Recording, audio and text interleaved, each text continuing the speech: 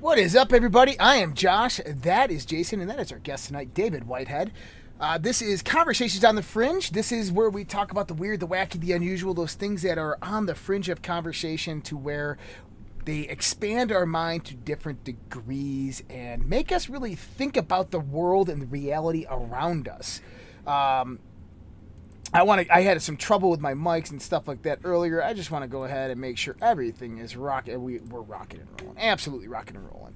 And so I thought it would be great to have David here. We had him here a few weeks ago on another show, and he has a Cult of the Medic series, which if you haven't checked it out, please do. It has a lot to do with everything that is happening right now. He's a full-time podcaster, martial artist, coach, entrepreneur, and public speaker with a lifetime of study and interest in the esoteric information, philosophy, comparative religion, and mythology, ancient and modern mysteries, independent researcher with his own personal quest to seek the answers that are challenging many people within our time. It sounds like my own personal profile as well, because me and David are much aligned on that aspect. And so great to have you here, David. How you doing tonight? Oh man, wow, what a killer intro. That was awesome. Thank you so much. I'm in a good mood now. It was definitely quite a slog of a day, lots of work going on in the background here for me, but it's all good things. And I had a blast last time I came on with you guys. I love this show. You have a great audience. That some of them reached out to me. So yeah, definitely happy to be here, man.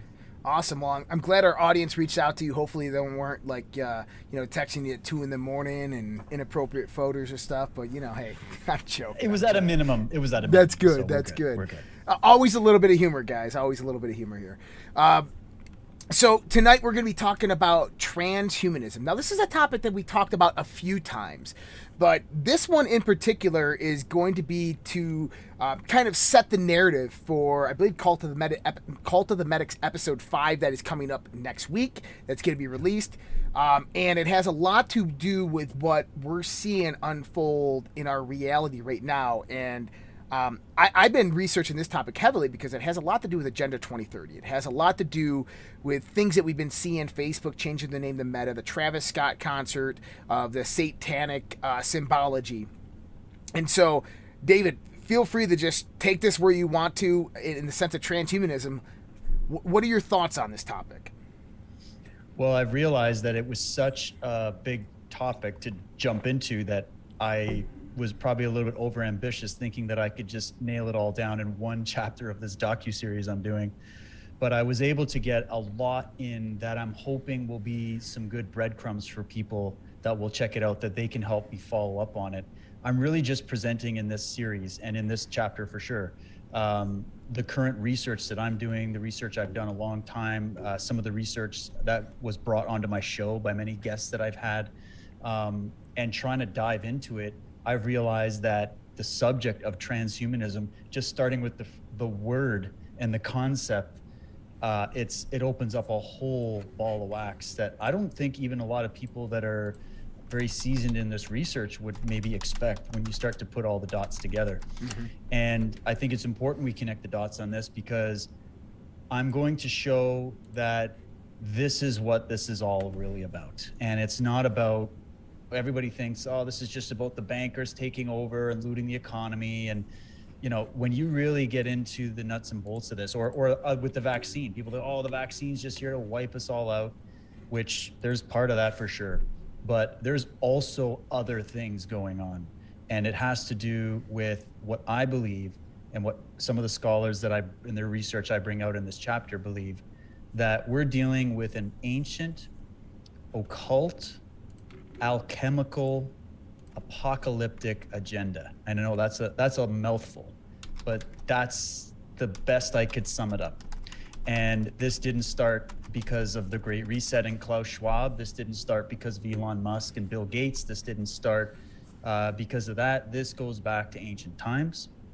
And I even open the door to the idea that not only could we be possibly witnessing an actual genetic and sort of terraforming type of agenda happening to this planet right now. I'm talking about all living organisms are in a process of being altered at some level. the whole push to understand and map out the DNA. And what's interesting is with all that stuff, they make it look like this is all about improving humanity, and the sales pitch of transhumanism, and of course these vaccines and what the medical mafia is telling everybody is we're trying to improve you. You whatever form you came in and however you got here is just not cracking it. It's not cutting it. You guys are resisting the programming. So, we're here. I feel like there's something here on this planet, whether people want to argue it's a deranged strain of consciousness, a deranged psychology happening in certain people in the world that are very powerful, have a lot of money and influence, or whether we're dealing with something non-human altogether. That term non-human is going to become less spooky as we go, because the question that I'm asking, and that I know you've asked Josh, and I'm sure Jason, you and everybody else, is like, what does it mean to be a human being? And we have to ask that question, and we better answer it, and we better have a good argument against these transhumanist priests they have an idea that humans as we are, we're not happy, we're not functional, we're not obedient, we're not efficient, we're not we need to be led like animals. So they look at it like, well, let's trim the fat, let's cut off all the waste, get the numbers down at least by half, and the rest will live in it's going to be chains of gold. It's going to be an artificial reality that will appeal to people who already hate their bodies, who already probably have a lot of self-loathing and deep-seated sadism that they haven't addressed, and have a view of the world where it's very mechanical and there's no spirit to life. And those types of people that have that worldview are really going to buy into what this new cult is selling, because they're selling you immortality, superhuman strength and ability, longevity, paradise, utopia, all of the things that every religion, every cult, every dogma that has ever existed from the past to this moment has offered the world. And my criticism of it is to say, look, technology can enrich our lives. It can enhance us to a certain degree. It can be something that serves humanity and this planet. But it can also be a force to enslave us and turn us from what we were created to be, or however you view us coming to this point, to change us fundamentally from what we organically are into something else. And I don't think this is new. I think this has been a long-term agenda. I think that this is why they've been putting atrazine and glyphosate and all these gender bender chemicals in all the water and food supplies and everywhere you look, in the vaccines, the genetic, the mixing and splicing in of animal and human fetal tissue alone, just with the regular vaccines, numerous shots. How many shots on the schedule these days? Yeah. How many decades are they rolling this out for? And then what does that do to slowly actually alter humankind at a fundamental genetic and even atomic level? And then why are they doing that? Is that have anything to do with this mass migration issue that's happening around the world? Does that have anything to do with this Great Reset and this UN agenda? Does that have anything to do with this climate stuff? Does it have anything to do with the transgendered story time at school and telling your children that genders don't exist and races don't exist, except when you're sexist and racist, then they exist? Like, there's something happening that didn't just come in with technology. It's as if they have marinated us and they've changed the water in the fish tank for decades of time, slowly raising the temperature to, when you alter the environment, you can alter all the living species in the environment. And what if you had knowledge, centuries of knowledge on humanity, and you viewed yourself as separate from humanity already? You have a machine-like consciousness already. I'm just imagining what these architects, I'm giving them a psychological profile. Right. If you have that worldview, then you have two choices. You can either remain in the shadows and stay hidden and worry about being caught and found out and routed out everywhere, or you can change everybody into you, to be like you, think like you, act like you, care about the same things you do, and despise nature in all of its organic forms the way you do. Yep. And so that's what I see transhuman as, is it's a transitional process for humanity. And my question is, who's at the top of it? What do they really want? Is it all just benevolent and benign? Or are we dealing with a compartmentalized structure where we're dealing with the fact that they are colonizing this planet and terraforming it and changing us into a more preferred sort of pet slash slave slash farm animal that can be more easily controlled. That's my concern, but maybe some people don't agree with me. Interestingly enough, it reminded me of blonde hair and blue eyes, Germany, right? I mean, it's essentially what you just described. But it also, one of the other things that I found really interesting that you said was the DNA. And we all, I think all of us know what the mRNA vaccine does, right? Right. And how it's actually modifying your DNA. Well, there's some people that believe UFOs are actually time travelers that are coming here to fix their DNA. And so I find this really interesting that you're saying that, because Australia just put out that you're basically going to have 6 boosters every 6 to 9 months for the rest of your life till you die. And so what is that going to do?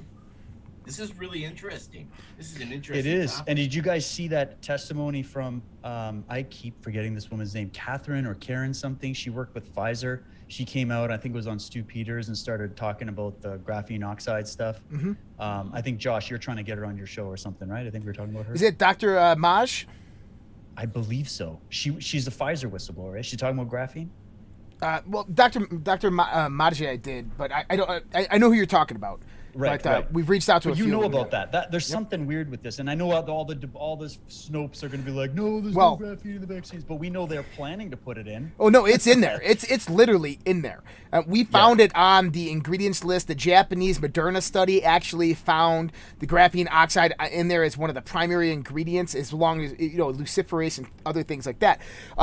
Dude, really? I sat here and just took notes when you were giving your monologue there, because you hit on so many things and they all correlate directly to pieces of research I'm doing right now. And so did you hear you have the Health and Freedom Conference going on in San Antonio right now, Reawaken America, Clay Clark. They had Dr. David Martin there.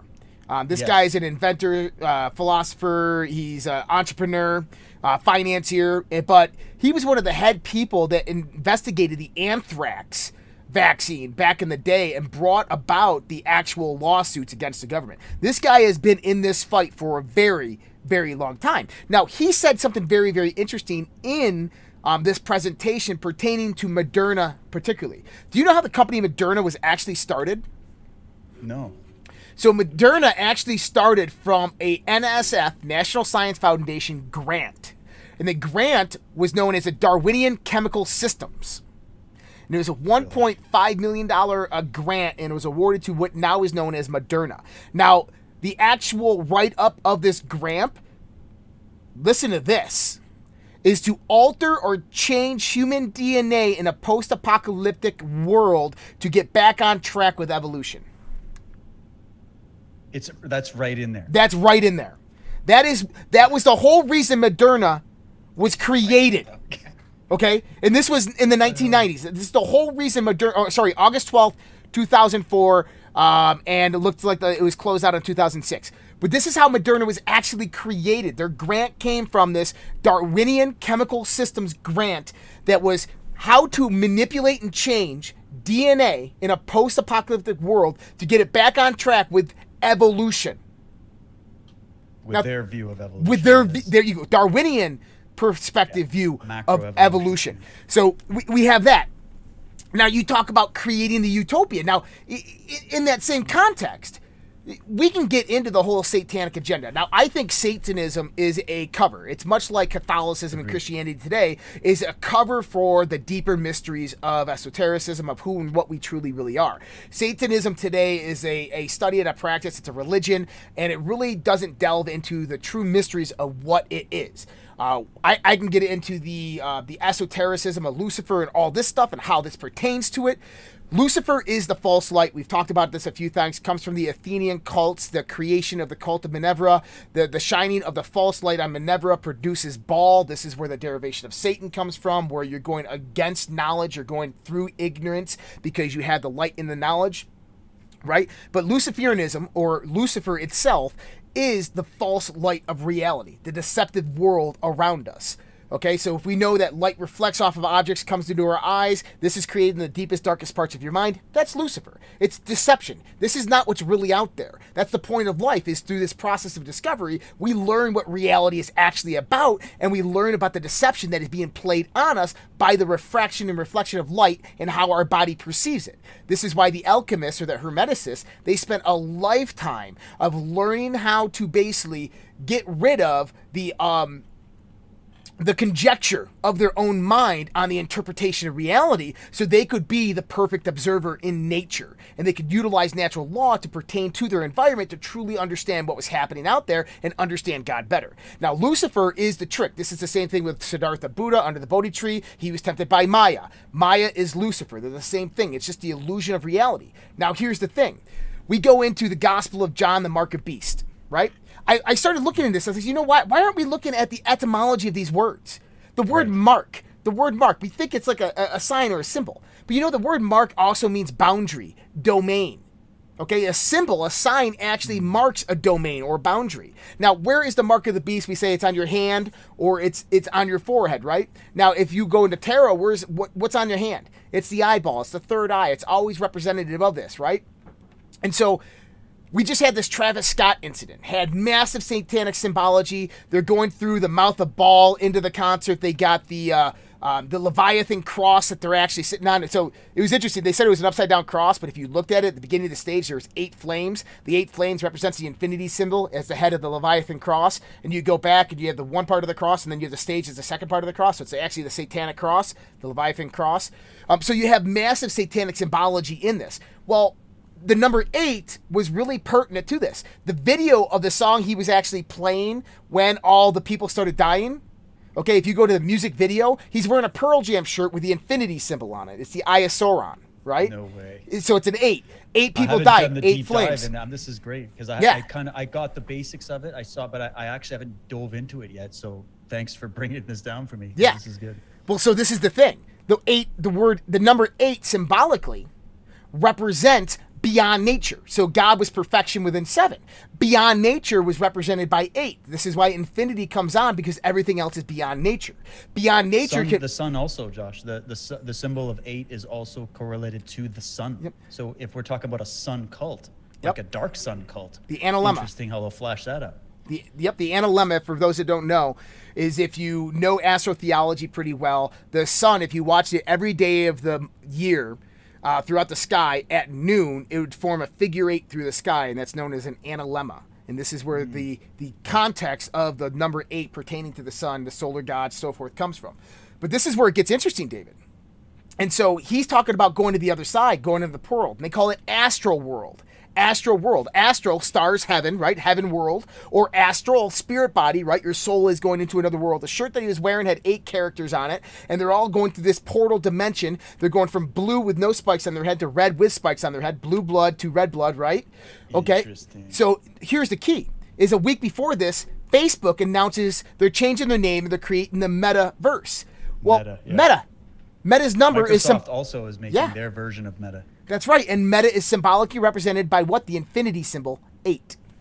Now, the mark of the beast is a domain, okay? The domain is a digital domain, the metaverse, controlled, centralized digital domain that's controlled by actual light, by digital world, electronic impulses, okay? That's the false light. That's the light of Lucifer. That's the domain of Satan.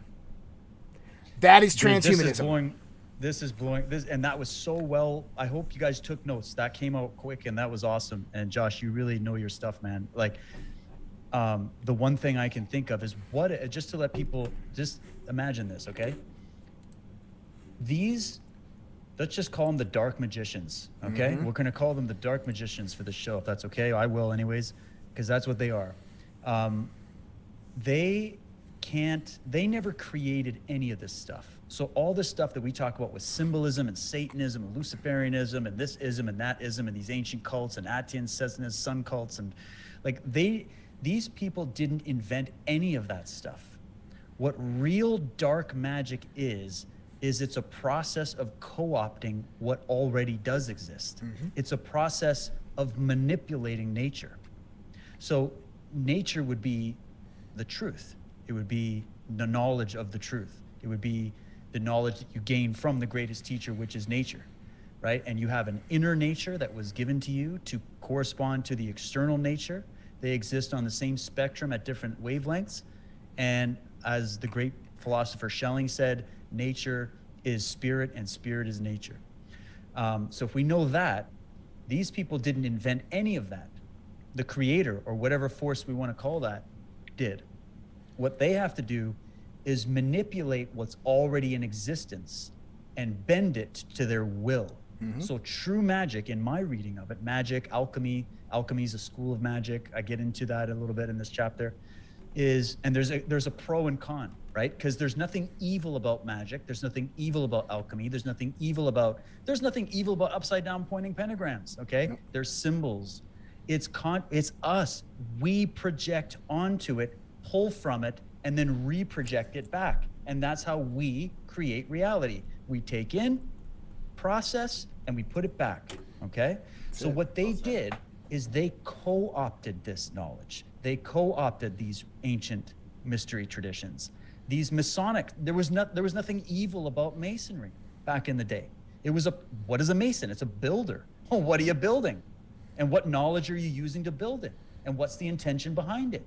And if the individual, the magician, the wizard, is corrupt themselves, then the light that is going to come through them, because they're the conduit, is going to be distorted, and it's going to project a distorted image of a changed reality back into reality, which distorts the reality. And I know this is, I don't know, I hope you can follow me here, but the idea is that they stole our knowledge and they repackaged it and gave it back to us in a polluted, regressed form to pollute and regress us. And they started this through the religions. Okay, so where do you hide? Okay, if you're a small group of people, we'll leave it like that. If you're a small group of people and you want to not only survive on this planet, you want to control it. You believe yourself to be the superior form, right? And so if you want to maintain that power, you can't use force. No. You can try, and we've definitely seen lots of experiments where this has been tried, but it's always failed because human consciousness becomes aware of it and then it has to shut down. So what they have to do is hide behind the light. So where are the most holy places in human society? It would be religion. Yeah, religion. Right? Pick your religion. Doesn't matter. Religion in general. That's a conduit for people to go to form community and to learn about and form rituals and rites so that they can practice communicating with what they believe the divine to be. That's what religion should be, okay, as a defined. But it became that religare, that combination, the fasci sticks coming together, collectivism, one leash for many necks, ruled from the top by the priests who were the vicars. So what they did is they took a natural organic process that humans had, and we had different expressions of it. We had different languages of talking to God and nature. And they corrupted those first because it was the most sacred personal thing. And they knew that everybody was drawn to it because we are spiritual beings as well. We were drawn to it. So they thought, well, let's co-opt that, because if we can get that and they can trust us, then we can control their subconscious, we can control their will, we can control their hopes and dreams and their understanding of life and death. Then the next place to hide, in my opinion, and this is what I'm rolling out in this series I'm doing, Cult of the Medics, is what's the next thing that people think about the afterlife. What's going to happen to me after I die? What's the meaning of life? Why am I here? What's this all about, right? That's the first questions a human has. Then there's the question of survival. How am I going to stay healthy? Oh my God, there's diseases, there's plagues, there's danger in the world. So I need to seek security. I need to seek refuge and survive. So the next place is the medics. That's the next light that in the hands of good people who are using good magic and good alchemy would enhance health, would improve and reconnect you to your true self and also to nature and to God, right? And spirit. So, but if that's in the hands of a dark magician, what do? They invert the natural, holy, good order and they turn it upside down, right? Like these symbols are done. And when they do that, and when they do that through their practice and they infiltrate, then they're using the same canon of knowledge. That's just all there, the same Wikipedia, you know, so just as a metaphor. But then what they do is they pervert it because they need to sell it back to us, but it has to be a poison pill.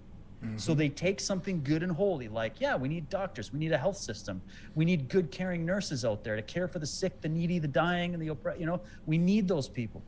But all you need to do is get the good people to be your front, the front, so that everybody thinks it's a holy place. It's a good, these guys are the good guys, just like the church was, yeah, and the mosques and all that.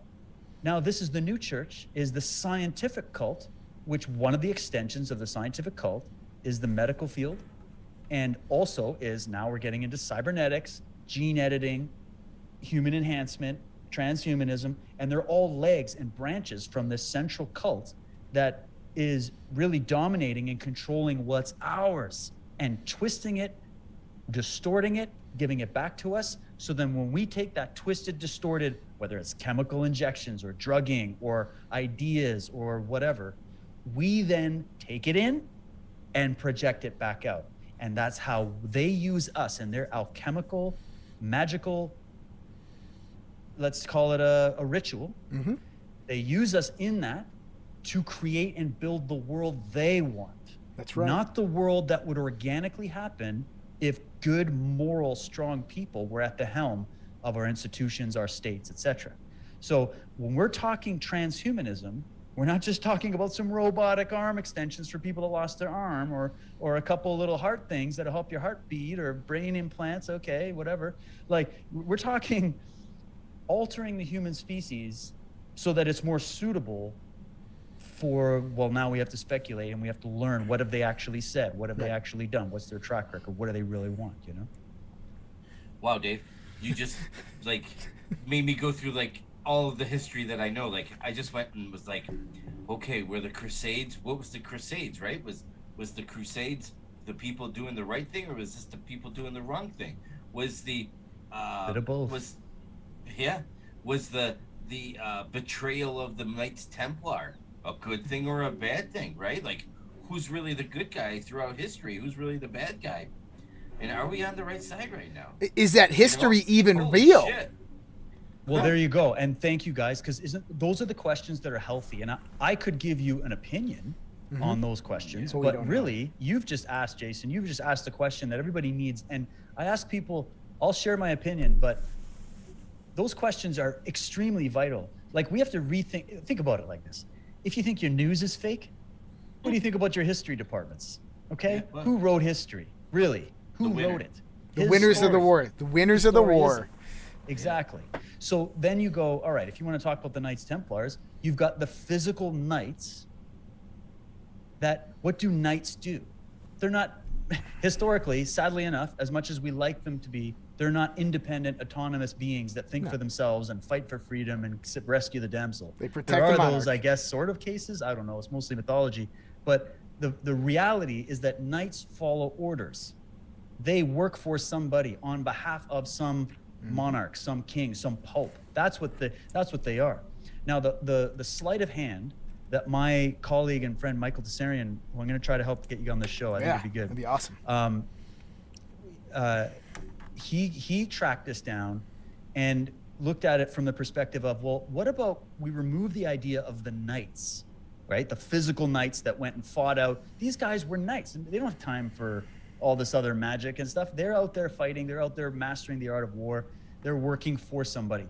Who were they working for? Yes. Who was these clairvoyants? Who were these people? So what he identified was the clerics, the Cistercians. These are the magicians. These are the sorcerers behind it.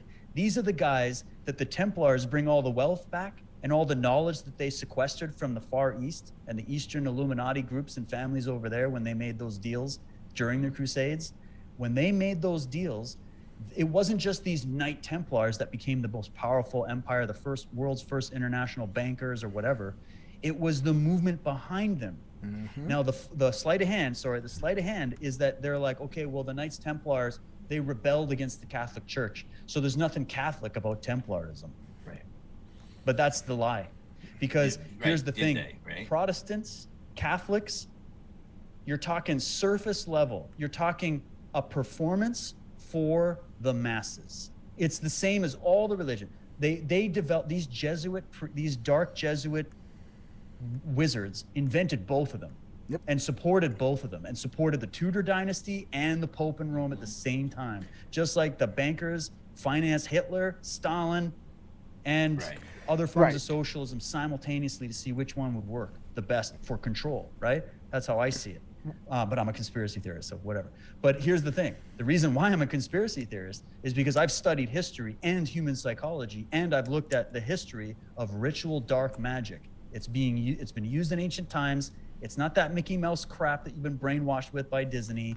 We're talking a fundamental understanding and knowledge of how reality works, how human beings work, our anatomy, our biology, our psychology, our spirituality, and they want to own it. That's what the word Catholic means. It means universal religion, right? And who's running the universal religion on this planet?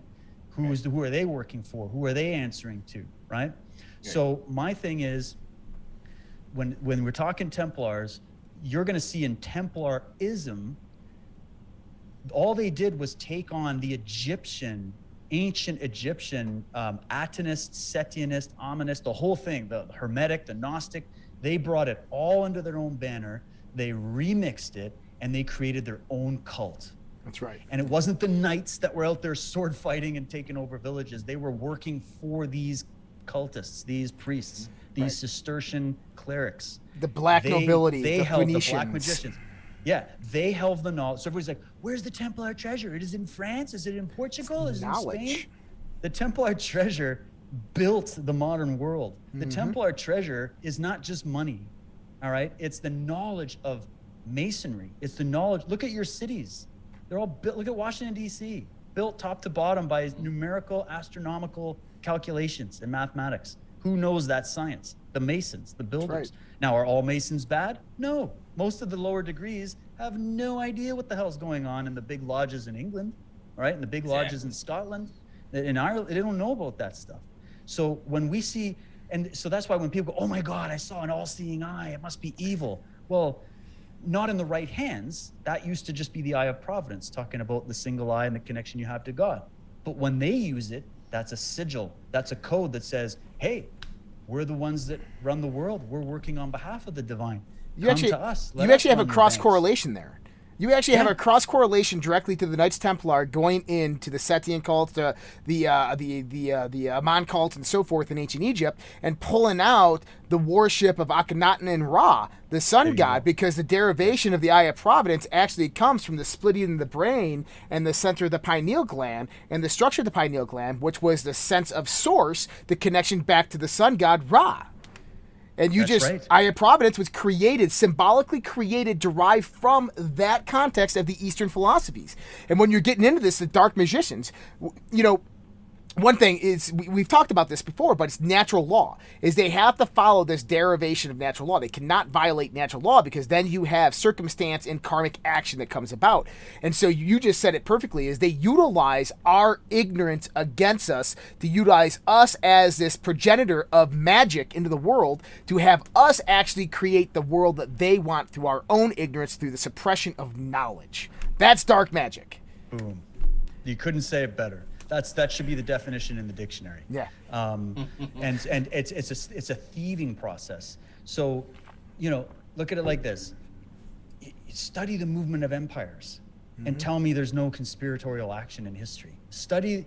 Go back to Julius Caesar. Go back to the ancient world. Ancient Egypt is nothing but conspiracy. It's a crash course in conspiracy of one pharaoh trying to supplant another. You got these different, what are they called? The different tribe that came in. I'm drawing a blank right now. It'll come to me. What is it? They're a particular pharaonic dynasty. Ralph Ellis exposed this in his books. Basically, they think that these were the guys that they came in illegitimately to Egypt later on, and they stole the throne. The Hyksos. So the Hyksos come in, and they eventually, gain power. And almost like some people have compared it to very similar to how like the Democrats have stolen power via election fraud. I don't know if they had a Dominion software back then, but they had something. And they took power and a lot of what we read about in the Old Testament. And what I'm about to say, a lot of people might go, "What?" But I mean, even people like Sigmund Freud and Gerald Massey and many other people, very eminent people, were into this idea. And if you want the best scholar in the world on this particular subject, you got to go to Ralph Ellis. He wrote 16 books on this, talking about how when we hear about the Israelites and the ISIS, we got to get into the fact that we're dealing with elite families. We're not dealing with a bunch of poor slaves. We're dealing with elite family lines that were banished, literally banished. And under that banner, and there was mixed groups, right? Under that banner, Akhenaten was flushed out. And a lot of people have correlated it, well, a few people anyways, a few people that looked at this have correlated Akhenaten to Moses as the character, right?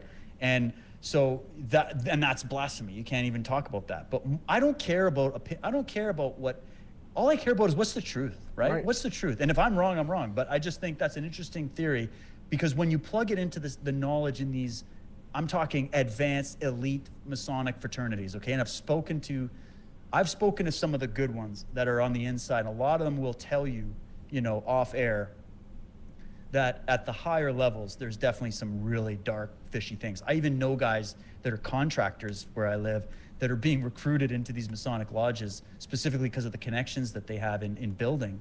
And they're like, it's run like the mafia, all right? Yep. Now, again, I'm not criticizing every Mason out there or anything, because I believe there's good people in there, but they don't get above the first 3 degrees. And if they do, and they think, what is that quote from, I think it was either Weishaupt or Mancini, where they were speaking, or actually it was Albert Pike. He was speaking about the blue degrees, speaking about blue and red, those Masonic colors. The blue degrees were designed for the masses, designed for the people to feel like they're being elevated. It's a drinking man's club. It's a social club. It's a club that wears a bunch of costumes. It's like Boy Scouts for adults. Okay, That's really what it is. And in the end, what happens? These guys think they're at the top. They're like, there's nothing going on in those lodges, Dave. There's no dark, evil stuff going on. I met a Templar. I met a Knights of Malta guy. I know some Jesuits. They're all good guys. Come on. You don't know You really think that this is how this shit goes? Yep. It's compartmentalized, right? And there's good and evil everywhere. And I will defend this. I'll say, look at this Vigano from Rome, right?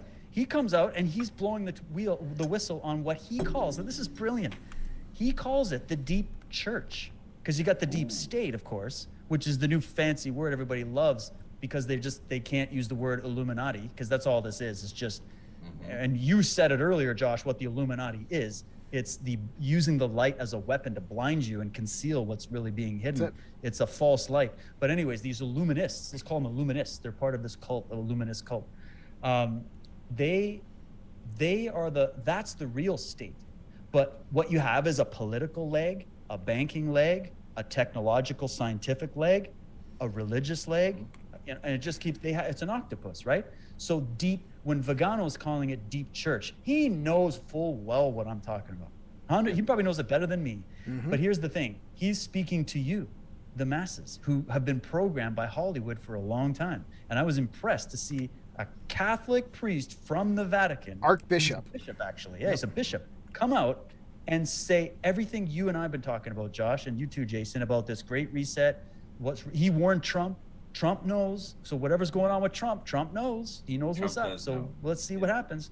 So, you go, all right. So they're coming out. And so there's good people coming from within. What about all these doctors and nurses coming out from the cult of the medics going, it's a cult. It's a cult. And we just got banished from the cult because we didn't take their holy Eucharist, their Jim Jones Kool-Aid mixture. So anyways, I'm going on and on here. No, so spot on, dude.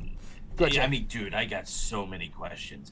I was actually going to bring up the Egyptians, right, and all of their hieroglyphics, and the human dog, right? I mean, that's a genetic modification right there, right? So I was actually going to go to that, but you already did. But could I add something about that real quick, Jason? Yeah, absolutely. Okay, speaking of half man, half humans in ancient mythological art, and these different motifs. Chimeras. There's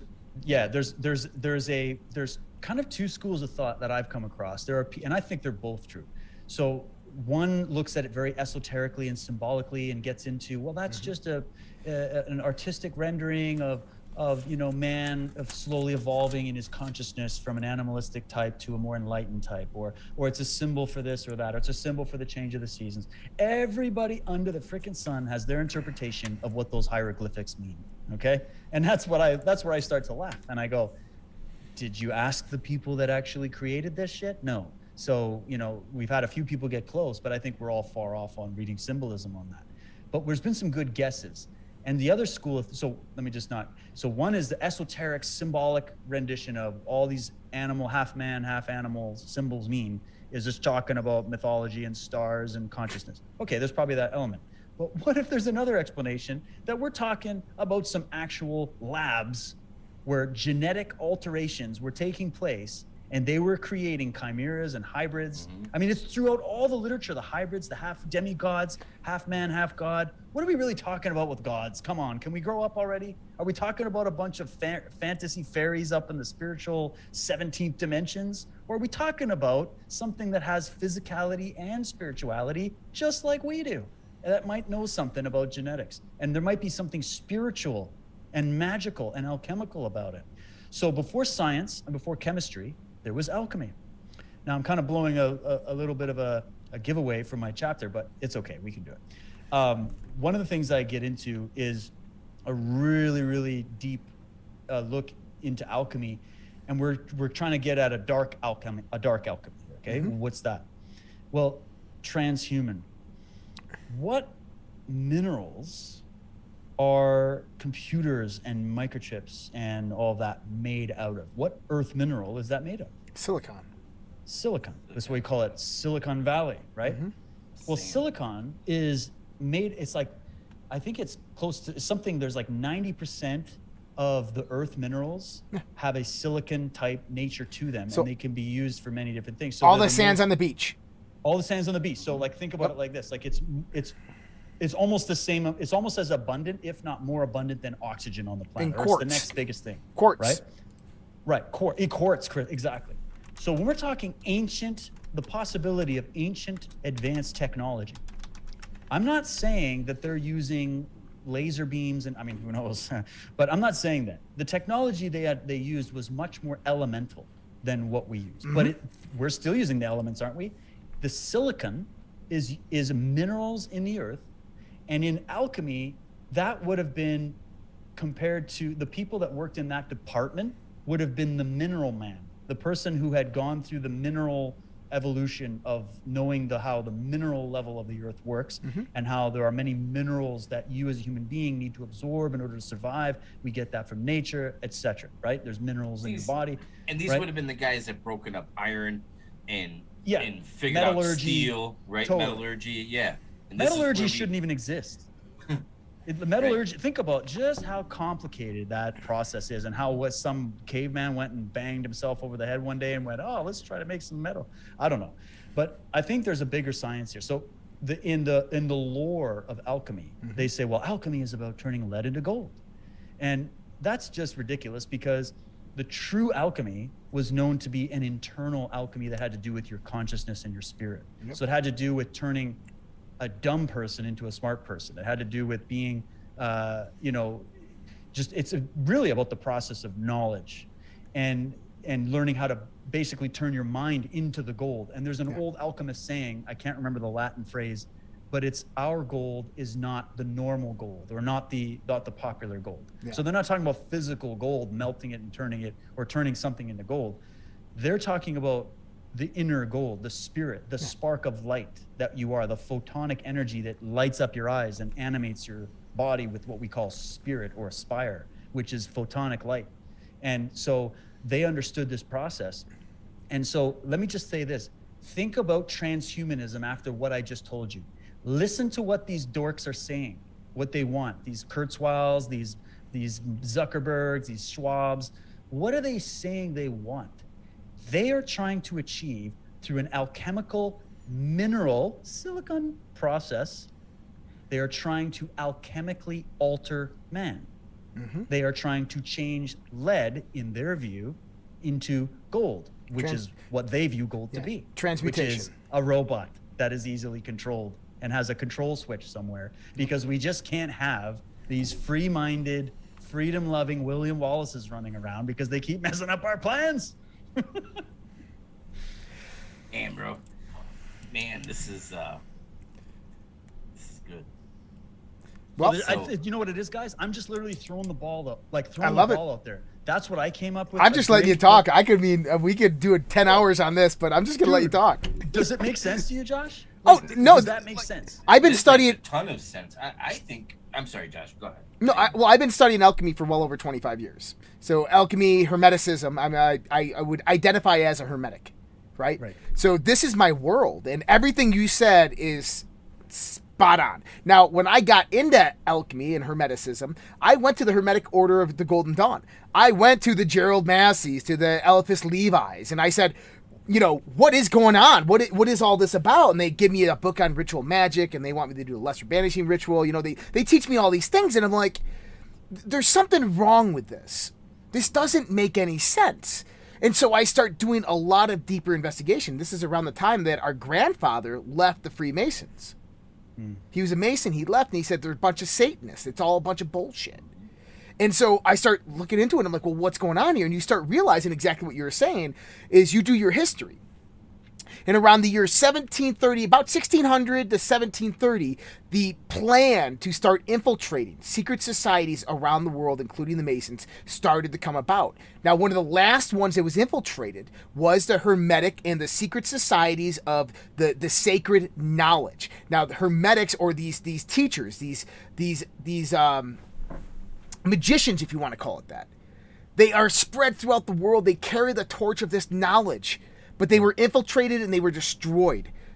And that knowledge was hijacked. And this comes after Blavatsky. You can see this late 1800s, right after Blavatsky. Alice Bailey comes in. You have the Lucifer Trust comes in. And this is when it all starts. And then that's when the socialist doctrine starts coming in, late 1860s. You have the socialist revolution in Europe. And all of this, Bolshevik revolution, early 1900s, all that derived from the hijacking of the secret societies 200 years prior, if that actually happened. But we know that the knowledge is hijacked. I mean, it started at the Council of Nicaea with Constantine and the paganistic understandings of the world. The paganistic understandings were the Hermetic understandings. These were the magical understandings, the Enochian magic, the Book of Enoch, what it really means and pertains to. And see, this has been hidden from humanity for so long. And everything that you just said resonates completely the truth. And when we talk about the land of Chem, when we talk about how alchemy was actually formulated, there's one figure, and it's when we look at this figure in ancient Egypt that is talked about, they talk about Egyptian and Atlantean. There's actually a book that was written by the Blavatskys. I say Blavatskys because it was not just Madame Blavatsky, but it was multiple people channeling different entities at this time. This is why I don't really take the Emerald Tablets and the Book of Thoth too seriously, because it's a channeled book. If you actually go and you read and you find out the true history of when they found the tomb of Thoth, which would be Hermes Trismegistus, which is the founder of Hermeticism, Hermes, Hermetic, right? This is also the derivation of Horus, hours, horizon, time, sun god, all this stuff kind of flows together etymologically. But in the late 16th to early 1700s, they discovered the tomb of Thoth, and they found the emerald tablets. And it was a slab of emerald that simply said, as above, so below. So the emerald tablets that we read today is really a medium transcription done in the Blavatsky days of someone channeling what they believe to be Thoth. So I don't really take that in the context of the Atlanteans, Lemurians. I don't really know. But I do know from my studies, from my research, from what I've been told by my teachers, if you want to call it that, is that we don't know dick pertaining to our history. Our history is so hijacked, it's so messed up, and that happened from the last 200 years of the hijacking of these esoteric arts that people like you and me would never really know, but we've been ordained or indoctrinated into because someone wanted to teach us this and keep the light lit. And so when we look at it today, is a lot of us are rediscovering this. Okay, and because it's ingrained within us. And I think that you're spot on. You said that I don't know who this is that's doing this. Who are these architects, these evil archons, or whatever they are? If they're human, if they're just a black soul, or if they're alien, or I don't know. But the question is this: did they genetically modify us, or did we genetically modify ourselves? If they did that do something to our genetic lineage, our genetic history, our genetic memory? Our memory. To the point where some of us, what we call psychic ability, is waking up to this and understanding this stuff, while others are in the dark about it because their DNA hasn't unraveled or resonating with that aspect yet. Go ahead, Jay. Sorry. All right, so this is. Do you remember the episode that we talked about the Mahabharata? Mahabharata, yeah. Yeah, remember that? Yeah. And so what we talked about was that essentially there was a war that was not with humans, and that war, they obviously there was enough energy there that it melted stone into glass, right? And that the theory is that whoever was in that war lost, and they were basically abandoned on this planet. Do you remember this conversation? And that they went and hid in society. And you almost have to ask yourself, is what Dave is saying, is this that group of people? Yeah. Right? That's what I think, Jason. You've just rolled it out. Yep. I just rolled it out. That's what my theory's been saying as well. And I'm telling you what, people. You just, they're pirates. To me, you have just answered so many questions that I've had. Even when you look at the Q movement, the references to dark to light, the references of it's going to be biblical, the references to good versus evil. This answers so many questions, and I hope people out there that are listening are like that. You have this epiphany like I just did. That this answers a lot of questions, and it makes a ton of sense, and that's part of the problem is I see so much ignorance where people don't want to open up their mind and think outside of the box of what they've been told because they're so freaking scared to actually reach out there and say, hey, is this plausible? Yeah, it's plausible. To me, us being manipulated from the state of a Cro-Magnon man and manipulated into who we are today by aliens makes much more sense to me than evolution, right? Yep. And dude, I don't know, Jay, I'm going to pull up. Did I have it here? Oh, I don't have it here. Okay. I referenced this book in this chapter that's coming out on Monday. It's coming out Monday, guys. Check it out. And it is the work of Lloyd Pye. Good dude. And he was a scientist that went and challenged the scientific hierarchy, the cult of scientism. That's what it is. And he talked about intervention theory. So he went in at a scientific level to explain what you're talking about, Jason, which is that there was an intervention in the otherwise macro evolutionary path of humanity. So he differentiated it. He was like, okay, anybody with a brain can see that there's such a thing as microevolution, where humans are adaptable, species adapt. You can see microevolution happening all the time. When you see the seasons changing, that's a process of evolving and devolving that happens in the universal principle of electromagnetism, right? That's just, so we get that. But macroevolution is where the problem is. And that's what he goes into debunk. And macroevolution is talking about, Big Bang, something came out of nothing. Science saying, just grant us one miracle and we can explain everything. That's the idea of macroevolution. So Whoop, hold on.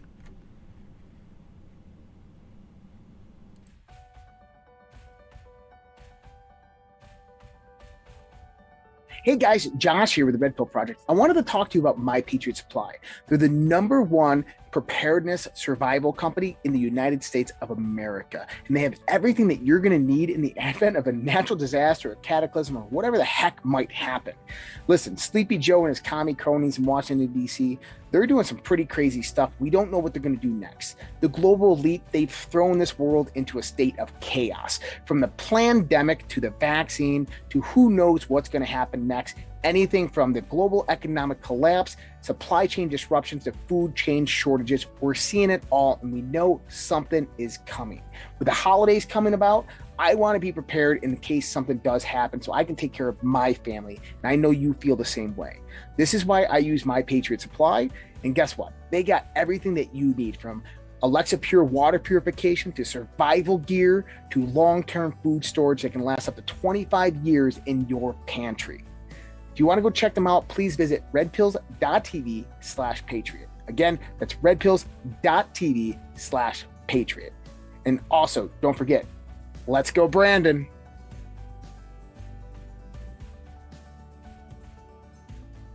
If you want the guy and we are back. Sorry about that, guys. I lost stream here in our studio. So I went directly to a commercial. Well, I lost the Zoom stream, but our stream still stayed up. So I just went to commercial real quick. And we got our stream back, which is good. And we are back, and we're just going to we're going to back up a little bit. We're going to go back to Lloyd Pye, what we were just talking about intervention theory. And David was explaining this. By the way, Lloyd Pye, one of my good friends. I knew Lloyd throughout the early 2000s. I did. And he was an awesome dude. So sad he passed away in 2014, I believe. But I was in a group with a few other people on Coast to Coast AM, a few of the other people that were on that show many times, Richard Hoagland, Lloyd, and a few others, and we used to just chat. David, not David, I was going to say David Whitehead, but you talked to Hoagland too. Hoagland, yeah. Much. I was a curious guy, man. I was military, so you're a man after my own heart, Josh. I swear to God, like you have the same way of thinking about it. It's so good. Yeah. Okay, but intervention theory. Intervention theory. Yeah, so intervention theory. So Jason, you were saying you brought up a really good question, and it's the idea that, you know, when you compare all the options we've been given, which there's only two. We've been given two options of creationism or macroevolution. There's lacking elements in both of them, but there's also true things in both of them. So the problem that people have is they don't know how to come to the middle path and see both truths. But here's the problem.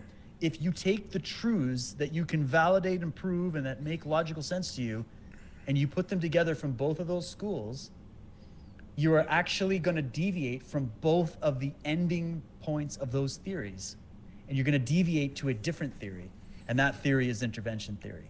And so what it is it's okay. We've got microevolution, which everybody can see. Anybody with a brain can tell that nature has a process of microevolution. You have a process of microevolution. If you take the death jab, you're going to micro-devolve or evolve into something else because you've altered a natural state. But there's the pressures of nature which force certain living organisms to evolve. It's just a word that they use, but it's the process of unfolding. And then there's the macroevolution. But the macroevolution is where we have a problem, because macroevolution is talking not about just some animal that adapts to its environment. It's talking about the creation of all things in the universe. But they don't like that word creation. They like the word evolution, and they like believing. So science is basically asking us to believe this: grant us one miracle and we can explain everything. And it's really interesting. And when you try to pin these hardcore Darwinists and materialists down, and you say, so you're telling me that I'm wacko for believing that there's some kind of creative force behind nature, that consciousness is much more than just some signals in the brain, that, you know, there's more life in this cosmos than you can talk about. If I'm crazy because of that, then tell me where the Big Bang came from. What caused it? If there was nothing and then something caused everything, you're asking me to grant you one miracle from that very premise. So your entire foundation rests on a little tiny pin needle. Okay, and then you got this big mountain above it. So what happens is you get into the Darwin theory and you go, all right, there's the intelligent designers though. They've got an interesting, flashy, cool, hip idea of the way they explain it. But there's also flaws there. So then you go, what's the real factor? Well, Lloyd Pye, if you read his book, and I recommend reading his updated version of, so he wrote a book in the 90s called Everything You Know Is Wrong, which is such a brilliant title. I'll explain why in a sec. But the second one that I really recommend people read, and I reference it in this chapter, is Everything You Know Is Still Wrong. So he came out before he sadly passed away, and he kind of updated it. And it actually made the theory even more powerful as time had progressed since when he first did the first copy. So Everything You Know Is Still Wrong. It was the final edition. I have a copy of it. And if you take, it's this thick, it's massive. But if you take the time to go through it, and he writes well, it's going to keep you going. You're not going to come out of there feeling as confident on either side of the fence if you were on either side of those fences, okay? You're going to actually appreciate both sides of those arguments of evolution and creationism, and you're going to see a whole new dimension of things that will actually explain a lot of things that neither the creationists nor the Darwinian materialist evolutionists can explain. And I grew up watching debates, guys. That's how I forged myself. I grew up watching, I think because I grew up in karate, I wanted to see which style wins, right? So I watched debates between what would be like Dawkins versus some theologian, or, you know, Christopher Hitchens versus some other guy. And I go, all right, really, really good arguments, okay? But then you come through I went through the atheism phase and the materialism phase and went, oh, okay, it's all just bunk. But then you come out and you're like, yeah, but I feel empty as fuck inside, man. I got nothing, like what's going on? And then you really look into the deep, like what Josh was talking about, the magic, the ancient esoteric knowledge, the whole thing. And then I went, well, what do the most powerful people in the world believe? What do they think? And this is where you got to start checking yourself, okay?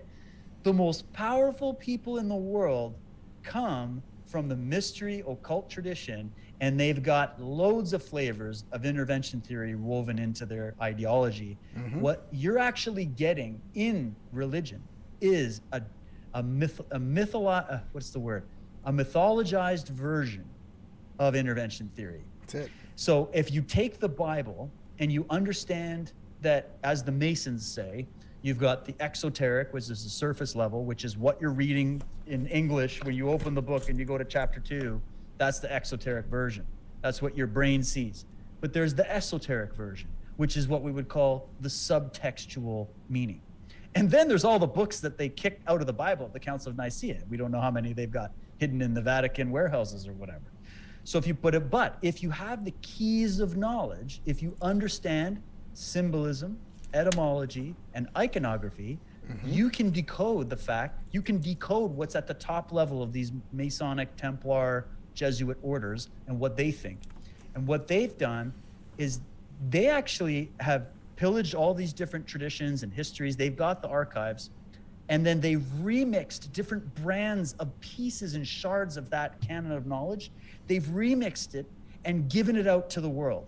And that's why you've got Islam, Buddhism, Christianity, different schools of Christianity, different schools of Islam, different schools of Buddhism, Hinduism, scientism, atheism, freaking Seventh-day Adventist, name your pick, doesn't matter. Everybody can't be simultaneously right. So, there has to be something, there has to be a truth there. And they've got the full picture, and they've given us the boiled down package picture. Sorry, Josh, go ahead. It seems that fate has a sense of irony, does it not? Because the word religion derives from the Latin root religare, which means to mend back together that which was broken. That's the true religion, isn't it? That's right. Back what's broken. And what you're talking about right now is them mythologicalizing all this information and separating it. And so the true path, and by the way, we can go into this a little bit, is you talked exoteric and esoteric. This also pertains to the minor and the major arcana in Hermeticism. This is the path inward, the path outward. But there's an axiom in Hermeticism that comes to mind when we talk about this, because in Buddhism you had the middle path, or the middle pillar, right? You can talk about this with Solomon's Temple. You had Jacquin and Boaz, which are the two pillars that hold firm the doorway to Solomon's Temple, which is the middle path. And you have to go through the 12 houses of bread in order to get there, which are the different archetypes of the mind to get to the Holy of Holies. But when we talk about this, there's this Hermetic axiom that says that all truths are but half-truths. Now think about that, because you have to break it down in the context that if this truth is only half true and this truth is half true, that means that I have to find the middle path for the truth. And this derives from my understanding is that there's, if we wanted to define the creator, what the creator was, I call it the absolute. There's nothing outside of totality. It's undefinable, it's unknowable, it's incomprehensible, and you cannot understand it because it is everything. And so it's beyond you. If that's the truth, if that's the absolute truth, that means that I can only know a variation, a derivation of that absolute truth. And that truth is going to be my self-evident truth. This is why our founding fathers here in the United States of America, when they wrote the Declaration, they put self-evident truth. We hold these truths to be self-evident because they can only know the truth that they know within inside themselves on their own path, which is a half-truth to the absolute. This is why we always have to find that derivation through the absolute, to the middle path, right? Looking at all perspectives. I said about this earlier when we're talking about Hermeticism, is the Hermetic goes throughout their whole life trying to dwindle down that ego, to get rid of those mental faculties that impede on the interpretation of reality from the centric individual.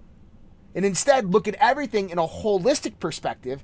And we do this by basically a path of, delineation. We want to remove all the obstacles. So we're talking about adaptation, right? Adaptation, evolution, microevolution is adaptation. It's an adaptation to our environment. When we break everything down to the most simplistic form, it's me, my soul, my energy interacting with reality. I can't validate and prove, some people say this is solipsism. It's not. I can't prove that David exists. I can't be inside your mind. I can't experience your soul. All I know is that you exist within it. It exists outside of me, and it's me. And so there's this primary relationship between me and the absolute, and everything that I know and derives from that is self-evident. And this is the true art of the Hermetic, because this is how magic's created. It's through this direct relationship. All energy transfers through relationship. And so this is what's being hijacked in transhumanism, guys, is this relationship that you have with your environment, with God, with nature, with the absolute, is being hijacked and controlled through this intermediary of silicon. Carbon is... And 6 foot social distancing. That's right. Stay away. Humans are filthy vermin with viruses. Yep. Stay away 6 feet, though. Not 7, not 5. Make sure it's 6. That's right. And you know why they made us wear a mask for a year and a half, David? You remember when Google... Shut us up and make us into slaves. Do you remember when Google Glass came out and nobody wanted to wear those dumb glasses on their face? Oh, right. Yeah. They go ahead on this. Yeah. This is interesting. Nobody wanted to wear those dumb glasses on their face, but they wanted to implement the metaverse, augmented reality, and virtual reality. Now people have been wearing these stupid masks on their face for a year and a half, so when they come out with a pair of VR goggles that you can wear on the street and see augmented reality, people are like, I just wore a stupid mask for a year and a half. I'm going to put on these goggles because that's pretty cool. I get to be in the metaverse. You know another sub-theory to that? Because that's true. That's really good. Another sub-theory is that they needed for the biometrics. Yep, the and AI the face system. scanning technology, which people need to know, all right? Yeah. You call me the conspiracy theorist, paranoid, whatever, schizophrenic, all you want. Go check out what kind of technology is already in play in China right effing now as we speak. Go to Wuhan specifically and just see what kind of... The fact that they have the police there with biometric face scanning helmets on and visors. The fact that they have how many cameras and sensors all over the place, from sensors sensing your garbage. You want these smart cities built by Greta Thunberg and Klaus Schwab? You're going to be, every time you put garbage in the trash can, it's going to scan your garbage. And they're going to get a profile, and they're going to feed it into the AI system so it knows what your garbage is. Yeah, okay? And if you're wasteful, they're going to tax you. Exactly. So just so you know, you have no idea. Anybody that's complaining about history and slavery and all that kind of stuff, which was horrible, and I disagree with all forms of slavery, all of them, okay? However, you ain't seen nothing yet, if you understand what's coming, okay? So to get the biometrics up to scratch, to get it coded properly with the AI, they needed, because when they're doing ID, they need to be able to get the face, but they can't always catch people's face. So you need to cover the face, and they need to get the technology trained so that it can literally just scan your eyes. And I'm talking from satellite level, okay? Not just some camera sitting at your street lamps, but they'll have over 1 trillion sensors in every city. 1 trillion sensors in every city, from your street lights to your garbage cans. Talk about paranoid schizophrenia. Talk about... think about it. But conspiracy theory, Mel Gibson. This is what they're doing. It's already there. It already exists. It's coming. We're in like 2030. If nothing's done, you're going to feel like you live in Demolition Man. So you go, all right, you got sensors everywhere, the biometrics, the whole thing. Let me see if I can segue this bit back to what Jason was talking about there. Oh, yeah. On YouTube, Josh, which is I got something else. Intervention. Yeah. Okay. Wants to do this? If you really sit back, okay, so what I did in this chapter, which I thought was a good idea, I'm hoping it's effective, is I went, all right, I asked a question. When we have all these debates and discussions about, the economy or gender or communism or masks or vaccines or whatever, we often fail to be able to zoom out to realize that the thing we're debating, the point we're talking about, or the talking point in the media that day, is not the only thing that's going on. In fact, all these movies are playing simultaneously, and there's more than 3. And I tried to basically go, here's all these different things that are all happening, that have all been creeping up on us slowly and surely, that when you look at it in isolation and you're like, oh, cool, they're gonna have these little wearable tags that I just have to scan my wearable tag on my arm when I go to the grocery store, or when I want to download the new Call of Duty from PlayStation Store, or I just got to scan my little patch. or, and then you got gene editing, and you got CRISPR, and then you got, cybernetics getting to a point where you see the military dogs that China has created that are basically a robot dog army, okay, from hell. And China has that right now as we speak. You got the freaky technologies that were developed by DARPA and the whole military industrial complex to bring in this new technology and build it into a scenario that will be fit for warfare. Surveillance drones, the grid, the 5G towers with how many 30,000 satellites they're plopping up there to correspond to those ground-based towers. You've got the vaccine with the graphene and the nanodots and the hydrogel. And then you got the new cryptocurrency that's coming out, sponsored by Microsoft Corporation and the World Economic Forum and China all together, which they're going to use Bitcoin. So sorry to disappoint all the Bitcoin people. That was their Trojan horse. Thank God for these other cryptos that are, and that's just my opinion. You can kill me for it if you want, but I think that they wanted to bring that in. And then humans, us, went, hey, crypto, good idea. Decentralized, not fiat, not Federal Reserve, Rockefeller money. All right. And good people made some good alternative cryptos, and crypto is a good idea because we're going to have no choice. It's all going crypto no matter what, unless this is stopped. So they want crypto. They want the sensors now that they're putting in all your street lamps, your garbage can disposals, your parking garages, your cars, your phones, your laptops, everywhere. They also want to implant these biosensors within your body. So let me just ask the people that are intelligent some questions here.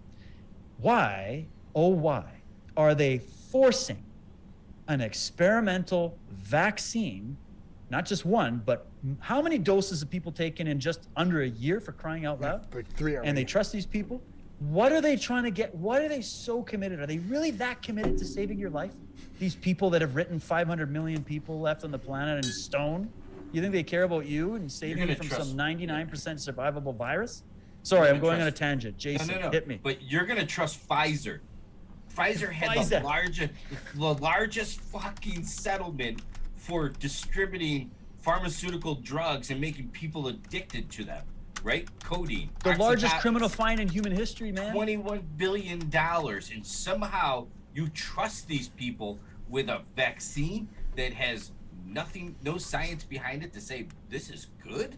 Oh, you're crazy. You're crazy. Dude. You're crazy because you're trusting known liars and criminals to a level that you can't even understand. It's a level that we can't even imagine. You might have had your wrist slapped because you downloaded too many movies on whatever torrent gate or whatever, or you stole, we're talking, Jason, you're right.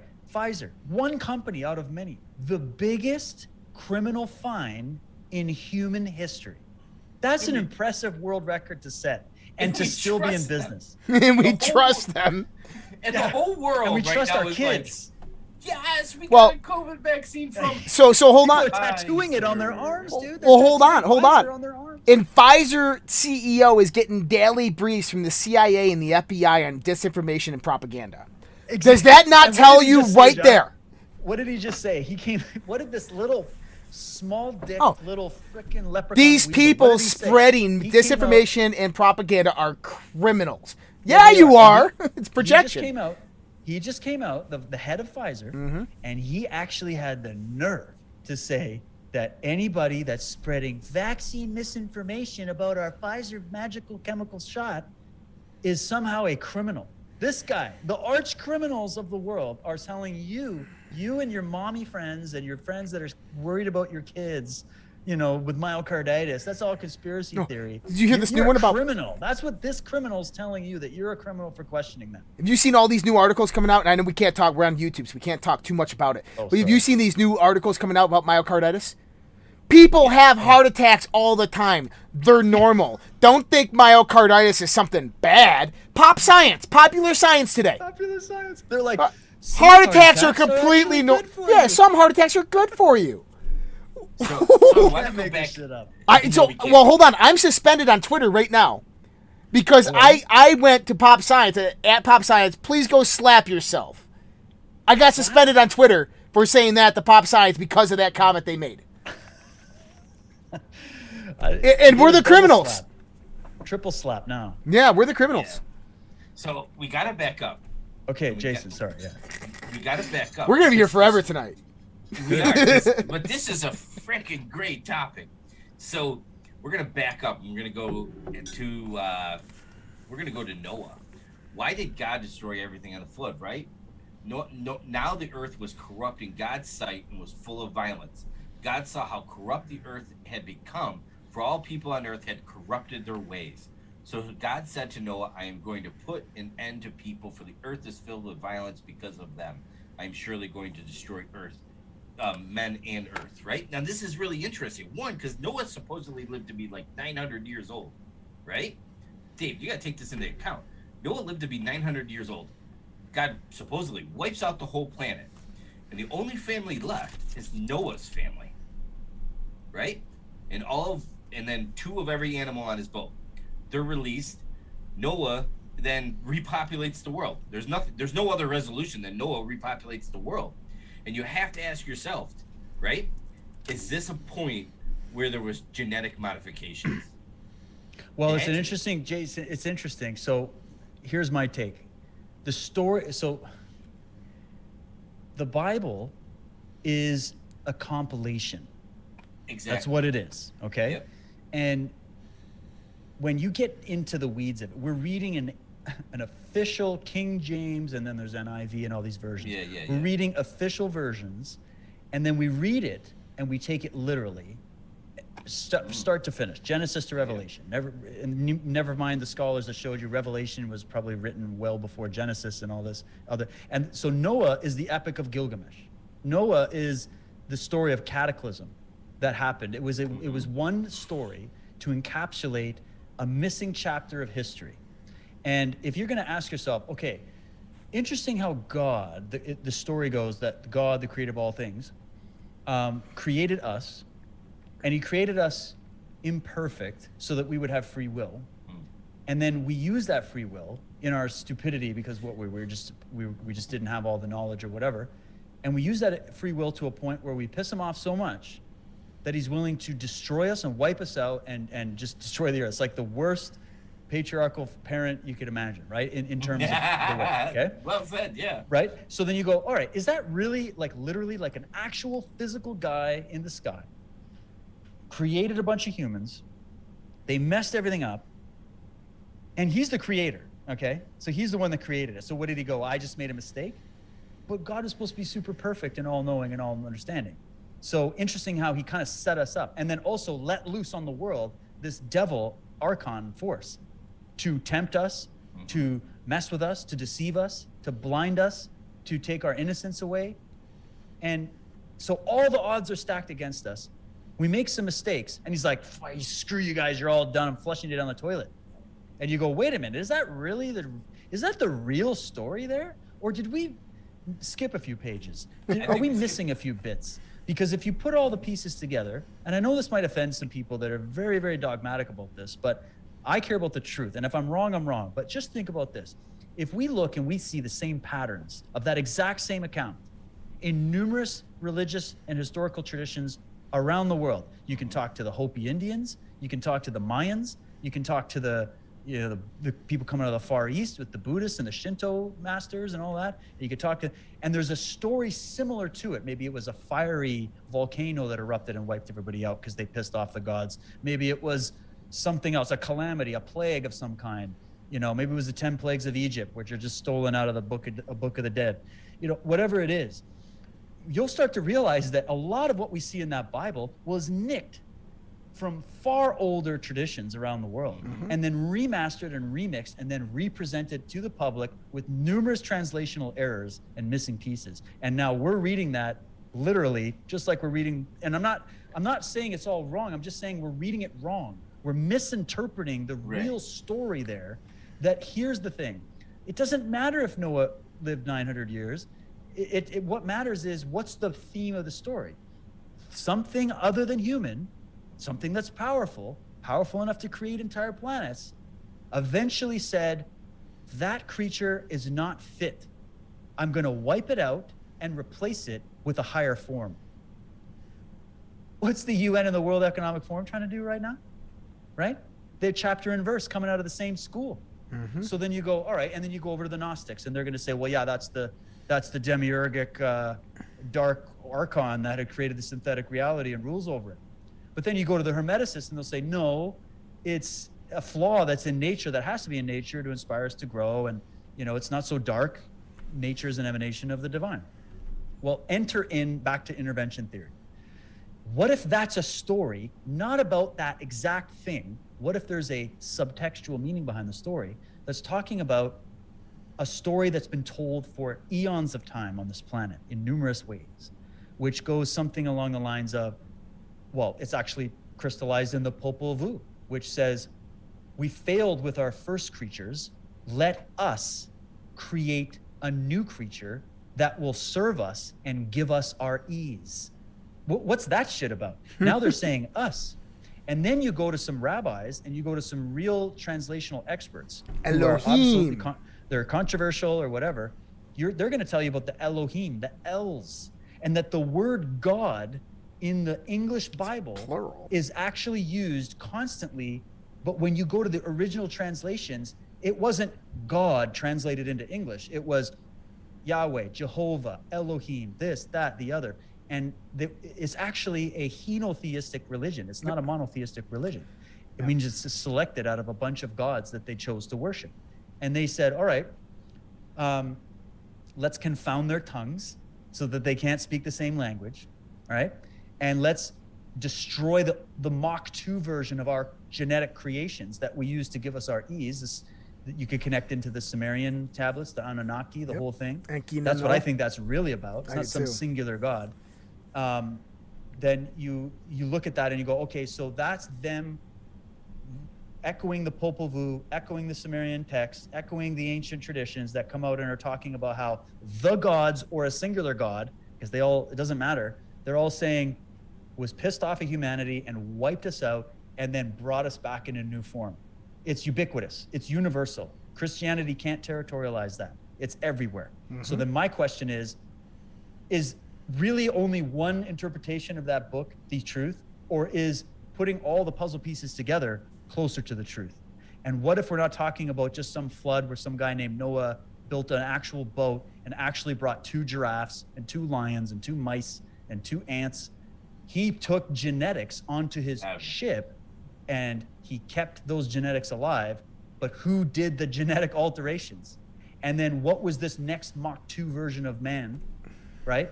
And then are we now dealing, if let's say that saga happened with, I'm going to just say it, extraterrestrial forces, meaning I look at it like Star Trek, where you had this like Vulcan-like race that was scientifically advanced, that came to this planet a long time ago, that if you were to fly right now over places in Papua New Guinea with an airplane, they would worship you as a god today.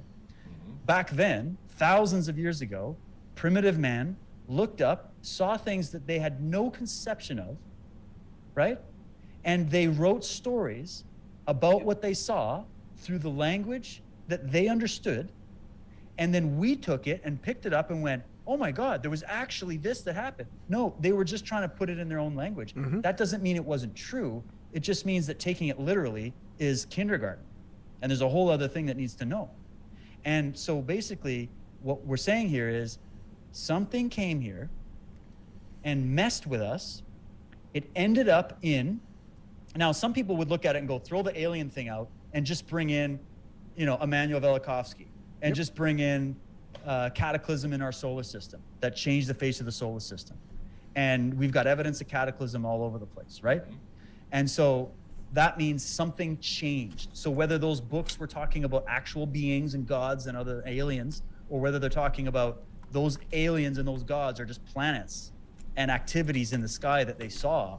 And when they would see, like, look, the Norse and the Druids and the Celts, they're like the god of lightning, the god of thunder, the god of rain, the god of the sun, the god of the moon, goddess of the moon.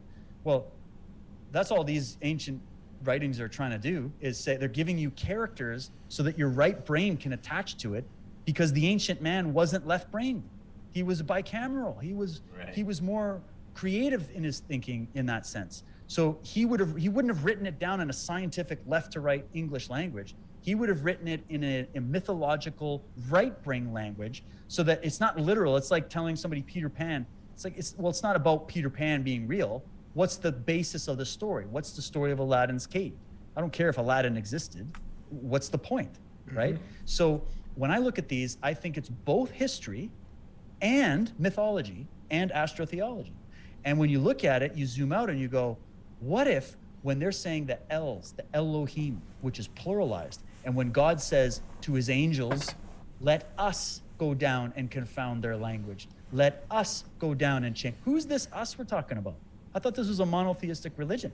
Does God seek counsel from lower beings?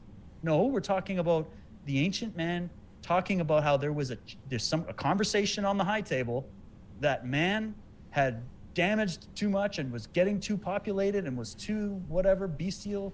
And so we're going to wipe it out and replace it with Mach 2 man. And my question is, did those architects, those interveners, those gods, those aliens, whatever you want to look at it, did they go away? Did that project of genetic alteration, experimentation, did it stop? Or has it actually been what this entire history of this planet really is? Is this a farm? Are we property, like Charles Fort asked, and like Don Juan Mattis asked when he was like, some predator came from the depths of the cosmos to enslave humanity and turn us into chickens, like in chicken coops, right? Did something change us, not for our gold, maybe Zachariah Sitchin's right about some of that, the minerals, the gold, I get it, right?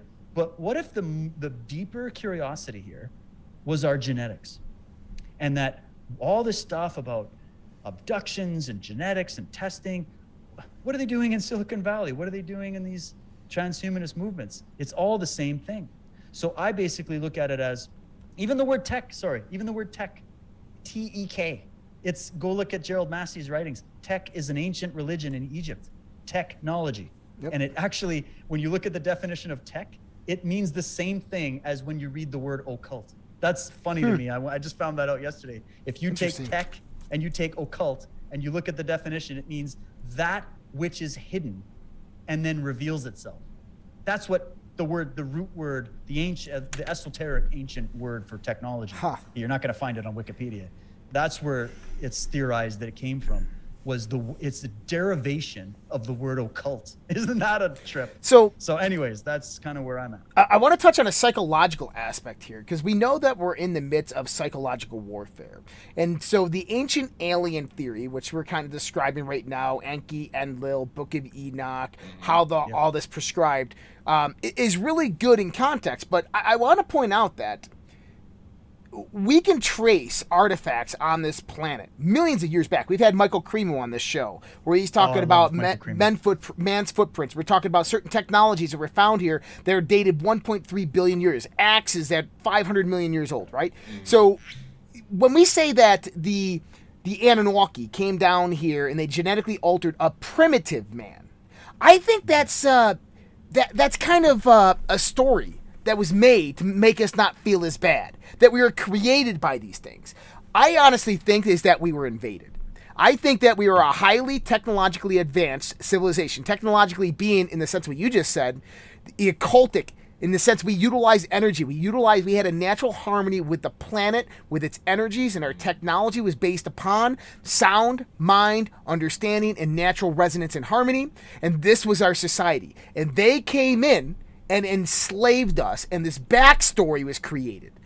This backstory was created to make us feel lesser so we don't go back and start investigating our history. Oh, well, we were just created by this thing. We're genetically altered. Might as well just go with it.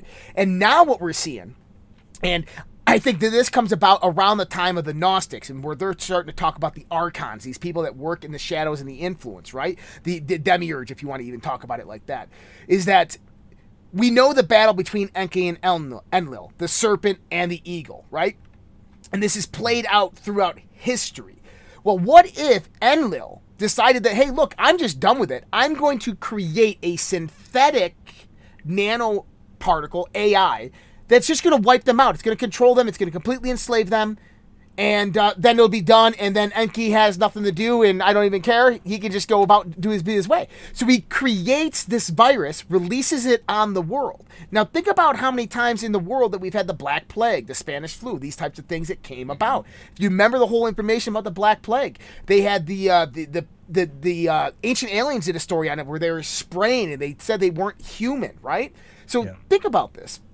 Is what if Enlil came back and poisoned humanity with this artificial intelligence nanotechnology, okay? And it started killing everybody. I've shown this before that we had Tartarian civilization. We had the whole aspect of Tartaria. We had under the French catacombs, underneath France, we have 30 square miles of catacombs that are filled with bones of human bodies. Now, they say that this came from the Jesuit priests of the overflowing cemeteries. They burned the bodies, brought them down, took the bones, and organized. This is like 100 priests that organized over 3 million bodies. 3 million bodies within 2 years into these massive structures. Well, guess what? That's only 3 square miles that 3 million bodies is in. When you do the math, that's 100 million people underneath in those catacombs. The population of Paris at that time was less than 100,000. The population of Europe was less than 3 million. Where did 100 million people come from? You get into things like Max Egan. He talks that the population of the Earth during this time was 300 billion. So what if these ancient aliens invaded us? Enki had like this adoration for us and said, hey, look, I'm going to let you live, and our society rises up. And Enlil backs off, and he comes back with a technology, a virus, a nanovirus that infects humanity and starts killing us off. And we find out, ready for this one, that it's our blood type that it attaches to. So we genetically modify our blood type to not accept this nanotechnology, which cuts us off from our genetic memory, our genetic lineage, our collective consciousness. We lose all access to the Akashic records, all access to our history, everything almost overnight.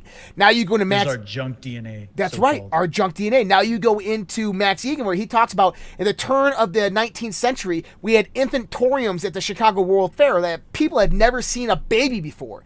Human beings could not mate. AB negative, AB positive, RH factor blood could not mate together because your children would die.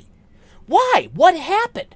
How did this all of a sudden become a problem and only be talked about at the late 19th century and early 20th century? Why weren't they talking about this in the 17th century, the 16th century? They weren't.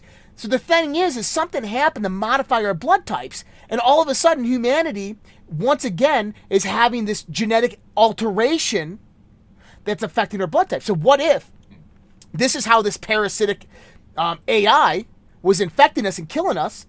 We genetically altered ourselves, saved ourselves, but we had to take a step back. We fell from Eden, right? We fell from the high level that we were at because we're no longer connected to that inner earth grid and circle, right? And now we're just basic man trying to re-evolve on this planet, and they're still here. And they come back and say, well, let's just find a way to genetically alter all of them. That's a really interesting thing. Yeah. And I just wanted to say quick. Yeah, that's interesting. Jason, I just wanted to say, I hope I wasn't too, I didn't want to be confrontational with the point there. I was just trying to say there's another perspective that actually, for anybody that's still kind of clinging to that literal interpretation of things, when you plug these points in and you actually do the work on the etymology and what it really means, and you take everything in consideration, right? Like Rumi's mirror, it's not shattered anymore. You're trying to put it together. It actually enhances your faith in God. It's not something that destroys it. And what I'm talking about here is that the issue that a lot of people that come from, say, a religious mindset have with sort of an ancient alien or extraterrestrial, otherworldly concept is that they feel it threatens their belief in the way the world is through the lens of their religion. And I don't think that, actually, because I grew up as that. I understand and I have sympathy for it. But here's the thing. The way you look at it is,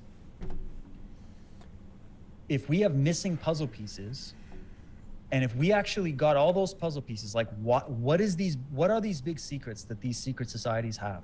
What are these big secrets that produce the technology we're talking about? What are these big secrets that are stored in these warehouses under the Vatican? What do they know? Okay, the mother church of Christianity, what does it know?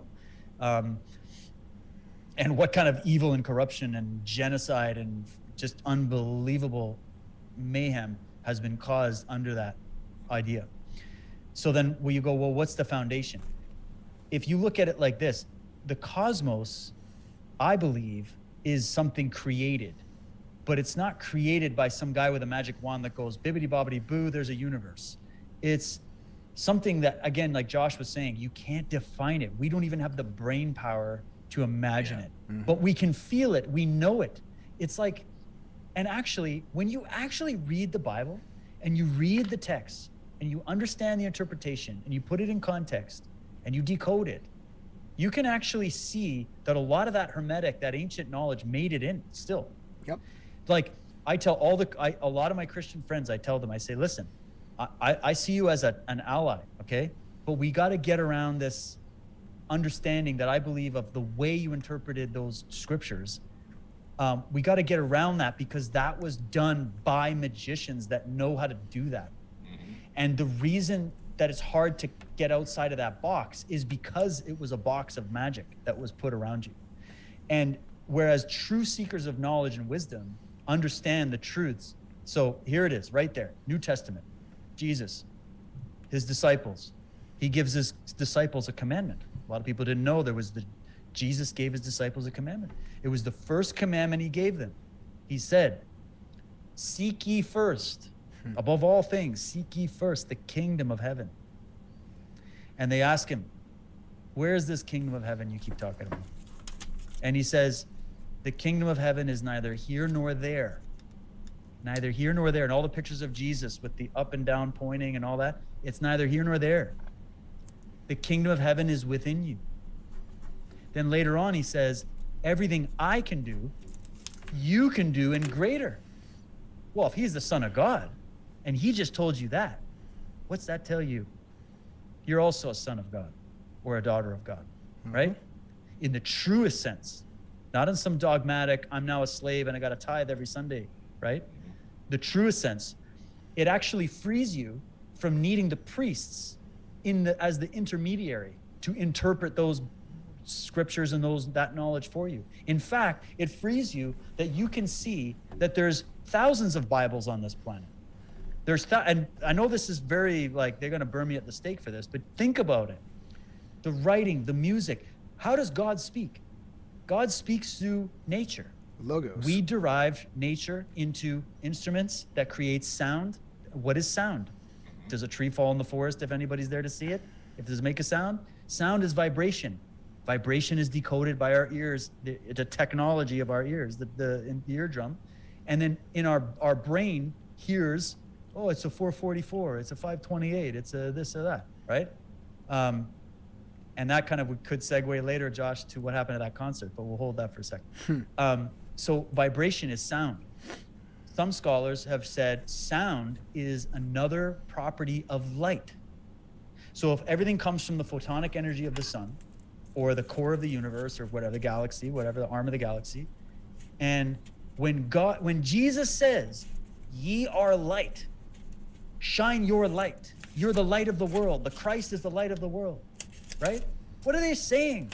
Do they think you're like Iron Man with a light coming out of your chest? No, the light, the photonic light that lights up we say it lights up your eyes. If you look at a corpse in an open casket, there's no light there, just a body. But what's the difference between a corpse lying in a casket and you and me animated with spirit right now? We have light charging our cells at the subatomic level, and we are expressing that light. And so if God says, I am the light of the world, what's the light of the world? We don't have to break this down any simpler. The light of the world is the sun. What's the light of the universe? Right? And we keep going and on and on and on we go. Where is heaven? Heaven is up, right? All the kids are going to say it's up there somewhere, up in the stars.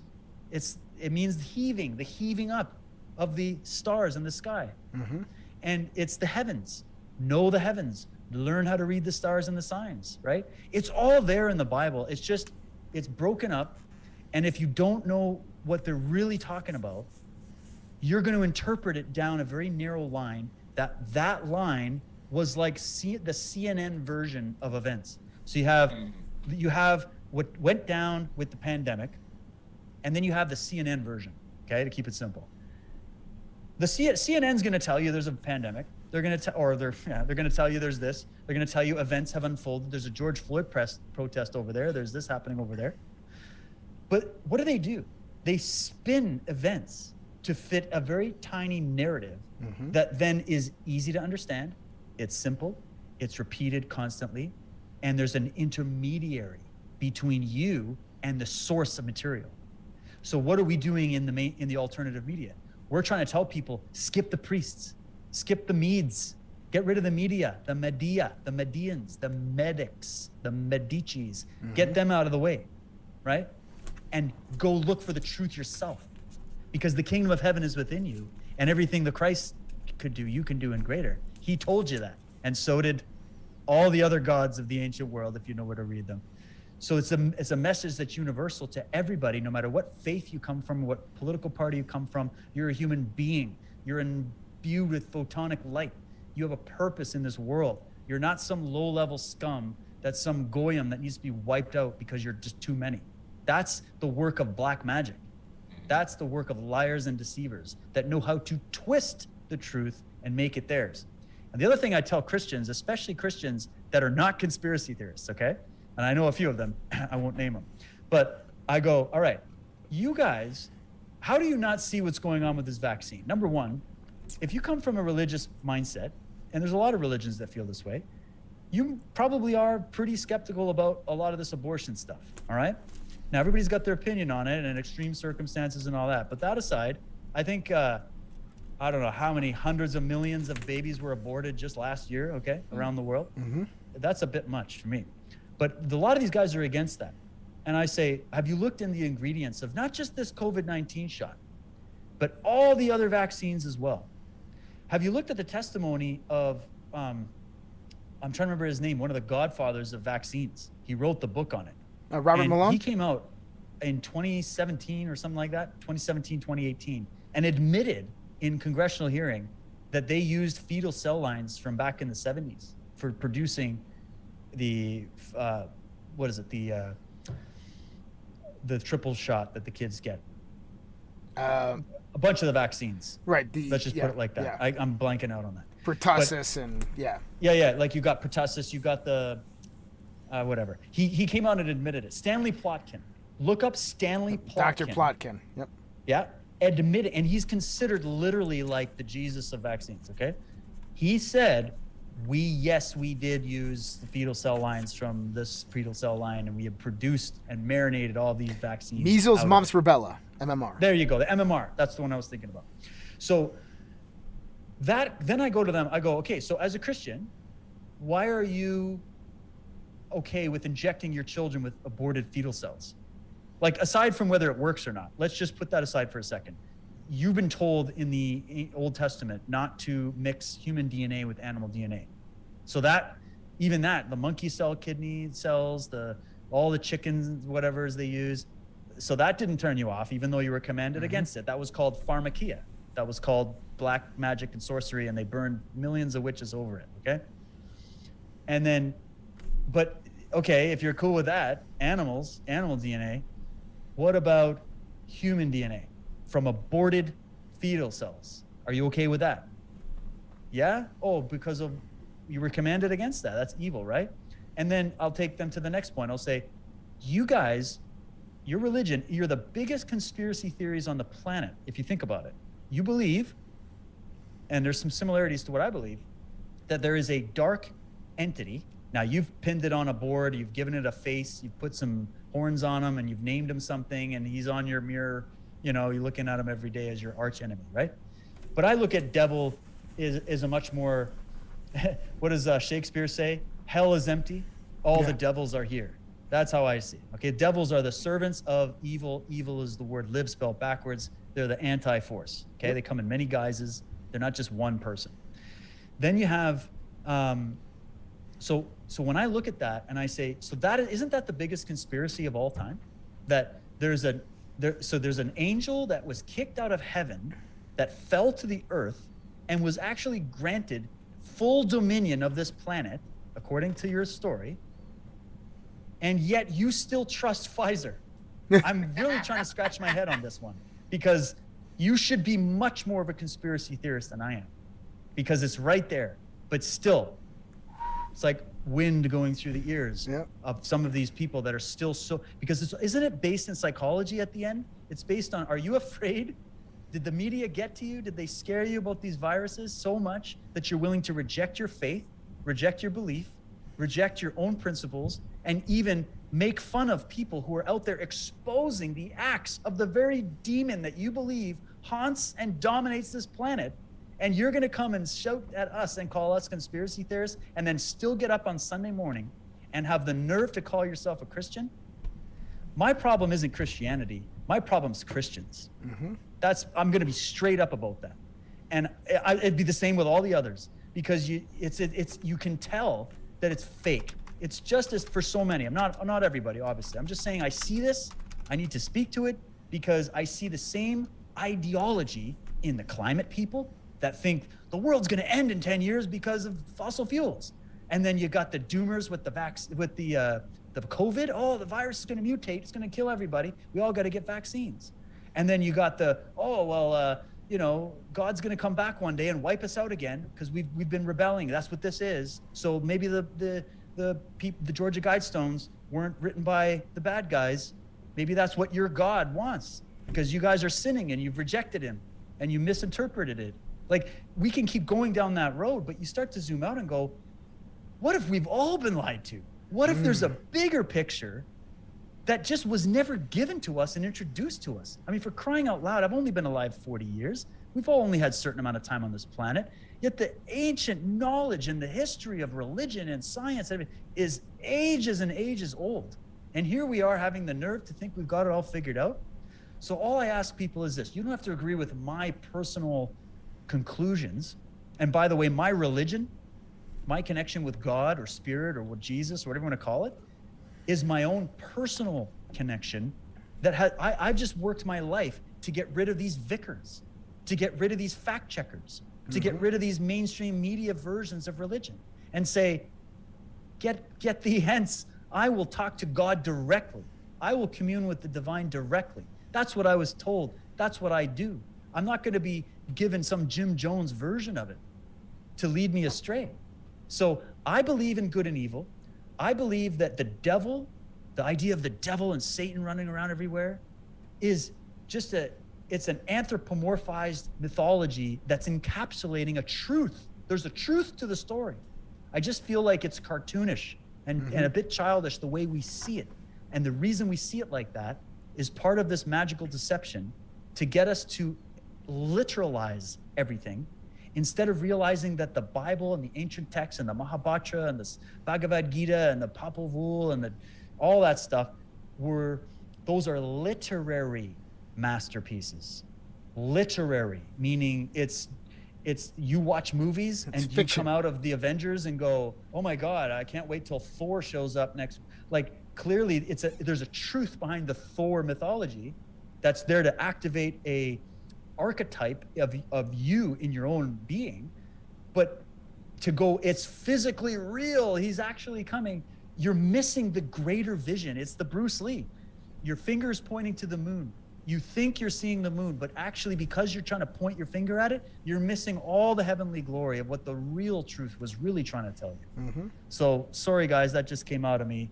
That's just how I feel about it. I love it. No, you're right. And it's when we look at our world, when we look at psychological warfare, this is one of the reasons I created the Red Pill Project. People don't know, but before this, I had the Mental Alpha. The Mental Alpha was about teaching all these principles and the concepts that we're talking about right now, esotericism, helping people who might not know this learn about it. Instead, I created the Red Pill Project because, listen, we're in a world of information warfare. Information is weaponized towards our senses. And what the information does is, we go back to Hermeticism, is we have two realms. We have the law of cause and effect. This is the law of karma that some pertain to, but if you actually look at cause and effect for what it is you have two realms of existence. You can exist in the realm of effect, or you can exist in the realm of causation. If you exist in the realm of effect, okay, you're reacting to your environment. If you're reacting to your environment, you are reacting to other people's influences and not creating anything of your own accord. Yes. If you're acting in the realm of causation, you're producing your own reality. That's magic. Magic is producing causation into reality and allowing reality to react for the benefit of yourself, the benefit of yourself or a group, okay? So when we look at this, is psychological warfare or information warfare is living in the realm of effect, to where information is weaponized to make you do something or think in a certain way. It's a limitation of the mind. And so when we look at things that are out there, if this is really Satan's domain, as you just said, the angel was cast down to the earth and he was given dominion over this earth. Well, guess what? That means that everything on this earth is in a deceptive form because it is under the domain of Satan. If that's the case, then why do we limit our belief structure towards one route or another route? Why do we look at one book and say, well, the whole truth is contained in there and that truth can never be changed because that's the word of God. No matter how many different copies come out, no matter which king says that this is the version, guess what? What if that was the deception that the devil did to you? What if that was what Satan's trick?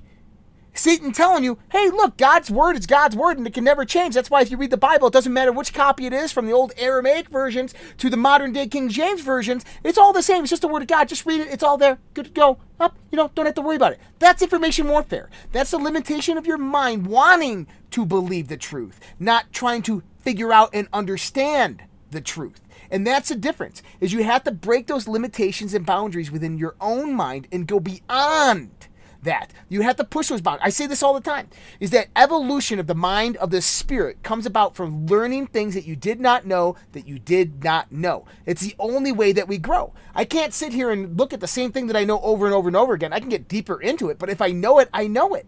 Right? But I can learn more about it. And when I dig deeper into that topic, I realize things about it I did not know. And that's how growth and evolution come about. These are aha moments and epiphanies. Okay?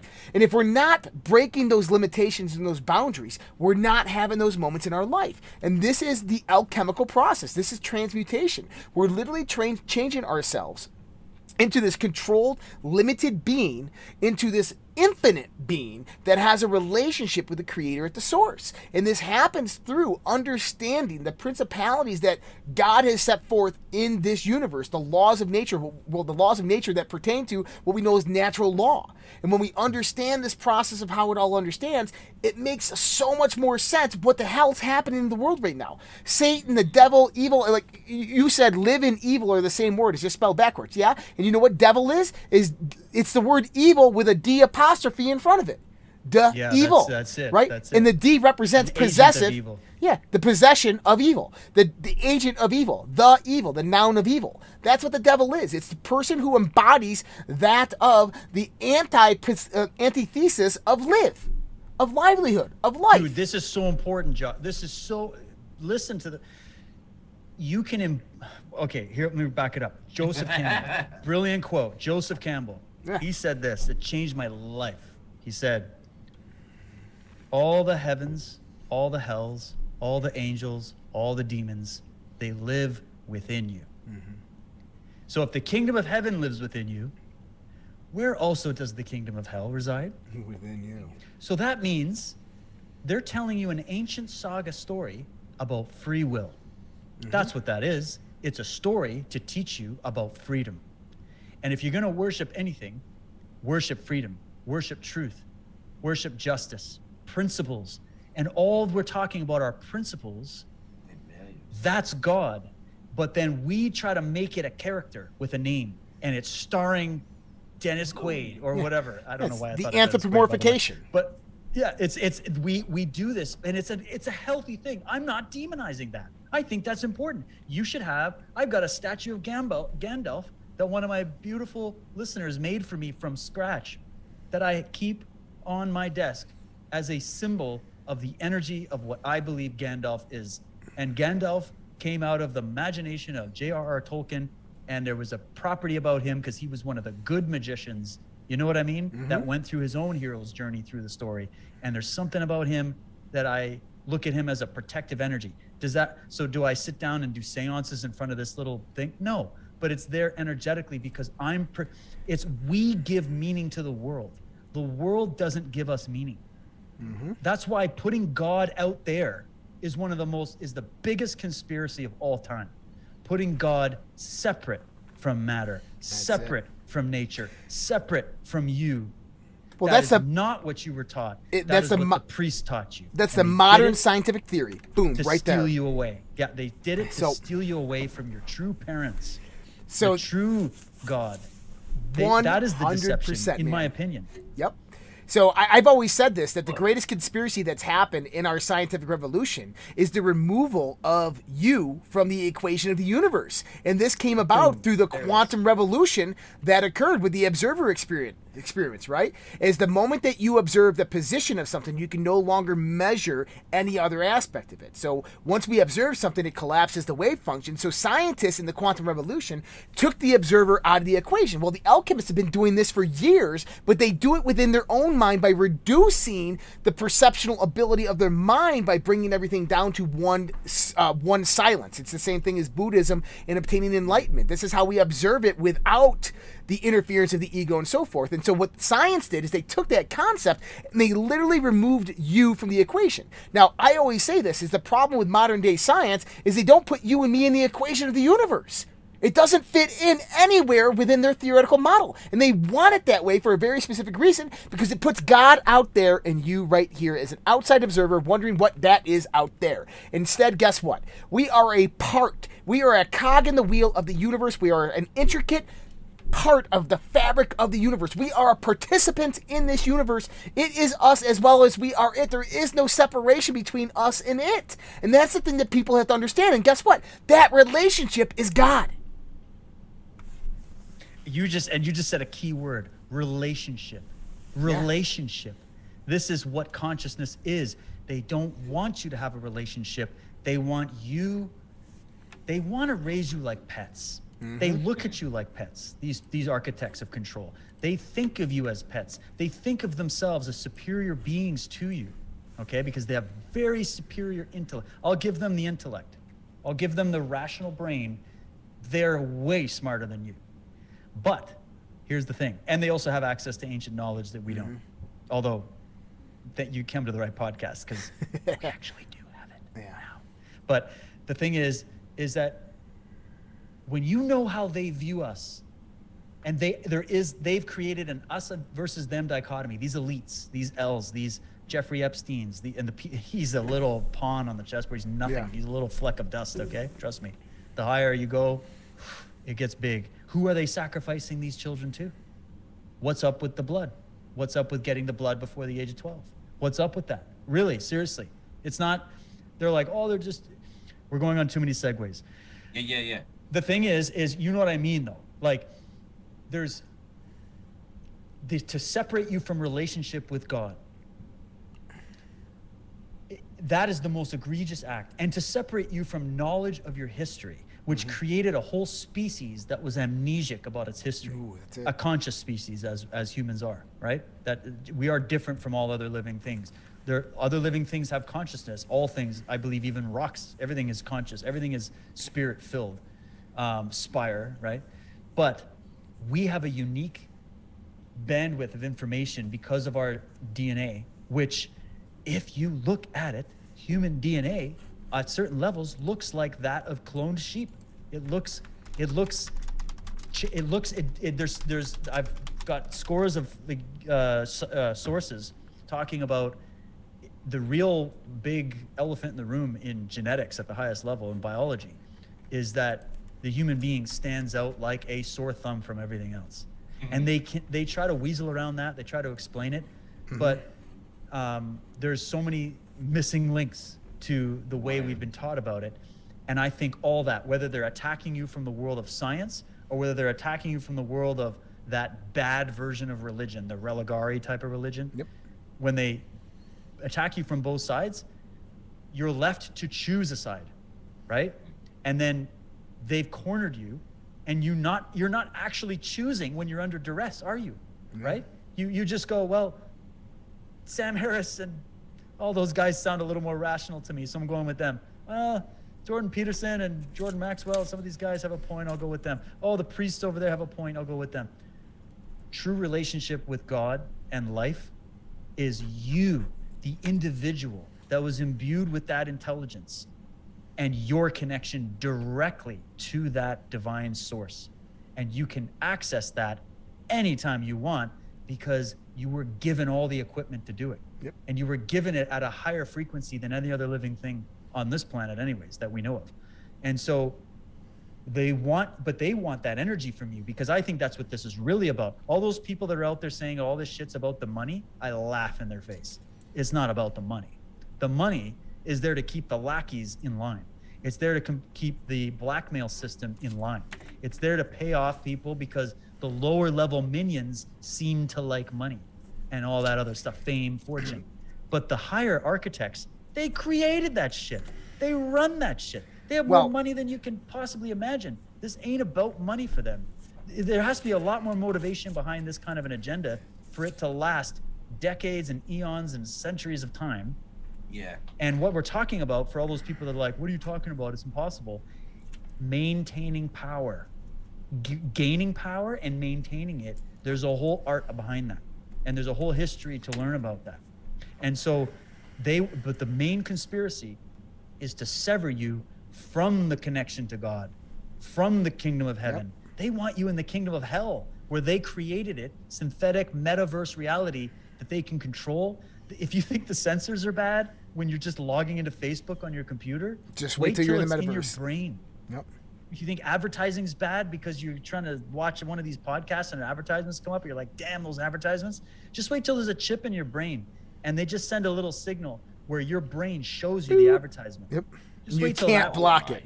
You have to pay a subscription to block it. Just wait till they hack your brain. Yeah.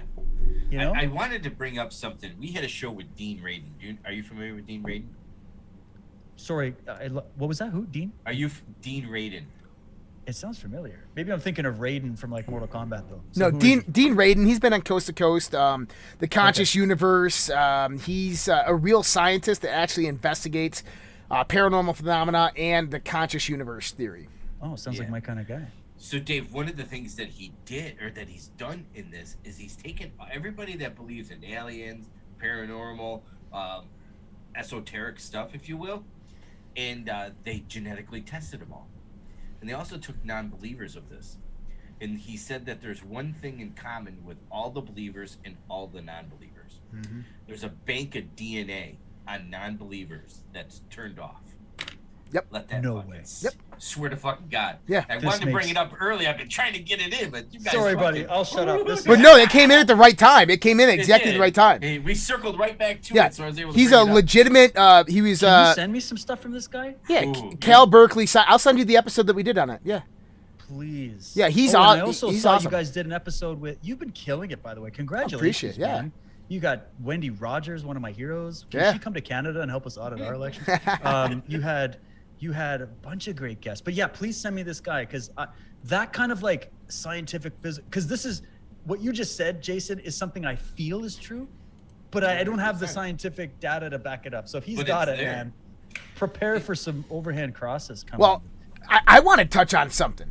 So you want to talk esoteric, exoteric relationships, and you talked about the adrenochrome. You started going into that.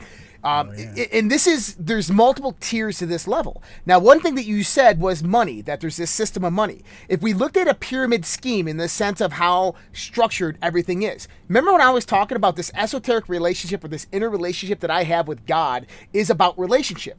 Well, relationship is a word that represents energy exchange. When we talk about the law of causation, the law of effect, right? What we're really talking about is the inner exchange of relationship between me and something else, or between you and something else, or between you and me. A relationship is nothing more than an exchange of energy, okay? And so our energy, okay, is what's really important, because that's our time, that's our livelihood, right? So think about this for a minute. A symbol is nothing more than a representation of an intention on a quantum level, which can formulate that quantum structure, that quantum architecture, into something of intentional relevance. Okay? That's what a symbol is. A symbol represents a potential outcome of an intention. Okay? So think about your Gandalf that you have there. You have this Gandalf and you have this idea, this concept in your mind of what Gandalf represents. To you, that is your sigil. That is the sigil of your protection. And on a quantum level, that quantum shape, that wave function collapses into that intentional meaning. Okay, that's magic. That's how magic works. Okay, so money is a symbol, what you were just talking about. Money is a symbol. It's an intermediary of value. Why? I go to the marketplace, I have a certain skill set. I exchange this skill set to somebody else, right? And they pay me in money, where money is this intermediary of my value, of the value that I'm giving to them in my time and my energy. So money becomes an intermediary of energy.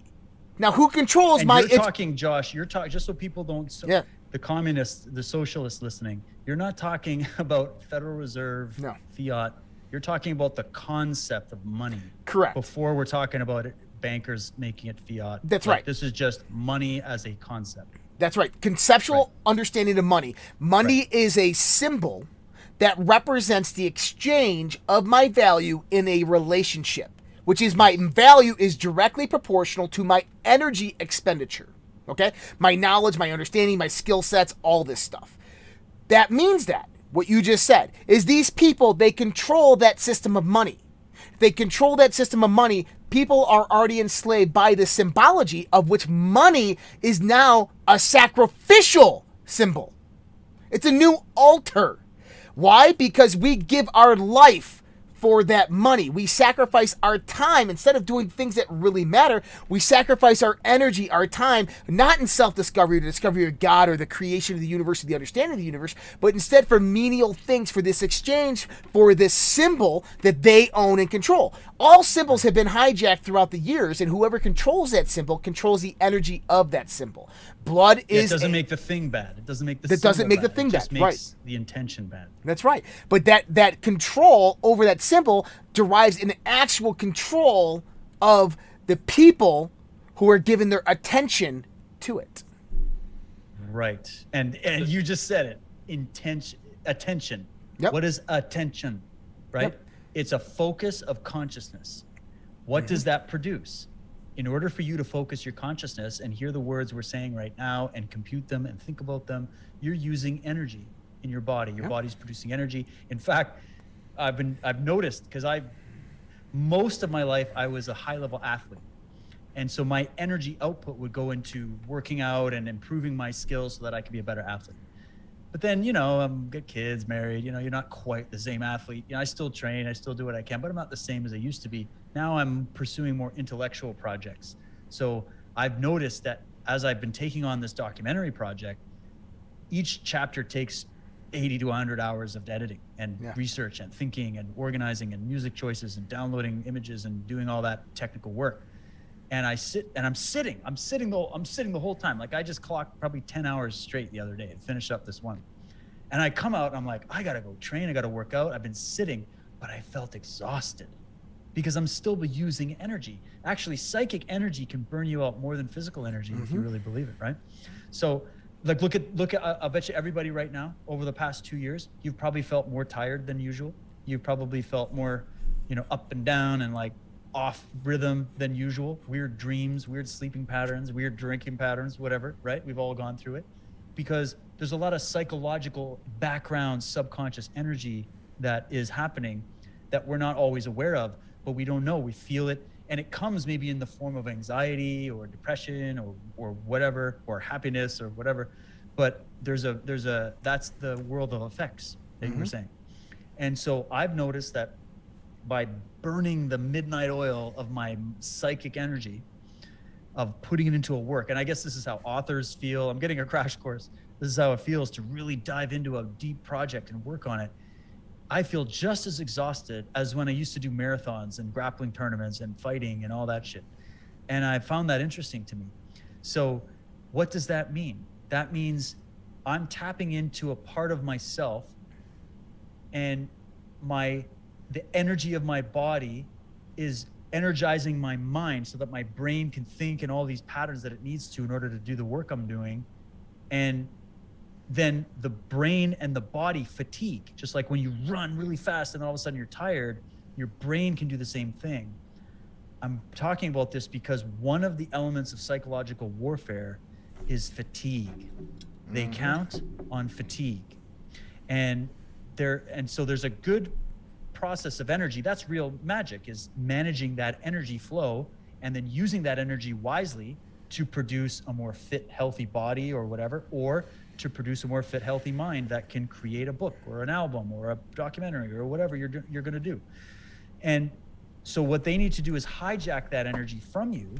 That's it. And then you're going to trade that energy in exchange for their talismanic system that is fake. That's what fiat means. It's fake. All right. If it was real, I would work my ass off, because we would get the direct reward. They're all based symbols on the input of what I gave. If I give my heart, soul, and everything into my work, I should get that return. That's how the universe works, give and receive, right? But they've set it up so that you're not receiving. You're receiving a little trickle, which is like the little bread they throw to the jesters in the court. Here, you can have a little bit to survive on, right? And then just to keep you going, just to keep you on your knees. But the truth is, every time you log into Facebook and post something, you're giving your labor away for free. Do you know that? Every time you go on Twitter, every time you go on social media, you are giving them labor. You know what the labor is? You're putting your mind out there. You're putting what you ate, where your kids went to school that day, whether you like masks or not, whether you got vaccinated or not, what you believe about this or that. And that is going into these algorithmic AI supercomputers, and they are taking your creative energy and they are siphoning it from you to feed their system so that they can more successfully program this matrix. That's it. So you're giving them your energy. You're playing in their dirty fiat money game, which we all kind of don't have a choice in that regard unless we want to live in the trees. That doesn't make money evil. It just makes the system that hijacked it evil, and they siphon your energy. So then what's this lockdown all about? Beating you down to a point where it's like when they do torture, it's not like we all see where they just start cutting off your balls and all that stuff. It's often starvation. It's a siege warfare technique. Siege warfare, where they starve you out, where they wait you out, where they deprive you of sleep, where they get you weak emotionally and psychologically, and then you break, and then they do the chemicals, and then they cut your fingernails or whatever, and then they get the information. What are they doing to us right now but a massive worldwide Stanford prison experiment? Go look that up. It's very interesting. It's got degradation rituals. It's got, the whole thing about spraying and delousing the prisoners, which is just for psychological purposes. Because think about this. If we get put into a prison in frickin' Vietnam or Cambodia or Russia or something, they're going to do this delousing ritual and this, naked spray you down, your filthy vermin ritual. It's not because you're about to go into one of the most filthy, virus-infested, bacteria-infested places on the planet and live in a dark hole somewhere with rats flying around. Why are they delousing you? You're going to get frickin' psychological degradation, plague, right? So this is a degradation ritual when they strip you down naked in front of the guards and spray you with a full-powered fire hose and then throw a bunch of white powder on you. Symbolically to the mind, that is conditioning you that you are now a prisoner. They have just dehumanized you during that process. Then they can now fill you with whatever they want. They've got you submissive though. And they've done this in animal experiments. They've done this in human experiments. And so extrapolate that to what we were told. Shelter in place, lock down, close your business, hide in your bed, wear 2 masks. 2 masks isn't enough. You need a mask and a mattress. You need a spacesuit.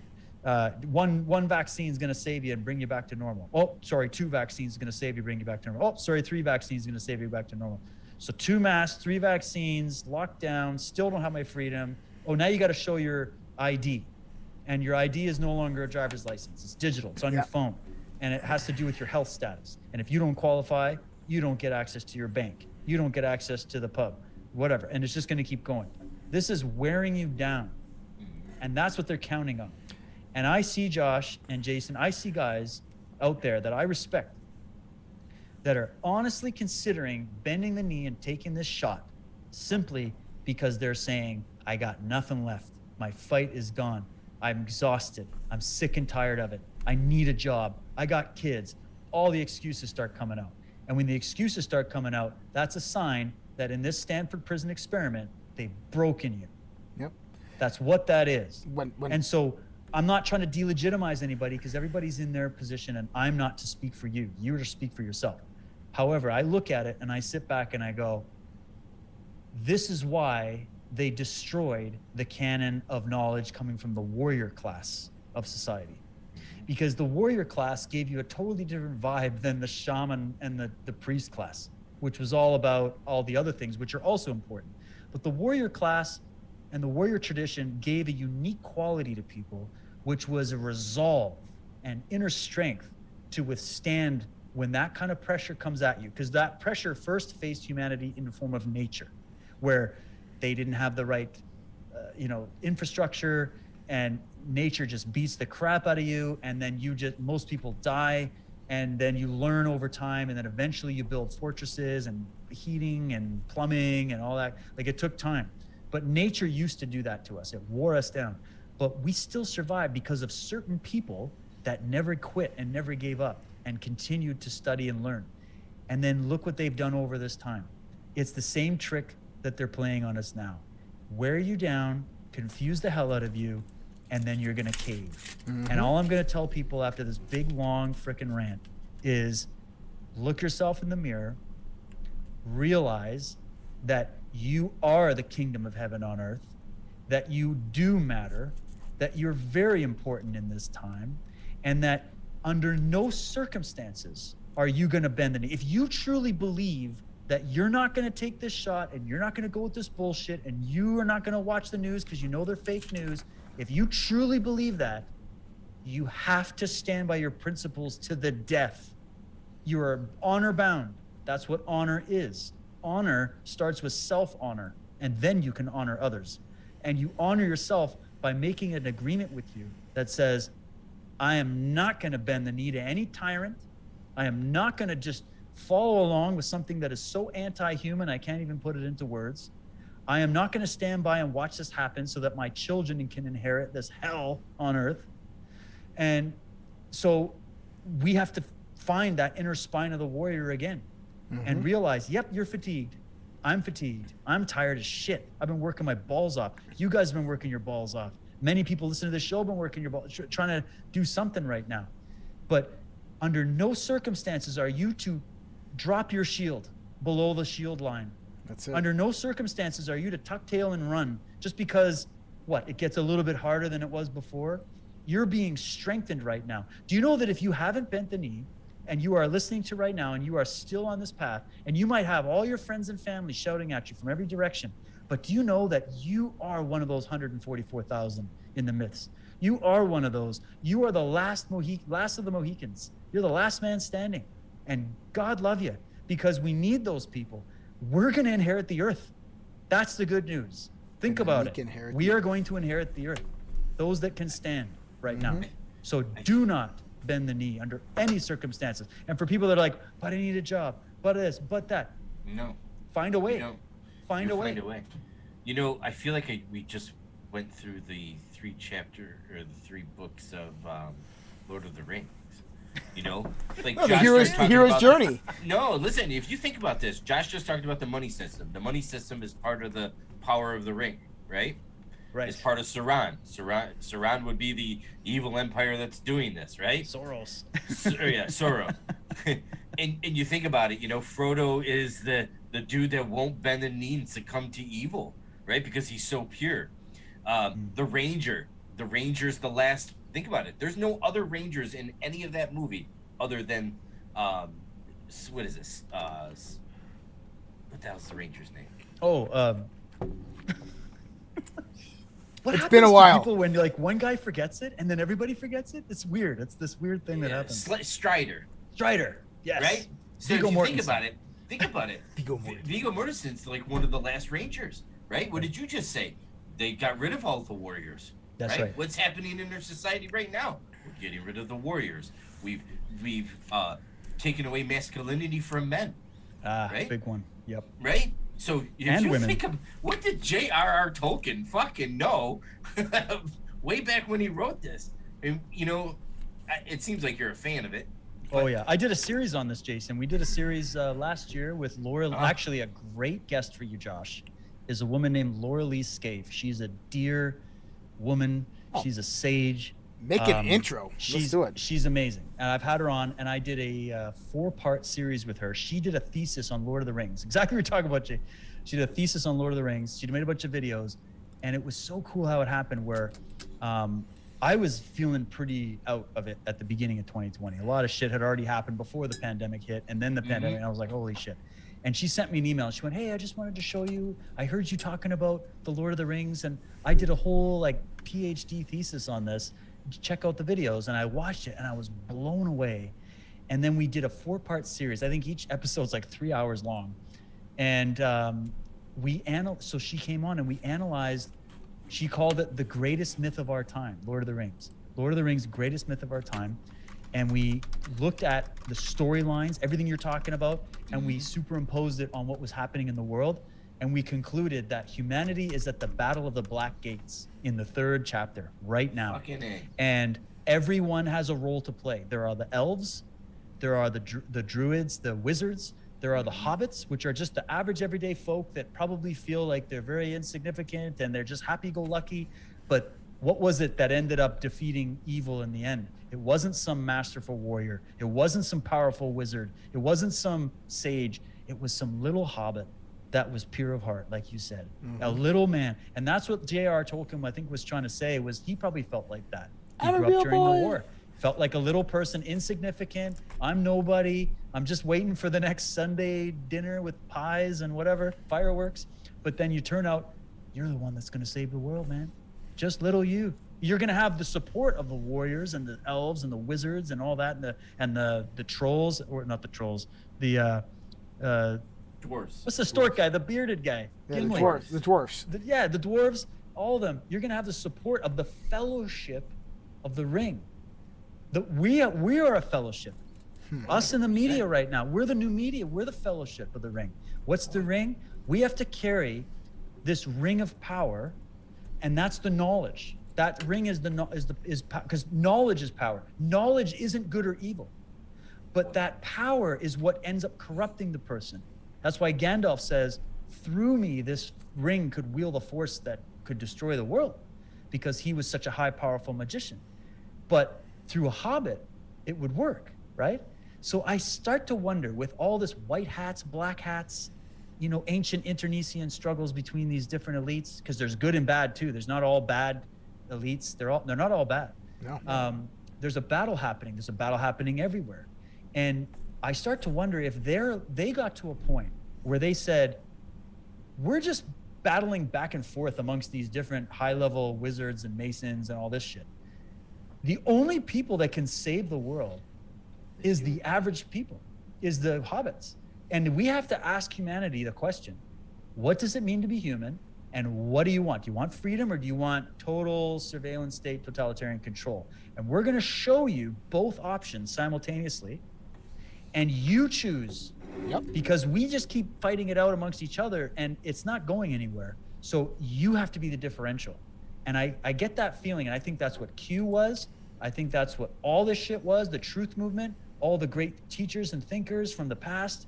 I think certain cells were activated on the planet, and certain bandwidths of information hit the planet, and it's hitting everybody differently, which is also why it's very interesting what you said earlier about that genetic difference that might be happening with people that are awake versus not. So very, very, very relevant what you've just brought up. Man, what a fucking show. You guys should be like, woohoo! I'm serious. This is a great show. This is a great show. You guys are the best. I recommend you all the time. I'm like, you have to tune into the Red Pill Project. It's like my brother show, my family show. That's what I'm like. If you want if you want to come watch Truth Warrior, you have to also watch Red Pill Project, and you have to also watch Unslaved, and then you've got the perfect combination of shit happening in your mind. Remember when the Frodo and the hobbits, they get to that bar and the Rangers kind of like sitting in the back corner. I was just thinking about this. Like, all I can think of right now is that we're in this dark, dingy bar, drinking some beers, talking about this shit. And we're all serious. We know what's up. We're looking at all these people like, nothing's happening. I wish I had my hood so I could put my hood on. We all got hoods on, we're all. I wish I had one of those Ranger hoods, man. I want to get one of those. I would say that 99% of the people that I come in contact with every day have no fucking idea. Some of them are like maybe 25% there. Some, oh, I'm sorry, I'm swearing. She's coming to say goodnight. You're on the air. She's a performer. She loves it. My little one. But, you know, so it's happening. But like one of the guys that works with me, he's double vaxxed. And you know what he said? He goes, he goes, I don't care if it kills me. He goes, hopefully my family might get some money. He's talking about his mom and his dad, and his brothers and sisters. Funny. And he said, I don't care. He goes, I was forced to get the vax to keep my job. Then they laid him off. How about that? Huh? And so he's like, I don't care if it kills me. Hopefully they'll get some money in 3 or 4 years. That's sad. That's sad. And I feel for the guy.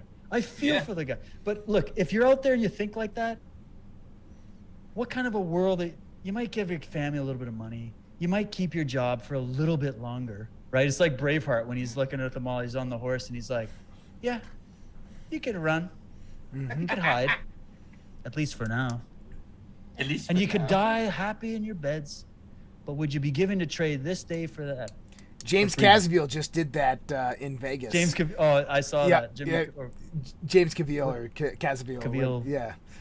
But that was he did a film coming out, doesn't he? I think he does, yeah. When's that coming out? I heard it was dropping in the fall. Come on, guys. He's been doing a lot of work with the underground, I believe it's the Underground Railroad, human trafficking intervention system. Tim Ballard and all that. Tim Ballard, and he's like, dude, adrenochrome, this stuff is real. Like, you guys have to wake up. He just out and said it. Oh, yeah. I was like, whoa. And talk about, here's the thing is, the actual woke Hollywood, they understand it. They get it. Mel Gibson, you remember Mel Gibson was hammered by the media. His daughter's filming him all drunk and everything like that.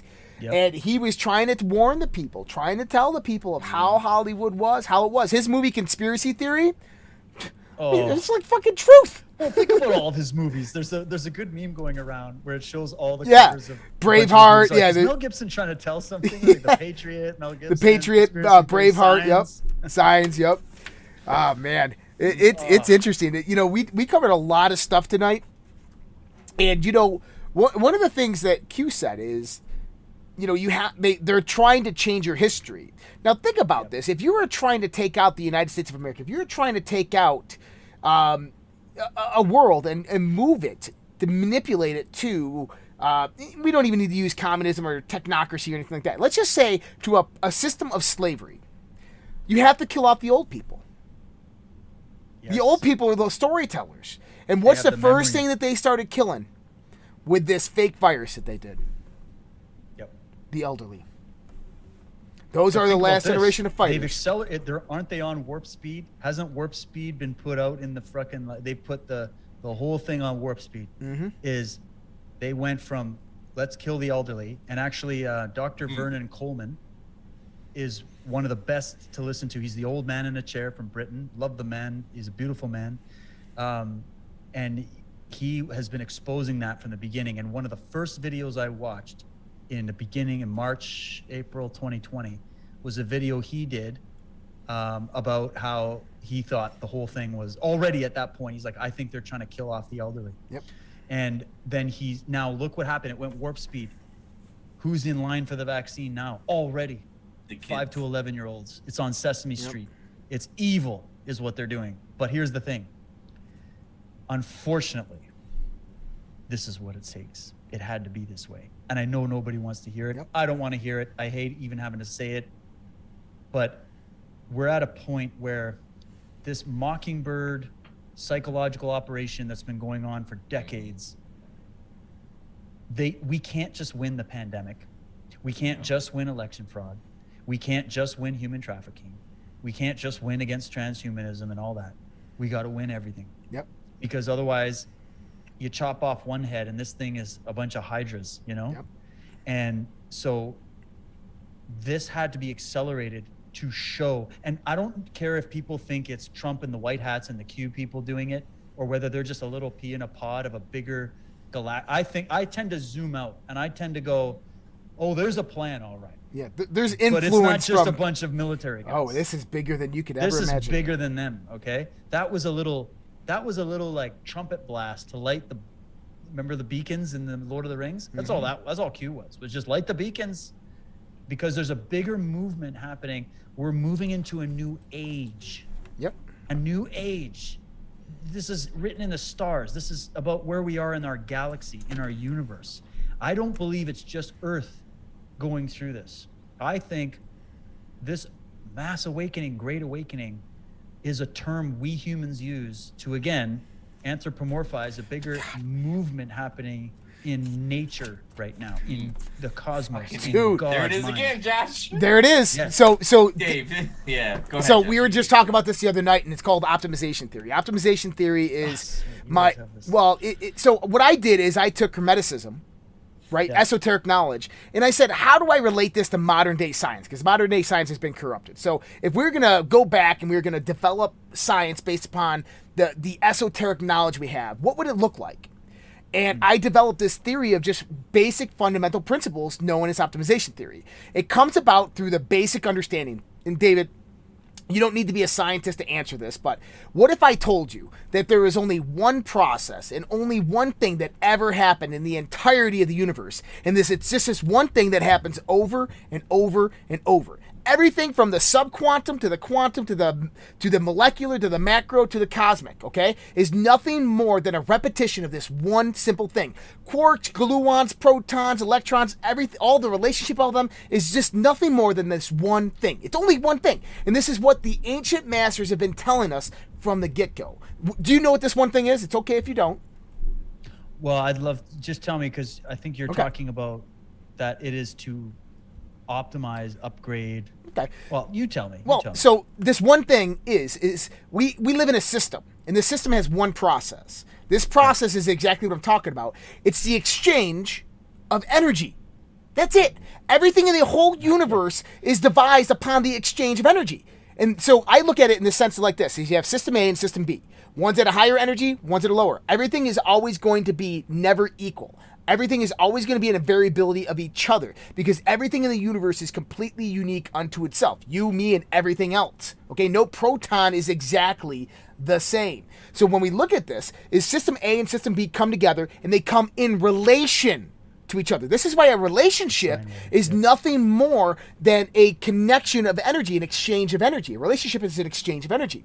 So those two systems come together and they come to a medium. The high comes down and the low goes up, and they come to a medium and they form an emergent phenomena. They form an emergent system that now is at a medium representation of that energy, okay? That's a new system. This is the Holy Trinity. This is the three, okay? This is the duality coming together to form a new system of representation, and it happens because you had this formulation of the Father, the Son, and the Holy Spirit, right? This Trinity that comes together, however you want to look at it esoterically. Now, this is nothing more than energy relationship. But if I sped that process up over time, let's just say this is on the subquantum that this is happening. This is the first time it ever happened in existence. And we speed that up over time, okay? Those systems start merging together. They start coming together. They become more complex, more organized, more structured, and more intelligent until you get 3.8 billion or 5 billion years out and you get human beings, which are highly structured and intelligent forms of energy that are in communication and relationship with each other. The same thing that you and I do on a psychological level when we talk and exchange information. That's nothing more than these systems coming together and exchanging energy. I take knowledge, I expend that knowledge, I give it to you, you increase knowledge, you give me knowledge, I increase that knowledge base, you decrease that knowledge base, and now the universe has to compensate for that energy loss, and the universe gives you what we call karma back, which is energy that comes back in the sense of influence. This is the whole basis of magic, of how it works when I give out my intention to the universe, right? I use my mind to produce ideas and concepts. I go out there, I produce action. That action has multiple levels of influence. I call it primary, secondary, and tertiary levels of influence into the universe, right?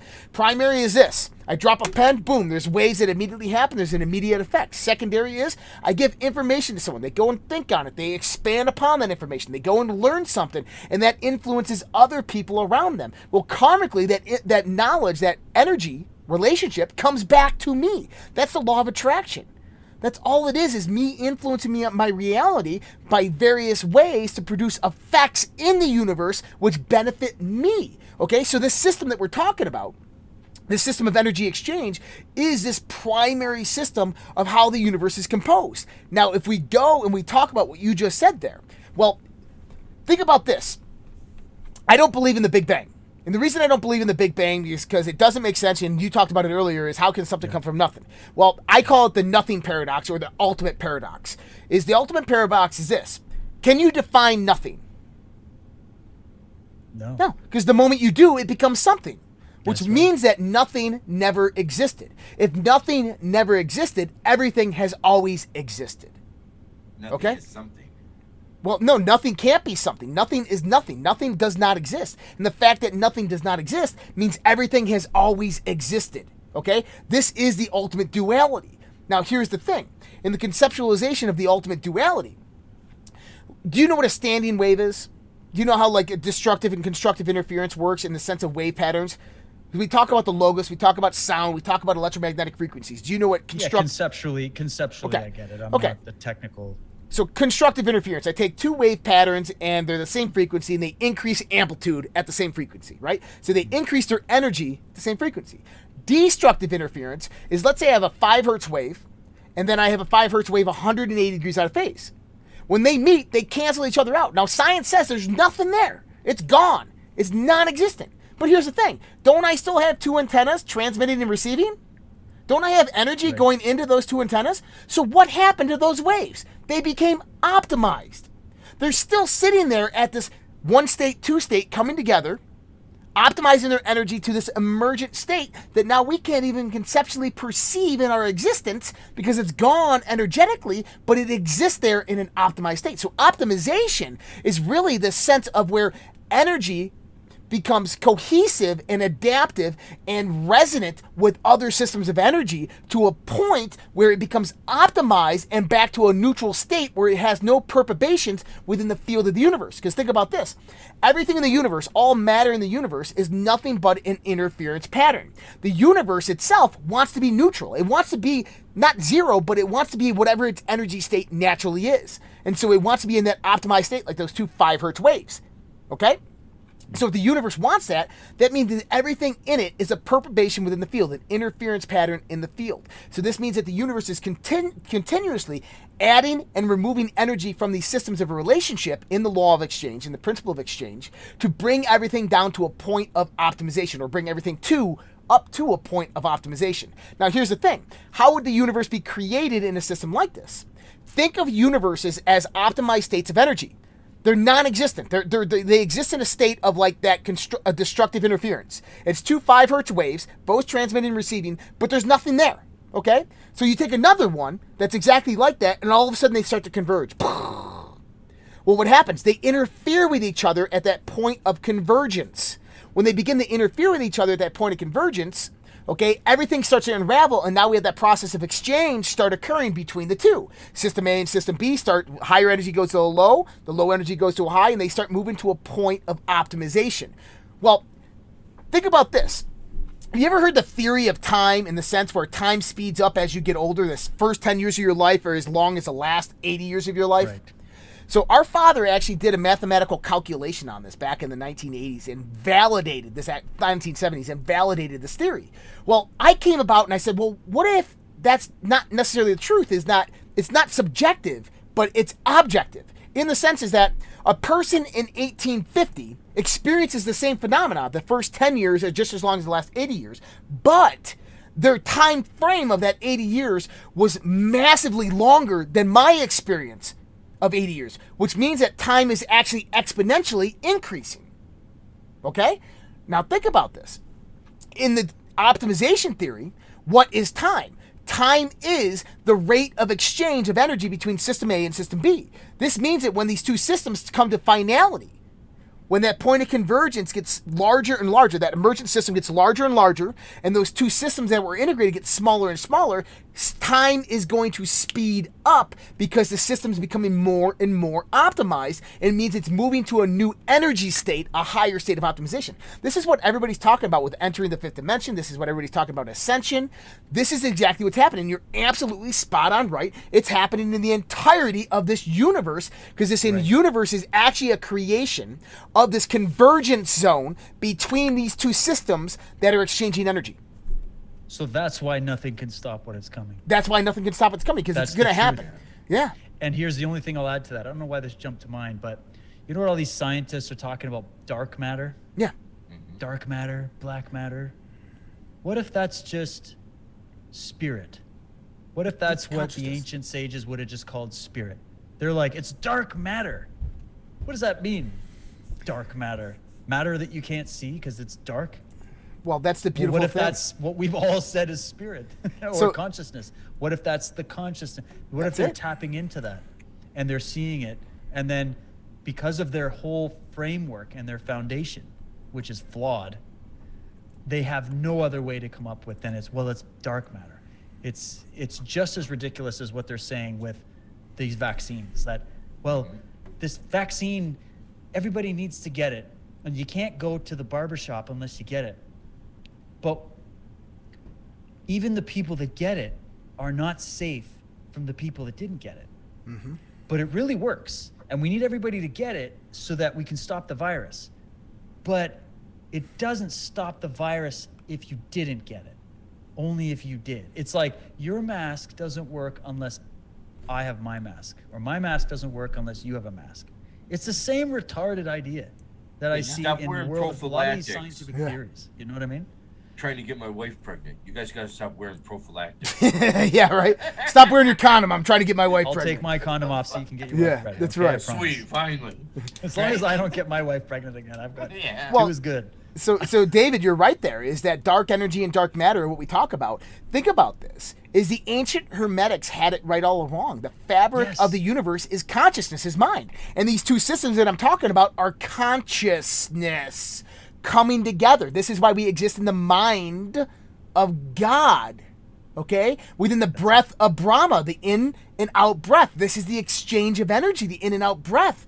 And this is why dark matter is nothing, when they're seeing dark matter and dark energy, what they're actually seeing, okay, is that third emergent system and the other systems that are exchanging energy that they cannot detect because they're in those 5 hertz wave patterns that you cannot see. They're out of perceptual context. And it's nothing more than like concept. those people you were saying that don't have that genetic, they have that genetic switch turned off. They can't see it. They're in they're in darkness. Mm-hmm.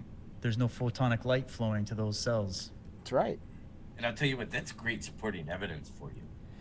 Because listen, people that follow you or follow us, guess what? They have the same genes as us. That switch is not off. We should we should get our genetic, we should do this test. Is there a way? I would love to do it and be like, look, this is what, we should do that experiment on ourselves. But interestingly enough, you said earlier in the show that the world will belong to us. That's interesting. You know? Yeah. In Q, they say 4 to 6% won't come back from this. You know, when I originally saw that post, I took it as Americans, 4 to 6% of America. But what if it's 4 to 6% of the world? Take 6% of 7 billion, that's 490 million. 490 million people. They're not going to make it because the end isn't for everyone. Yep. And look how many, if you calculate all the deaths, like our biggest issue is data is really skewed. So we know that like the VAERS database and everything is, I mean, come on, it's shocking already with the official numbers. I use the official numbers to wake people up. And then I tell them after, right before they go to bed, I'm like, hey, the official numbers are only reporting between 1 and 10% of the reality of the toll here. And that's what keeps them up at night, I guess. But there's something bigger, and I'd be curious to know if we pooled, because I think there was that one doctor, I can't remember his name, he was saying there's 11 reporting systems within the US alone, not just VAERS. And if you pool all the data and look at them correctly, It is massively bigger. And then I just had somebody from Sweden email me and say that, I think it was Sweden, one of the European countries, saying that they got together with a bunch of scientists, and he was a scientist, and he said, we looked at our database of how we're looking at these vaccine reactions and deaths. And he said, using the actual government website and just calculating all, because they had everything separated. He said, when you calculate it all together, the final number that they put up, like VAERS does, I was like, this is the deaths, this is the whatever, myocarditis. He said, even on their own site using their numbers, it was like 5 times more than what the number was that they put on the site. So basically what he was saying is, anybody that's going to these data sites and not actually fact checking the data, you are literally reading pure lies. Yep. It's complete fraud. You have to go and look at the source yourself. And he's like, that's their official data that they're not even telling you. We know behind that is another mountain of evidence of the fact that this is way bigger. Yeah, crazy. I'm going to actually have Dr. Richard Fleming on next Friday in the morning. Perfect. That's the guy. Yep. He's Dr. the one. Fleming. Yeah, he's actually going to be on my Friday dose show Friday afternoon next week. So it's going to be I'm going to check that out. Yeah, it could be a cool interview. Awesome. We need more of this. I just did an interview with a 32-year paramedic veteran in Alberta. And this woman, I had a 2.5-hour conversation with her. She's totally switched on. She's amazing. And she just dropped a lot of bombs she basically said this, and this is now the sixth paramedic local to where I live that I've spoken to personally that has told me the same thing. And what she said and what they said, she said, I remember asking her, during the first wave, did you notice that it was busier, or what was the truth about that? Were hospitals overwhelmed? Were you bringing more people? She rephrased it. She said, well, during what they called the first wave, it's the deadest it's ever been in my entire career. Yep. And I went, wow. So she said, basically, and she confirmed what I've heard of a lot. She said the most we're picking up, and they are the front line. Paramedics are the front line, okay? She said, I caught the news media in Canada showing footage of the way they were wheeling out and picking up bodies and all this stuff. She said, I couldn't believe the news was showing this footage, because that's actually not how we pick up bodies. That's not at all what we would do. It was completely staged, she said. And she said, we're picking up suicides, drug overdoses, heart attacks. Yep. That's what we're picking up. She says, I don't pick up COVID patients. I don't pick up people that died of COVID from their home. She said, everybody was told not to go to the hospital. She says, I've picked up more people dead from their home that were so afraid of COVID that when they had a heart attack, they didn't call us. Yep. They had a heart attack, and they told their spouse, don't call the paramedics because they're going to come here and bring COVID here. Yep. And they died. She said, so we are talking about crimes against humanity, unlike we can possibly imagine. And then I had Corporal Bulford on my show, who is one of the snipers in Justin Trudeau's defense team. He's one of the snipers. He's on sniper duty. He came out and he just gave bombs about the vaccine, the whole thing. We did a really good show. So the truth is coming out. You're probably going to get, your guest lineup is going to get better. My guest lineup is going to get better because, and it's already stellar. It's just that what's happening is more people are coming out of the woodwork. We're going to be like the new Project Veritas. All these whistleblowers are going to be coming out from everywhere, because here's the biggest mistake these little shits made. They're really stupid after all, aren't they? What they did is they said, you can't, during a pandemic where we're overflowing hospitals, we're going to create a policy that is going to lose 20, 30% of our workforce or more in certain areas, which means we're already understaffed. We're now going to be even more understaffed because of these mandates. So, and that doesn't make any sense. But they're trying to say that, well, it's all about the vaccine. But here's the thing. All those people that lost their careers, those jobs, those nurses, those people pushing the dollies and all that stuff, they're going to be seeking revenge now because they just lost their job, because they don't want to get the shot, because they've been treating people who've been coming in with the damage from the shot. They know the truth. They can't speak up. So they're going to lose their job. What are they going to do? Now there's nothing holding them back. Now there's nothing keeping them, because before maybe they wouldn't have gone on a show or blown the whistle because they were like, well, I'm worried about my job. But now that they've lost their job, now you've got millions of health workers all over the world. You've just created a whistleblower apocalypse. Thank you so much, Deep State. Yep. Spot on. So I want to mention this because you're talking about guests. I had attorney Todd Callender, who's one of the frontline doctors' attorneys. He's the one that represented Lieutenant Colonel Long, the military whistleblower from Fort Rutger, who basically was in charge of the flight status of over 4,000 Army pilots. And, I loved that interview, by the way. And really so, well done. One thing that he said is, and this is, guys, and I want to give you the stature of this guy. Lieutenant Colonel Long is the one who just testified with Senator Ron Johnson in Washington, D.C. She's got a gag order on her. She's a whistleblower who came out and said that this vaccine is a bioweapon, okay? And I'm talking to Todd, who's working with the frontline doctors. He's working with these other whistleblowers. He's working with the military people. And you know what he said, Dave? Whoever's doing this, I don't think they're human. He said that. Congratulations, man. Now think about that. Because what else do you think about it? This is why people are getting a crash course into why we believe there's something other than just some humans. I didn't just get into those types of subjects because it's interesting. I was a fan of the X-Files and Star Trek and all that shit. But the thing is I got into it because you start to see such levels of inhumanity and evil that even the most evil person you can think of wouldn't be capable of. Yeah. That you just get to a point where you go, if it's this big, and there's many smoke signals to tell you that it is, what are we really talking about here? Yeah. Like, it really brings another dimension in. And I bet you a lot of people waking up right now who maybe before all this pandemic stuff happened or the election fraud or whatever it was, they were kind of like, that's some interesting stuff over there in conspiracy land, but they're too crazy. They can't possibly be. But now that it's so out there and they're watching the mainstream media lie through their teeth, knowing that they're lying, knowing that we know that they're lying and continuing to lie, and you sit back and you watch that happen, you've got to ask yourself, was the movie They Live a documentary after all? You know what I mean? Absolutely. 100%.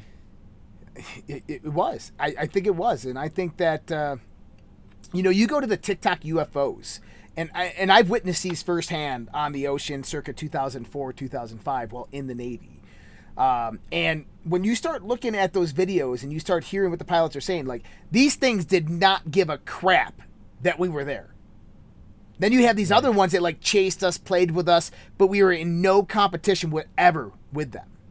Now think about this. Let's say that there was this sadistic alien race who had invaded our planet that was basically terraforming this planet and at the same time digitally enslaving us, because in the Galactic Federation, let's just say that there is one, they have to abide by a set of rules, or natural law. They have to abide by a set of rules, and they can't just come in and decimate a planet and take it over. Only that civilization has to either kill off themselves and that planet becomes free, or that civilization has to basically subdue themselves to voluntary servitude. I would imagine that this is how it is. And this is exactly what they've done, is they set up this whole system, this whole mechanism of putting us into a state of ignorance and voluntary servitude where we're handing our planet over at the same time that they're letting us terraform the planet for them. Because guess what? Everything that they're doing with carbon aggregation, it's not making the planet hotter. It's going to make the planet colder. We're moving into a solar minimum as well, that we should be entering a micro ice age here very shortly. So you got to be starting thinking about, maybe we did get invaded by something, an AI, an alien. I don't know. Well, it would be an alien that had AI technology. Like, it wouldn't be the AI. I love how these transhumanists think that, the universe is just some kind of computer hologram or whatever. You didn't even have that language before computers came in. Yeah. Okay? So you don't know what you're talking about. We're just perceiving things, right? And we're going, it looks like a computer. It must be look, I think that whatever came here was a cybernetic, technological, Vulcan-like species that was very scientifically advanced enough to be able to come here. All right, that's a big one. And all I tell people when they think we're so crazy for talking about this, what would we humans do if we went to a planet where there was a primitive species there? I mean, take all the time you need. Just look at the human track record of what we've done to what we thought were primitive humans on the planet. Then look at what we've done with just the animal experiments and the stuff we've done to destroy nature and animals. And then look at what we're doing. We're now cloning sheep. We're now making, what's that AI robot chick's name that's on the cover of Sophia. Cosmopolitan? Yeah, and like, we're doing this now. We're going on other planets. We're putting rovers on Mars, allegedly, even though there's more going on there than we can probably talk about today. We're doing all the things that I'm saying were already done to us maybe 50,000 years ago. Which means whatever did that to us gave us a piece of them in our DNA, and they did it to upgrade the Neanderthal man to a level where they could perform the tasks that would benefit them. It's in the Popol Vuh, it's in the Old Testament. If you know how to read it, it's in all these epics. And you put that together with what we see with the phenomena you're talking about, these different sightings. What is this shit flying around? Some of it is probably back engineered advanced technology. But I'm sorry to the people that are desperately trying to disprove that we're alone, or trying to prove that we're alone in the universe or something. There's shit that I know people personally that have seen. I can't say that I saw it, okay? But I trust these people implicitly. I don't know how to explain that. They have seen stuff, and I'm talking mass sightings, not just one person having some, DMT trip. Like, we're talking coming home from work, the whole neighborhood saw it, kind of stuff. That is absolutely impossible how back engineered you're going to get. Because if they had even close to this level of technology, they would have already taken over the planet. If it was China messing around with drone technology, China would have taken over the planet. They wouldn't have needed a virus to do it. All right. So something is turning off and deactivating nuclear warhead facilities. Something is interacting with human beings from every demographic, from different periods of time. It's even recorded in the Roman epics about the flying shields. It's the Foo Fighters from World War II. There's something to it. And when you put it all together, think about it.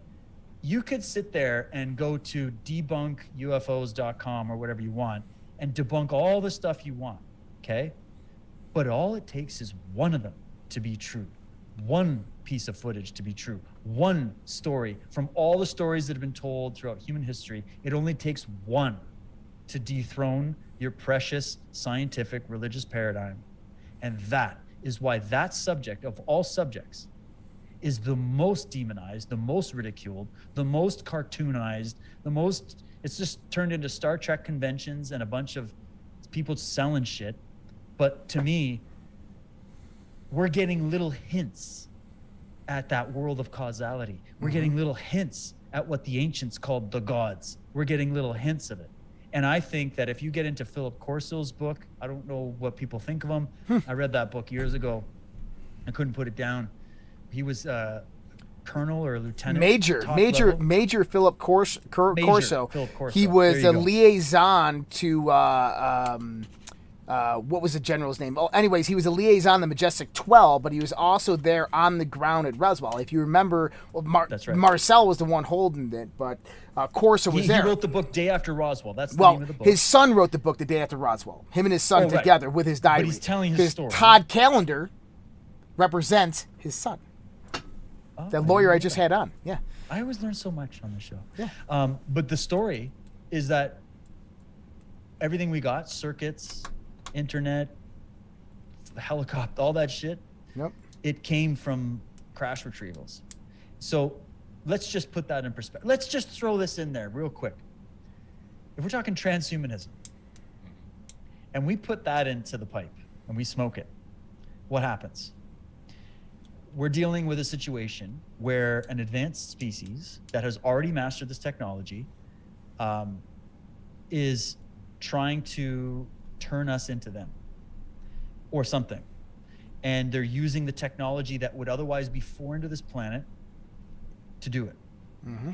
And we know it's not just something that started after Roswell, because there's accounts of this kind of stuff going all the way back into ancient times when you know how to read the myths and legends of the world. Like Jack Barringer came up with the idea, he looked through the record and he said there's over 30,000 ancient texts that talk about advanced beings either visiting the earth or already living on the earth before humanity came. And so what does that do to everything we think we know? And that's why when I was mentioning the title of Lloyd Pye's brilliant book, Everything You Know Is Wrong, that title alone is a tool that I use. I sit back, I'm convicted about what I believe. I look at what I see what I see. You know, I know I'm infallible, but I keep that mantra, everything you know is wrong, on my desk. And that terrifies most people. That statement terrifies everybody. People want to run to the hills when you say shit like that. Yeah. But think about it. We only live maybe 70 to 100 years maximum. And we're reading ancient books and we're trusting official sources, and we don't know squat. Yep. And that humility is what's missing in science, in medical science, in transhumanism, in the government. So when people ask me, why are you so suspicious of everything? Why are you always an anti-establishment, whatever, questioning everything, conspiracy theorist? It's because humans have mostly been wrong throughout history. It's go fact check me on that. We've mostly been wrong. Most of the decisions we've made were horrible decisions. And yet here we are still trusting in that blindly. Still thinking that we are at the top of the we're the top pinnacle of the food. of evolution. We are awesome. We got it all figured out. We aren't the apex of shit. Just go walk around a Walmart. You tell me we're the apex predator on the planet. 1887. We're a sheep on a farm is what we are. Yep. 1887, the time of J.J. Thomson, who was the founder of the electron. So he discovered that through electrical theory that there was quantum fluctuations. Before we even knew what the quantum universe was, he understood that there's this relationship that had to bring about current electromagnetic theory. It was at that point in time they had thought they figured out everything of science. Science was complete. That was it. And then you had the Michelson-Morley experiment, the Einsteinian revolution, Max Planck, Bohr, all these guys, Niels Bohr, and you have this whole new revelation, and that's when science actually got hijacked. Now, I believe that if you go back to Maxwell, you go back to Thomson, and all these 19th century scientists, they had a very thorough understanding and grasp on reality and the conceptualization of reality. Today, we even look at Maxwell's equations, and people don't even understand the higher level of these equations, but you have to look at it outside of the context of known science and physics to truly understand it. And you have to go back to 19th century science and physics to understand what they were really talking about. The same thing goes to any literature or works of legal works, the Constitution, right? If you look at an amendment in the United States of America, you don't look at the current modern day definition of those words to interpret a constitutional amendment that came into place in 1864. No, you look at the definitions of the day. You look at the etymological context, the understanding of what that word derived from at that time in the sense of legalese and how that pertains to what that meant during that time to interpret it. This is what the Supreme Court here in the United States is supposed to do, but they fucking don't. But science needs to look at it in that same level as well. We believe, like you just said, that it's just black and white, that there's no secondary investigation that's needed. I run an experiment, I replicate it. Okay, these are my results over and over and over and over again. Okay, good to go. That's all it is. That's science. That's fact. We put that into the books and we move on. And we build upon that platform. Well, that's great, but there's more critical analysis. You have to run different types of experiments. You have to have different types of variabilities within those experiments. You have to test new ideas and concepts into those experiments. You can't just, think about our whole modern theory of science. It is so jacked up. And I think it's that way for a specific reason, to slow the advancement of humanity back to the point where we basically become self-sufficient and reliable, to where we no longer need government or anything like that. The true anarchical society, right? But that form of science you're talking about, that's scientism, because there's that's science right. to Scientism. method, right? Correct. The Hermetic arts, the real spiritual sage, they're a scientist. The wizards, the magicians, they're real scientists. What's a scientist? It's somebody that's looking at the truth. And there's the idea that science is mostly, it comes from the word scientia, right? Mm-hmm. And then you have knowledge, comes from gnosis, the whole thing. But the idea is like, you're trying to know nature and learn the truth. You're trying to divine the truth. Yep. By doing experiments, testing hypothesis, new information changes hypothesis. It's an open-minded approach to the quest of truth. It works well with, it's not an isolated thing that should be its own thing. That's the left brain. Science is your left brain. We have a left brain. It's a tool we need to know how to use, right? However, absent the right brain, the intuitive side, the magical side, the deep side, the spiritual side, science is what it is now, a cult on its own. It's unrestrained. It's completely believing that it's the be all and end all of all things and it can't be challenged. It needs the right brain, the intuitive, empathetic side to come in and balance the force. So you have the chalice and the blade, the unification of knowledge, the right and the unification of the hemispheres of the brain. And I actually think that if you look into genetic experimentation, what's that? There's a brilliant quote. I did this in chapter 4. So chapter 4 of the Cult of the Medics, for those that don't know, is all about exploring the history of human sacrifice and human experimentation. It's a dark chapter, but I'm proud of how I did it because even my wife watched it and she wasn't traumatized. So that was a big win. But anyways, when you look into the history of all of this, my question is, was some of this genetic alteration done to actually create schizoid people, schizophrenic minds that are divided?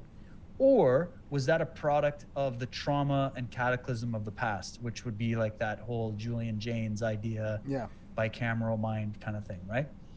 What if there's a bit of all of that that's true? And when we talk about the fall of man, we're talking about the separation of man. And the separation didn't happen in a communistic way where we were all separated from our tribe and all that. We got separated within. What if the stories of colonization that we hear that are all thrown at people and all this stuff, the history, what if, I'm not saying it didn't happen, it definitely happened, but what if that happened to the planet? And then what if that then happened to the mind, the colonization of the mind? And we're talking all races and both genders. And there was a different program for different places in the world and a different way, because they look at it like, if I speak to a dog breeder, they'll tell you, well, to breed and train a Rottweiler is a totally different project than to breed and train a German Shepherd or a Golden Retriever or a little one of those little yappy walking Kleenex boxes or whatever. Sorry, I love dogs. It's a different process. So what if they go, all right, well, to control Caucasian people, this is what we need to do. To control African people, this is what we need to do. To control Asian people, this is what we need to do. Gandalf's staff just fell. To control all these people, this is what we need to do. And then to control women, this is the program. Female Illuminati, enter in, Dragon Mother, get into that shit. You'll understand how there was an attack by women against women. Then there was an attack against the men, the males. You were talking this earlier, Jason, the destruction of masculinity, etc. We didn't just get a virus with a pandemic and all this transhumanism is just coming out of nowhere. They systematically have been working at this, and it's not just because there's an end goal. I don't know if they look at it like there's an end goal, like we'll just, like an Alex Jones documentary where it's like, well, one day we'll have the new world order. I think of it more in terms of this is just a maintenance program. Like they've already colonized the world. They've already sequestered the wealth. They've already stolen all the keys of knowledge. They've already dumbed everybody down to the level of a sheep. Not all of us though. But the next stage for them is really just this moving to a global government, no borders, technotronic era is to keep up with us, not that they were looking to achieve it. They knew the calendar of the astrology. They knew the cycles of time. These are magicians and sorcerers, massive intellects, centuries of knowledge behind them. They know this shit better than we do. So they knew how to clock it, and they knew, all right, that's our last window for maintaining our dominance of the planet and keeping the colonization going and keeping this farm running. They knew that we were going to elevate.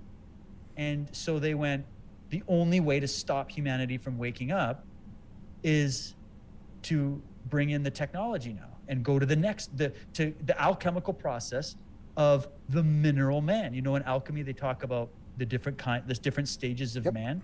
And I think that on a positive level is just the stages of consciousness growth. But the dark alchemists use alchemy as a way of creating a synthetic being through the alchemical process, through the process of science. And what they're doing is merging man with silicon. They're trying to recreate a synthetic mineral man. And they have the vegetable man, right, in alchemy, which I was kind of thinking maybe there's a cool connection there to this whole UN push for veganism and fake artificial food, and we're going to cut the food supplies and all that shit. It has to do with the mineral, the vegetable man, because they want to try to get rid of all the alphas, I guess. I don't know, whatever there it is. And then they've gone, okay, we did the vegetable man. Let's go to the mineral man. And that's what all this mineral is, silica. And it's the merging of man with silica. And that's what transhumanism is. So to me, it's not a new thing. It's an ancient agenda. Right.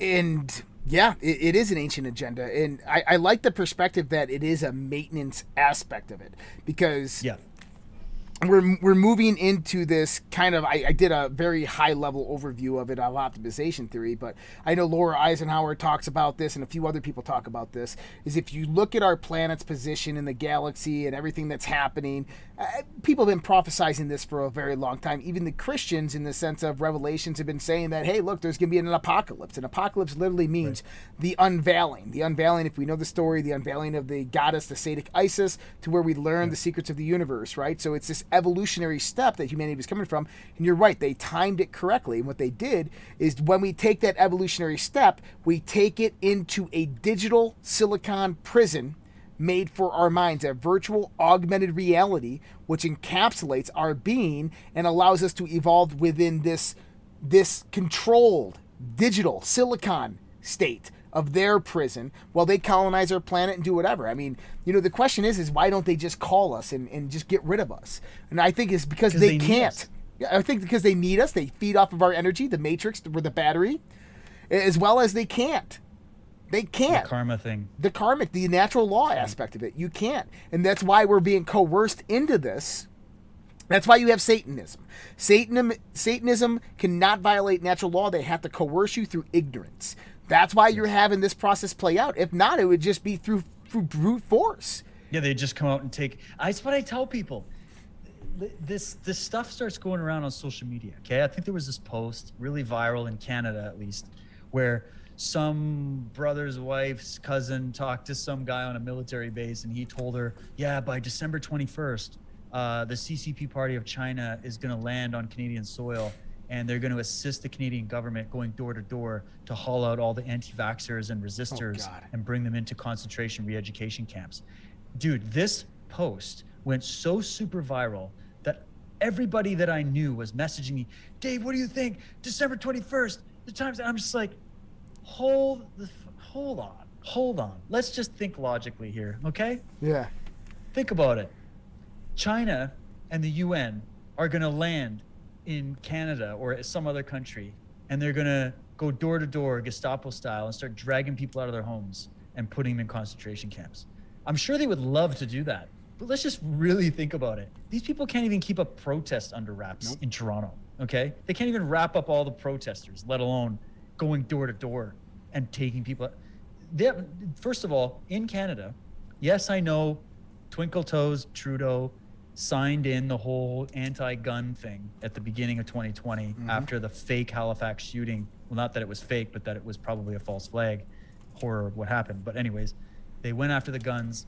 They put the laws on the books restricting 60% of the firearms we used to be allowed access to, including certain air rifles, etc. So everybody went, oh my God, they've just disarmed Canada. Fake news.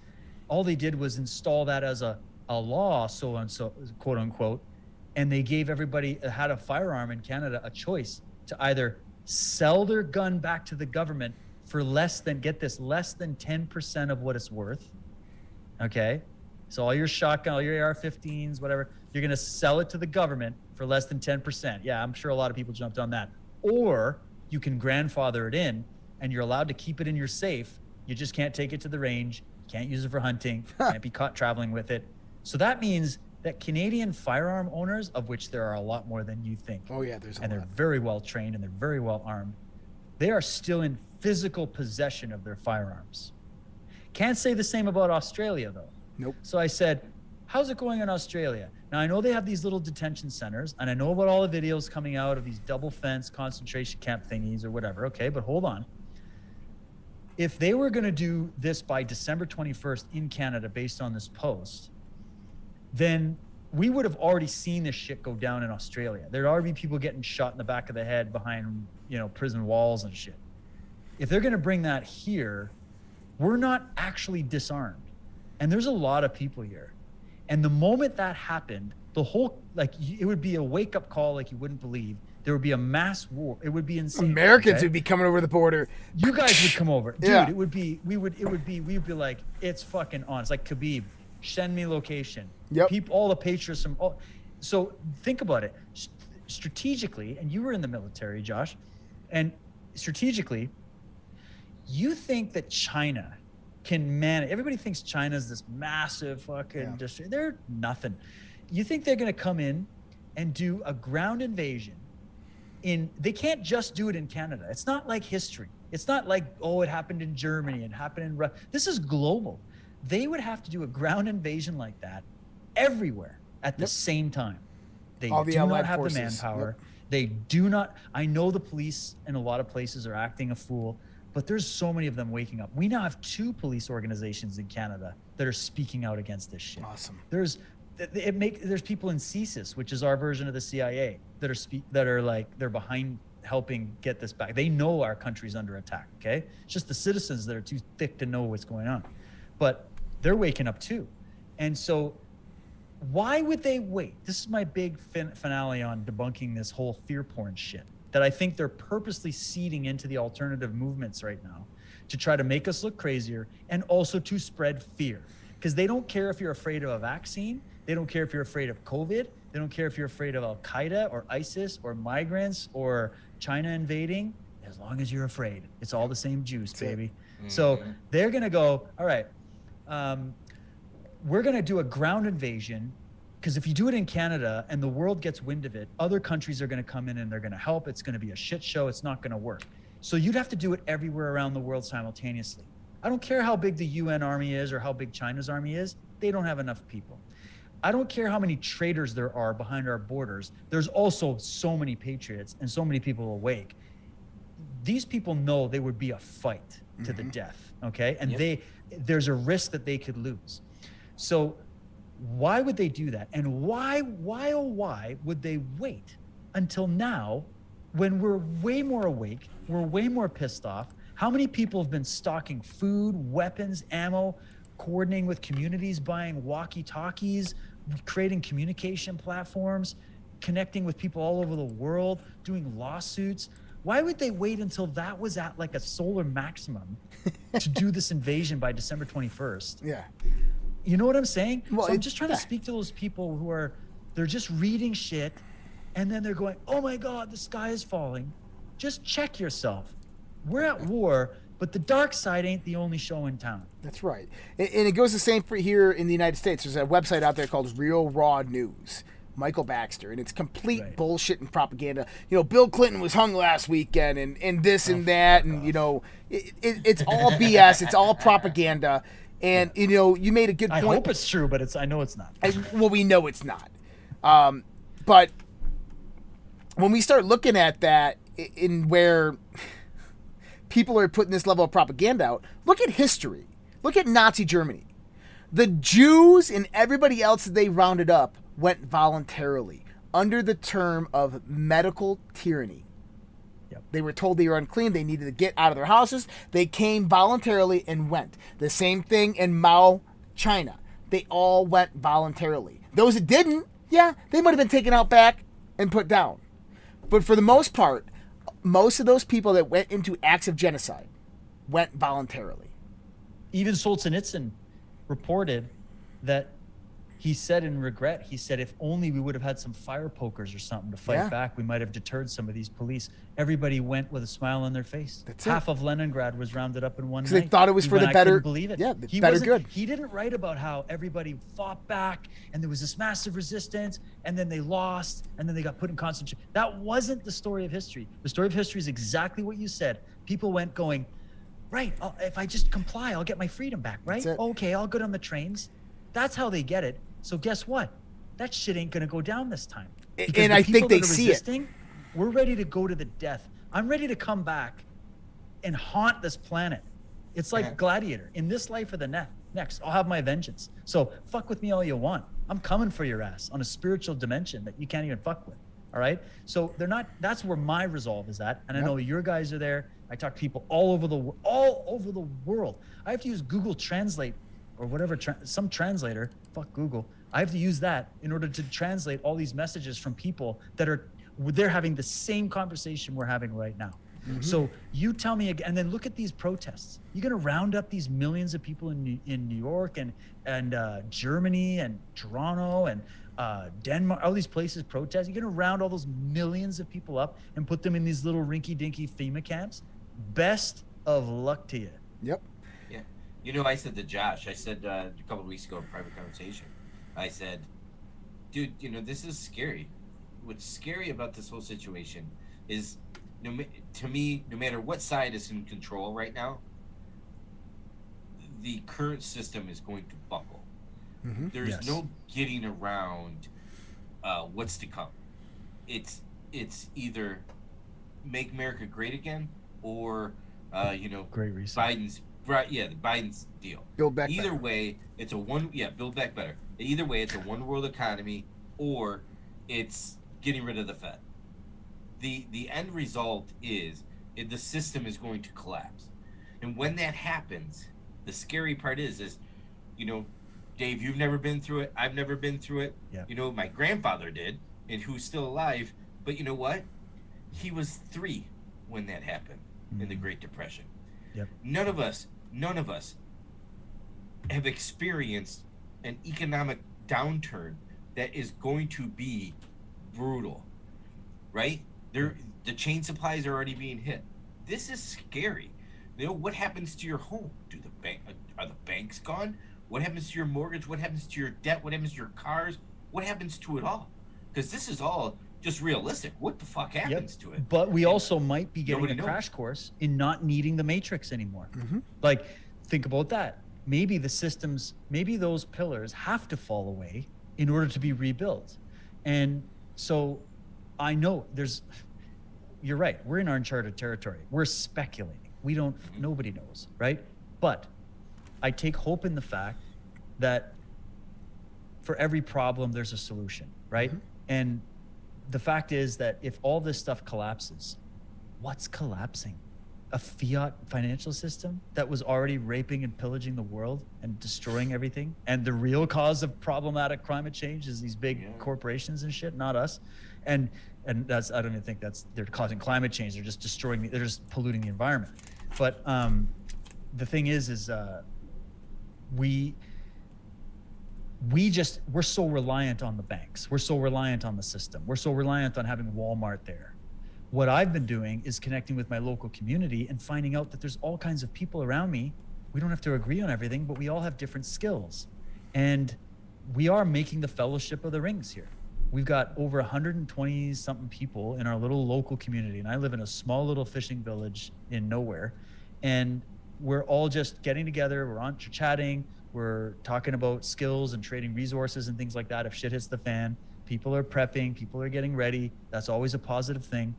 And so there's going to be a transitional period, and it's going to be something unlike the world has ever seen. Now, at the same time that all that shit's going on, though, we've got massive historic levels of corruption, fraud, and criminality being exposed to the world all simultaneously. Mm-hmm. If you put it all together, you got Ghislaine Maxwell just had her jurors selected. Her trial's coming up real soon. They tried to have another delay. They tried to have another get us in a home arrest situation or whatever. It was denied, which means this trial's happening whether anybody likes it or not. You've got the election fraud stuff still going on. Wendy Rogers, she'll update you on where that's at. They want to do 50 states of audits to expose election fraud. And whether people are up for Trump or not, I don't even go there. I'm like, election fraud. The world needs to know that this whole thing's been rigged globally for a long time. We've been getting our people selected. That's a big thing to drop. The pandemic, there's class action lawsuits coming out. They can't hide this truth about the vaccines forever. They can't hide the truth about the PCR tests and the fact that the lockdowns didn't work. They can't hide that. It's coming out. You've got so many things happening. There's so many more I could list. So what I find interesting is you're talking about this convergence theory, Josh. Mm-hmm. We're seeing it with our eyes. We're seeing the dark side and the corruption and the fear and the worry about all the stuff you're talking about, Jason. And then at the same time, you're seeing epic levels of people coming out, epic levels of people quitting their job and saying, forget it, I'm not going along with it. And these truths are coming out. So this is the excitement of the time. We don't know how this is going to go down, but I keep telling people, don't forget, we built all this shit. We were the slaves that built all these systems for these elites. If they pull the plug and it drops, a lot of people that don't know better are going to suffer from that. But good people from every sector of society are going to come together and build something new. Mm-hmm. So that's the positive sign, is that when something falls away, something else comes. We're in the middle of this happening in nature right now. We just had the season of the fall. We're coming out of it into the winter season. Something dies, it rests, and then it's born anew in the spring and then the summer, and it just keeps going in a cycle. So we're a product of nature. What if human consciousness is undergoing a death spiral so that something new can be reborn? As that's above, even better. And that's so what Trump below. Keeps talking about. That's what these people keep talking about, is you have no idea. The best is yet to come. It's just that, we got to go through all this dark shit first, which, it's going to be, I don't even think we understand how bad it could be. Well, it's the purge of all the evil out of the darkness. From dark to light. It's the purge of all the evil to the darkness. Now, it's interesting because this aligns directly with my theory, David, in the sense that if you go back to the Q post, he says, I'm going to show you a whole new world. I'm going to show you a brave new world, right? There's going to be a new world, okay? And when we start talking about this, now go to Klaus Schwab. You're going to own nothing and love it, but their motto is build back better, and this is the thing. Well, my thing is what are we building back?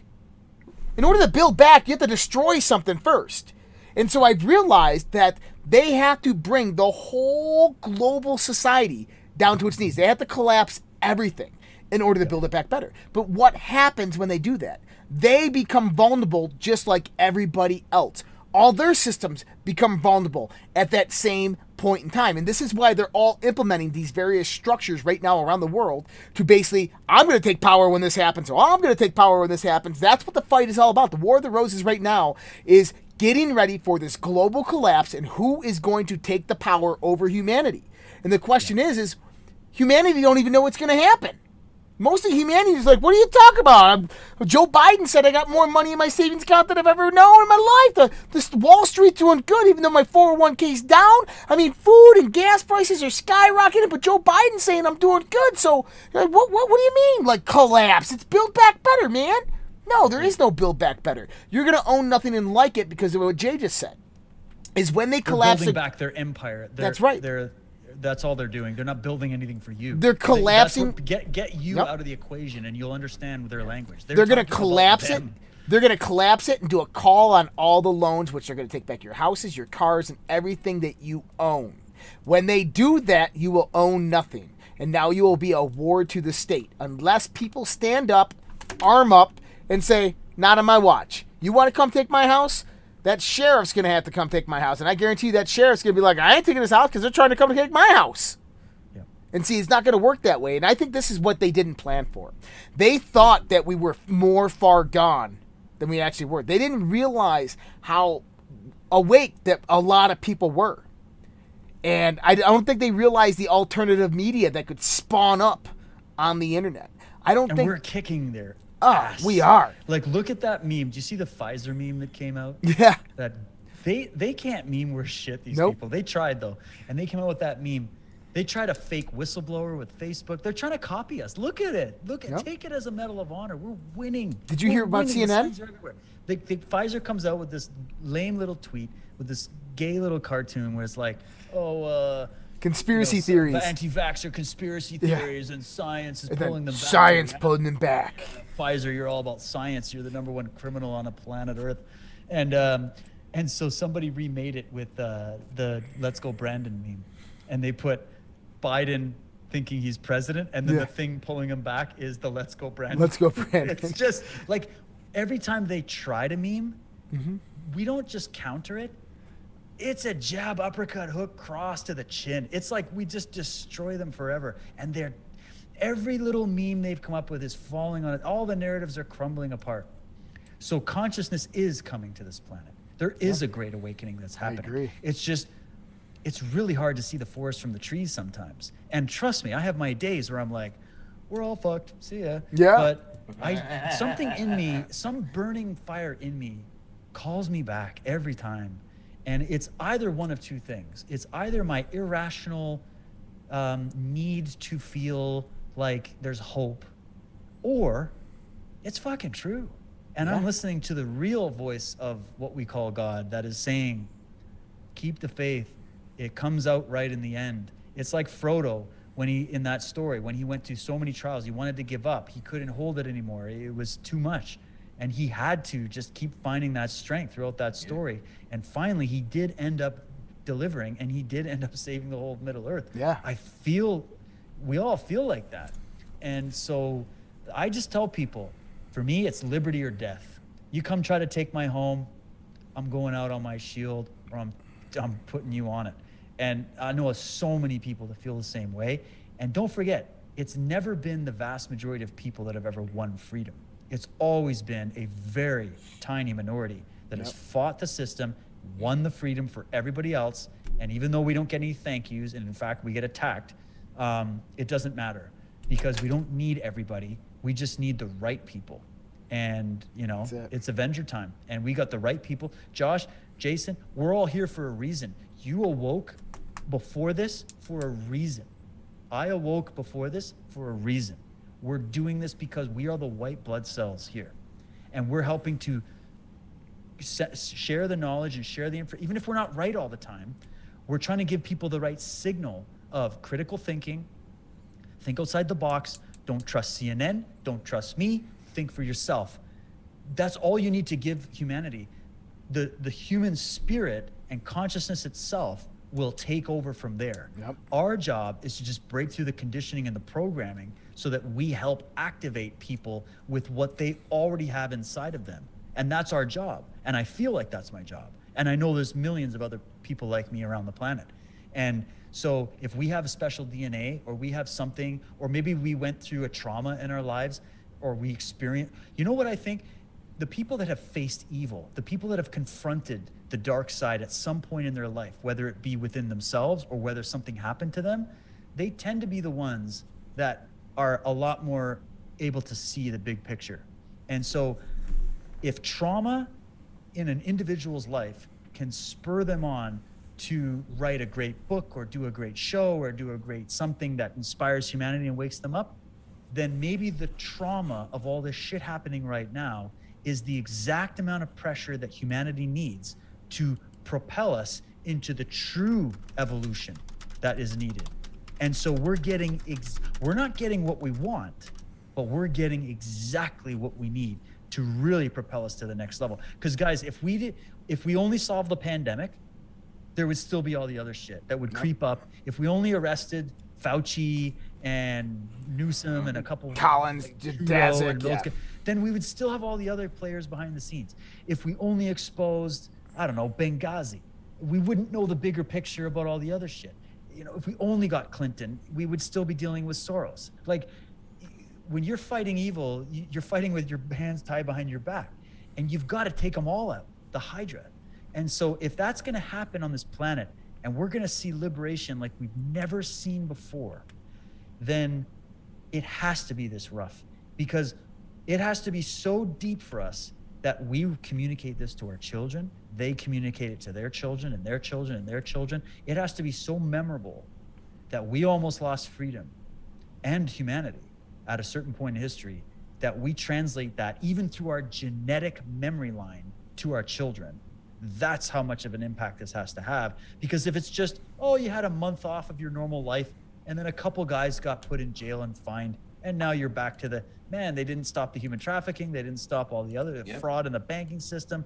So if the deep state, Illuminati, cabal, whatever you want to call it, the black magicians, if they are going for broke right now, then we have to go for broke. Yep. And it is the battle of black gates. And good and truth always win in the end. We always get kicked around, like in all those Van Damme movies. Man, he took a good beating, but he finally came back and kicked their ass, didn't he? And that's the story of the ages. That's the hero's journey. And we all have to go through it together in order to achieve the world we want. Do you Well think said. when they won, do you think that when they won, did they were like, let's go have a beer at the Prancing Pony? With who? When in the Lord of the Rings, after they took down the tower. Oh, yeah. I Do you would have think gone they to were have like- pints. Do you think they were like, let's go have some pints at the Prancing Pony, right? Yeah. Because that's where they met. I mean, Yeah. right? Well, didn't Makes they sense. do it in the end?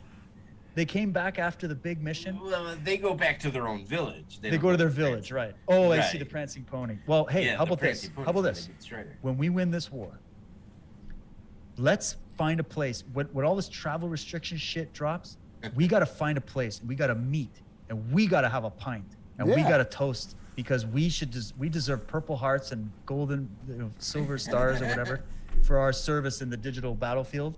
And should go to we should Dallas. meet up and celebrate that win. And I think it's going to be glorious. Yeah. Go to What do you Dallas. say?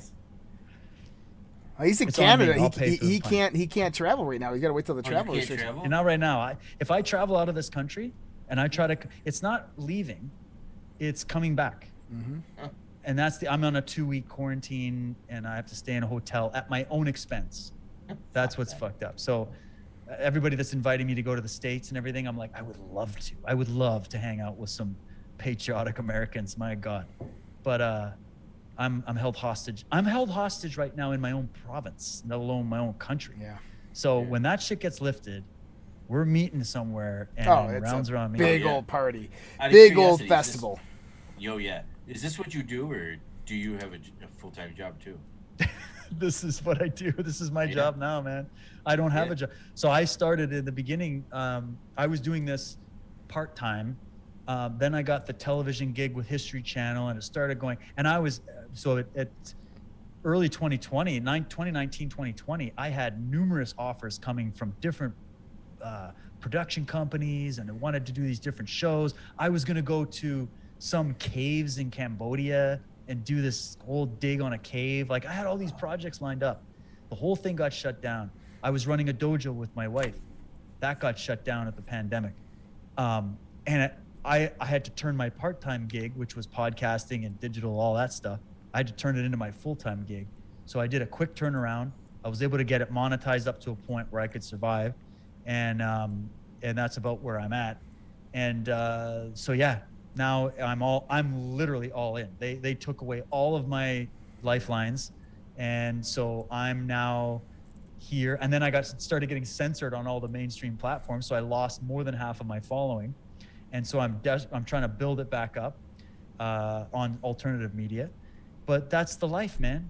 When you're an entrepreneur, you're a pioneer, and you think in terms of problem solving. And that's the mentality that I've had, even though it's been difficult. I've lost a lot, but yeah, that's where I'm at. That's where so many other people, and I actually consider myself blessed, to be honest, to be able to do this and still bring food home to my family is an honor, and I don't take it lightly. And I'm grateful for every person that supports me. They go to Truth Warrior Switch, they buy from there, they buy clothes, they donate, they go to Unslaved, they support by sharing information. I'm grateful for coming on platforms like yours and working with you guys, and you help promote what I'm doing, and I help promote what you guys are doing. We're a team, we're a family, and I'm grateful for everybody in it, and that's what we have to do. We have to help each other fund our lives so that we don't have to work these jobs. They're going to mandate all this crap, and we have to build our own economy and build our own system. And that's really the goal that I've had. Yeah. And so far it's okay, but it's definitely been quite the battle. By the way, I wanted to give you some feedback. A lot of our audience came back and they went to your Cult of Medics store, and they said your merch that you have for Cult of Medics, the designs, are freaking phenomenal. And if you guys haven't checked it out, go check it out. Thanks. Rise Attire. Rise Attire. They are legit. Yep. Good people, patriots. What's the link to that? What's the link to that store for yours? It would be riseattireusa.com/Cult of the Medics, I believe. Okay. But worst case, if I'm messing it up, and I'm sorry if I am, I think that's right. Because I just go to the link. Go to cultofthemedics.com, and it's boom right there. Rise Attire. It's so good. I'm still waiting for my shipment. I ordered like $400 worth of it. I'm like, just give me all the colors. I want the sweat. I love it. So Rise Attire, big shout out. These guys are awesome. Yeah, this merch is awesome. Support their show. They make, and they just, I'll tell you this too. There was zero having to edit the designs or change anything. And they asked me like, did we kind of pick this in? Would you like it? And I'm like, it is perfect. Don't change anything. So they have done, and so it's all made in the USA. Mm-hmm. It's none of the colors fade or the labels fade, high quality. And the point of this was to help drive the series, right? But it's a conversation starter.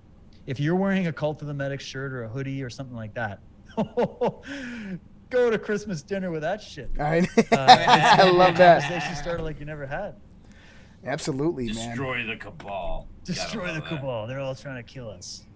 Oh my God, man! We covered. I don't think we always expose all the secrets of the universe when we come on the show. We so do. You guys this is awesome. We take it from the beginning to the end, the alpha to the omega, man. That's Look it. at that. It's crazy. Well, let's just do this because I know there's a lot of people. I see a lot of people on Pill joining, so I see they must have got off another show and they're starting to join. So we can do another 15 minutes.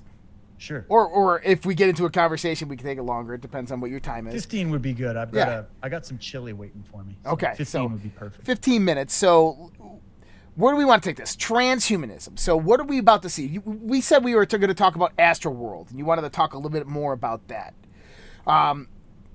I was talking about the symbology, how the one music video that Travis Scott actually did, he was wearing the Pearl Jam shirt, which had the Eye of Sauron on it, the 8. Now, what's interesting is during that tour that they're talking about, 8 people died at that concert of Pearl Jam. At the Pearl Jam? Oh, so the shirt that he's wearing in the video of the song that he was singing when all the people died, okay? The Eye of Sauron shirt, that concert that shirt represents, 8 people died at that Pearl Jam concert. No. Yeah. Oh, yeah. Really? But by the way, they just increased the number because one person died today. But 8 people died on, and then one person died today. But it was 8 that died at the there. Astroworld one. Yep, at the Astroworld. So you're saying 8 people now plus 1. So 8 people originally died at Astroworld, and the shirt he was wearing was from a Pearl Jam concert where 8 people also died. The shirt that he was wearing in the video of the song he was performing. So he was performing a song on stage, which had 8 people going in and out of a portal, right? But the song that he's performing, there's a music video for it. In the music video, he's wearing a Pearl Jam shirt that has the infinity symbol, the 8, with it's like the Eye of Sauron, that represents a Pearl Jam concert. At that concert, 8 people died. Oh, dude, That's messed. This is beyond coincidence. So there's people out there that think that there was something with the frequency of the music or something like that. Or they switched on some because cardiac it was arrest. Kanye West. Thinking it's the shot. Kanye West. So Kanye West came out and started talking about the 808 drum beat. Oh yeah, I saw. Yeah. And it's the 808 frequency, and it's a drum beat that puts people into a very low, kind of suppressive, less intelligent state, kind of a dumbed down trance state. And he says, Kanye West goes on to say that this 808 beat has been utilized in R&B and hip hop for the longest time, and most of the time you can't hear it.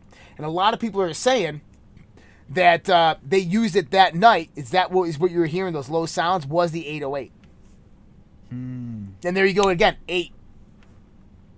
And 8 represents beyond the meta. I mean, I wouldn't put anything past these people because what was really a dead giveaway even if it wasn't some music frequency that started smashing people, it was the ritual element of it was the fact that they didn't stop the concert when people were dying, and they were told that people were dying, and they still kept going, and they were told to by their producers.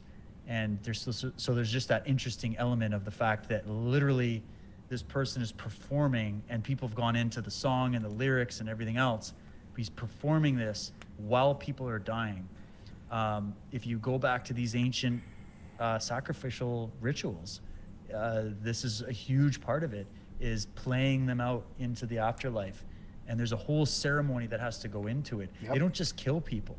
There's a ceremony because it's energy. This is an energy thing. And then I can't stop thinking about those 2012 Olympic ceremonies. You're going to see it everywhere in this Cult of the Medic series because I just can't get over. You got little black demons chasing children through their beds. You've got nurses all in this weird seance thing, mind control, dancing nurses. This is 2012 Olympic ceremony. Well, did you just see the Winter Olympics, the torch lighting?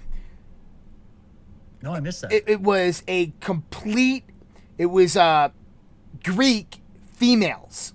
So it was all female, all white females, all Greek, lighting the torch, and then they lit the darkened bowl. So the darkened bowl, it was a bowl. They lit a bowl. Bowl, Bull, Ball, bowl, Taurus, Baal, Athena, Greek goddess, Athena. Goes right back to Minerva, the cult of Minerva. This is the female cult that we talked about. The femme fatale. Yeah, the divine feminine, the suppression of it has been orchestrated throughout years. But going back to Astroworld, right? It was interesting because look at how the news played this out. Right? The news said that they all died of a stampede. In the video of the stampede, it's still daylight out, and it happened before the concert started. Okay? Oh, it's fake news. Yeah. And then, whereas Trump says, very fake news. Yeah. And then we see in the concert, we see the video of random people dying. Random people all over the place, and it's dark out. And they're saying that that's happening because everybody was squishing each other. It wasn't because people were squishing each other. These young kids died of cardiac arrest. They didn't die of suffocation. What about all these sports athletes? The footage of them coming out, just dropping dead in the pitch in the middle of the tennis game, or dropping, I don't know if they die, but they drop of cardiac arrest. Yeah. And then we had this this world-class mountain biker whose career is ended. Yep. They're not listening to these victims. Nope. Because this is what it is. It's like, yep, people are going to drop dead all around you, and you're not even going to notice because you don't want to notice. Wait till some running back in the NFL's running 80-yard, sprinting for an 80-yard touchdown. He just dies of a heart attack, blows his heart up. Yep. You know what's sad, Jason, is what's going to happen that I have tried so hard to stop in my little way is when the kids stuff starts happening to the kids. Yep. Oh yeah. It's the only thing. It's a horrible reality that I've just had to come to face, that there's a lot of parents. You see that picture of that chick with her eyes behind her little mask, and she's holding her kid who's screaming, crying. And she's got a picture of the vaccine in the kid's arm, and she's got this smile on her face like, fuck you. And mind control's real, man. It is. And yeah, did you see sad what's going to happen. But here's the thing. When the kids start dropping, what's that going to do to all this, right? And then my wife brought up a point the other day, because, they started going to the Toronto Zoo and a bunch of other zoos, and they're giving this COVID vaccine to fucking giraffes. Like, what the fuck?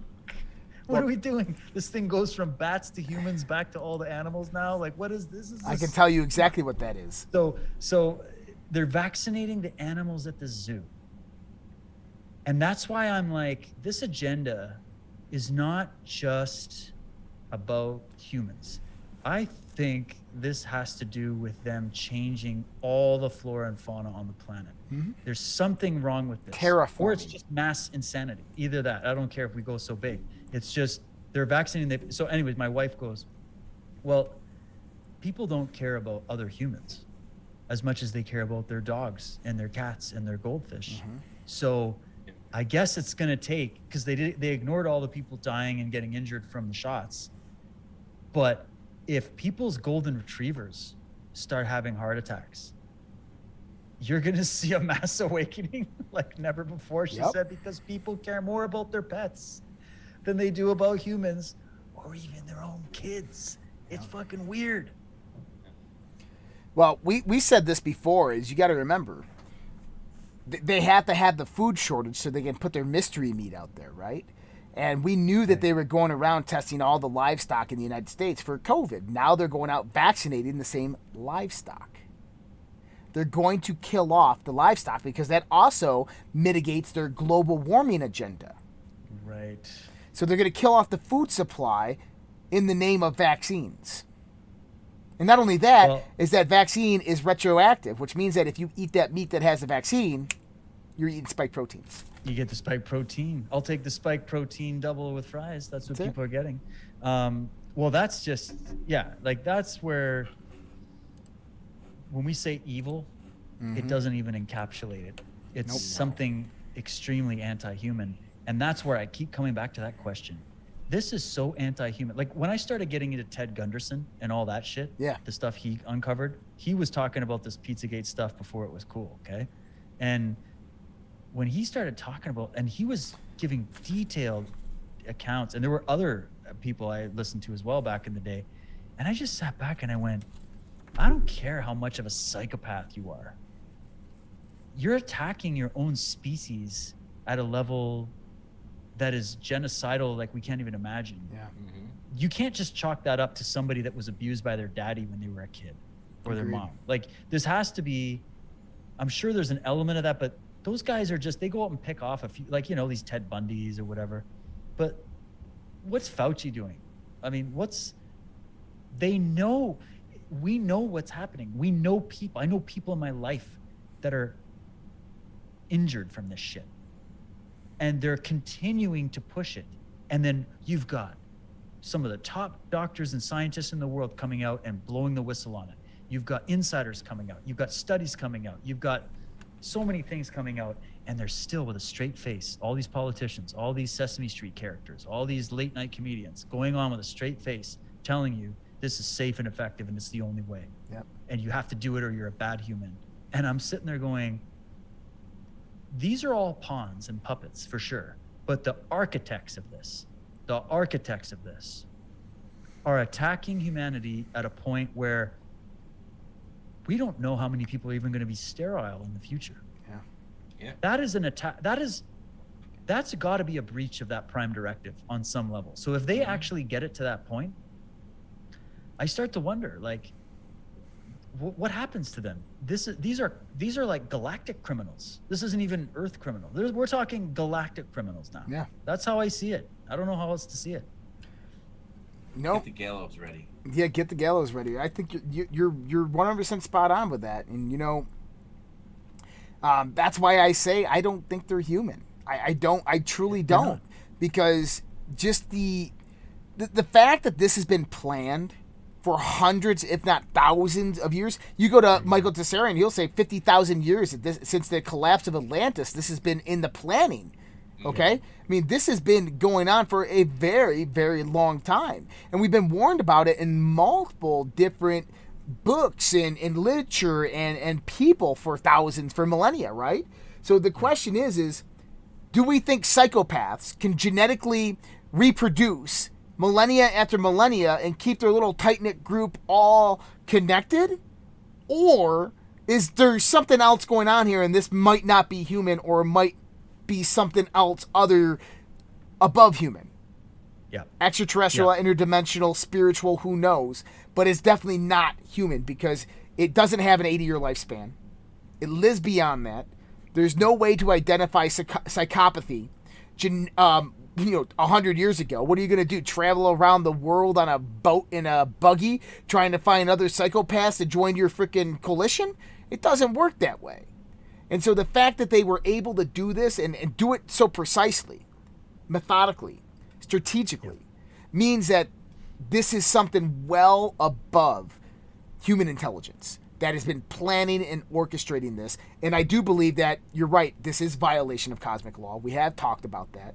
And that I think that there's a lot of us in these movements right here in this alternative media that are being guided by brothers and sisters that are beyond here, that are trying to help us because they can't intervene for whatever reason it might be. I've always described it like this. I've always felt like I had a warm hand on my back. Yeah. And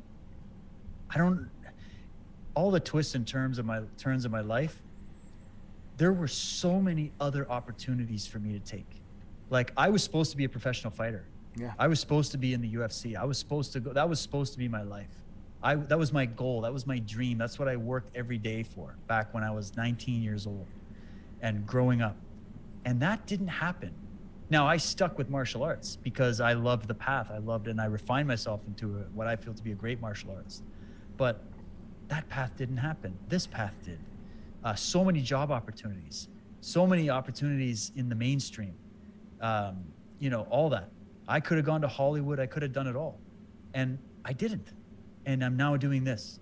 And it's so interesting to me how life happens. It was the right people at the right time, the exact right time. If I hadn't have come across some of the books I've read or some of the documentaries I've watched or some of the people that I've met, we wouldn't be having this conversation right now. And I'm sure you guys know exactly what I'm talking about. And I'm sure people listening to me know exactly what I'm talking about. Mm-hmm. So it seems like, whether you want to call it morphinogenic field, whether you want to call it, something else, or God or divine or help or whatever, or just an aspect of ourselves that we activate somehow, there's higher forces that guide you, especially that I've seen in my experience, especially when you act with courage, and especially when your intention, your true heart's intention, is truly to act in the good, in the best interest of the good. That's it. You have unseen forces that come to your aid. And I guess that's what gives me my optimism, to be honest. I've even been criticized, guys, for having too much optimism. I've had people that email me, they're like, you're too pie in the sky, you got to give people reality. I'm like, I am giving people reality, but I'm not going to tell them what you want me to tell them, which is that we're all just doomed. I'm never, ever going to say that. Because, I've just had too many experiences in my life where, all hope was lost, and then something happened at the last possible nanosecond to change it. I just had it happen too many times. So I choose to believe and go with that feeling that it resonates every part of my cells. It's not something that's just some random thought that I'm trying to make up so that I feel better or reassure myself or soothe myself of my fear. This is deeper than that. Like, do you guys feel that? Like your feeling of, like, your logical mind's going to come in and go, well, Dave, the food shortages but do you feel it? Is it just me that beyond that? I don't, am I just in deer in headlights, or Steven Spielberg made an alien documentary. It wasn't a documentary. It was like a mini series back in the 1990s. I forgot the name of it, but it was about a guy who his father fought in World War II and was protected so that he could be born, and he went through Vietnam and he was protected through Vietnam by the aliens, and then he had a baby, and the baby was the link between the aliens and the humans, who was the hybrid, and the baby was then protected. I mean, I've always thought of myself as protected in this sense. I've always thought like there was a shining light over me that protects me. My mom always told me, "Oh, you're protected. Don't worry. You're protected by angels." There was a I saved his life. I mean, yeah, Jay's. I died drowned in a pool. 2 or 3 times. I've died. I had various people save my life throughout my life. There's this one incident I remember. We were going around a 90-degree turn at 80 miles per hour. The car spun out and hit an oak tree. I was sitting bitch in the back seat, and I put my arms out against the people next to me to stop them from moving forward, and I didn't fly forward, and I had no seatbelt on. And so, but it was like as if something stopped me, right? And I've always had this thing that guided me. And if I went into the wrong direction, things went really bad. Like, if you make the wrong decision, you're like, okay, this isn't working out. I got to change. I got to do something else, right? And it guided me towards this right here, this path of doing this. And right when I started doing this, everything just boop took off. It was as if I was being guided towards this way. All the knowledge that I've absorbed, everything that's happened to me, all happened for a specific reason, to bring it to these moments right here for this fight, exactly for this how battle. I feel. And I don't want to sound like one of those people that's like, oh, I was called by the burning bush. That's not what I mean. It's like, I feel that though. I've talked to many people that feel the same way, and we're all in this little wolf pack of people like this. And it just makes me wonder, Well, you are gotta. we old souls? Yeah. Is there something Oh, different you about just it? Like, nailed why it. did I wake up and nobody else did? And it's so obvious. I don't get it. And I don't want to say I'm the one that knows everything. I'm just saying, okay, why did I see this and so many other people can't? I don't know. So I went through life.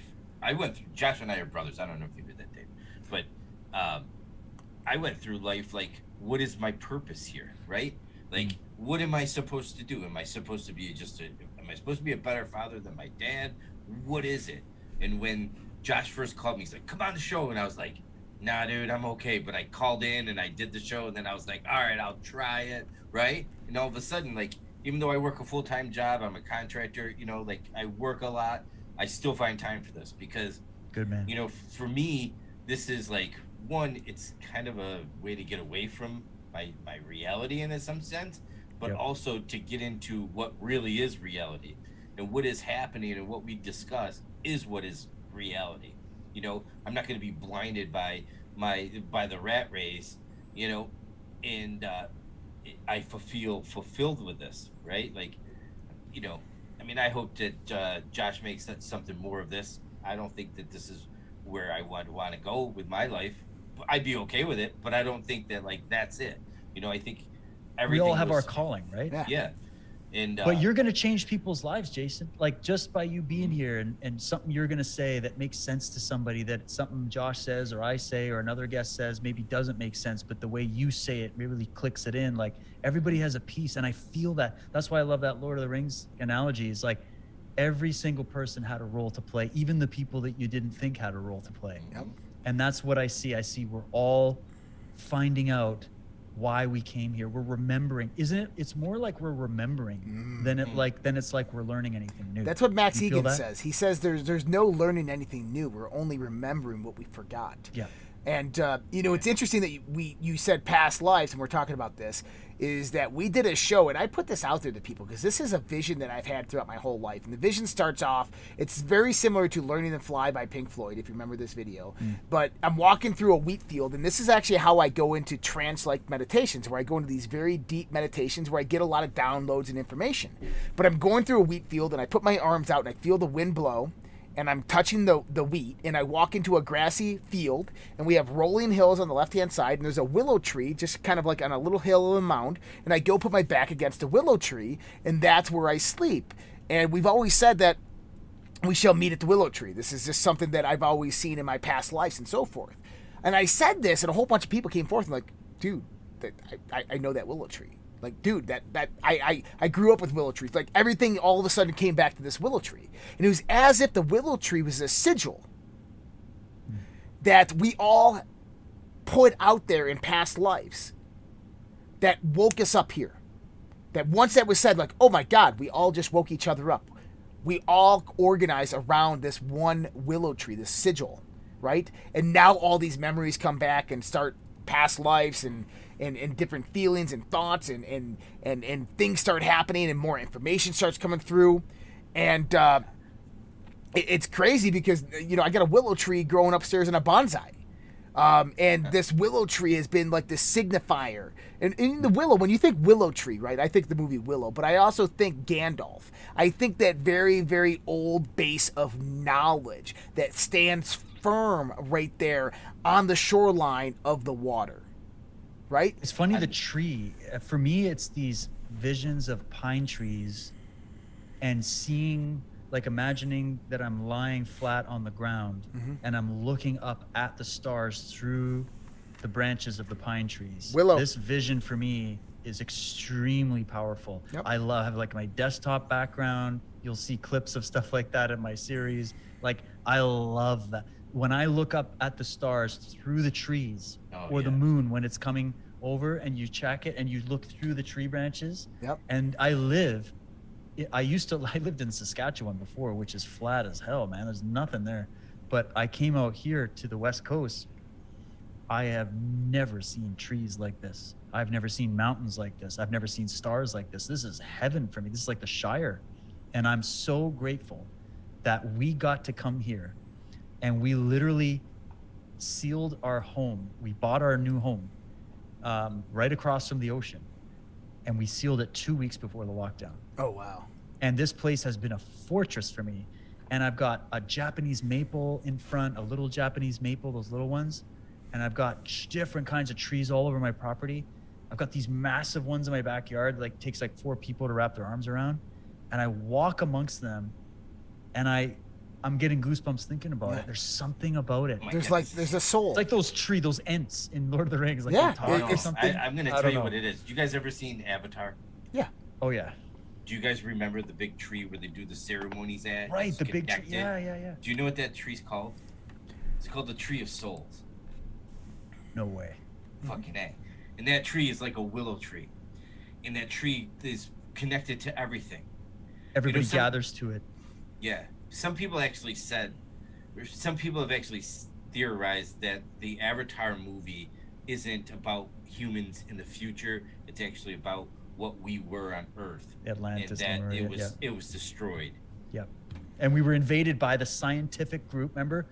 The guys that came in, they were looking for that type of unobtainium.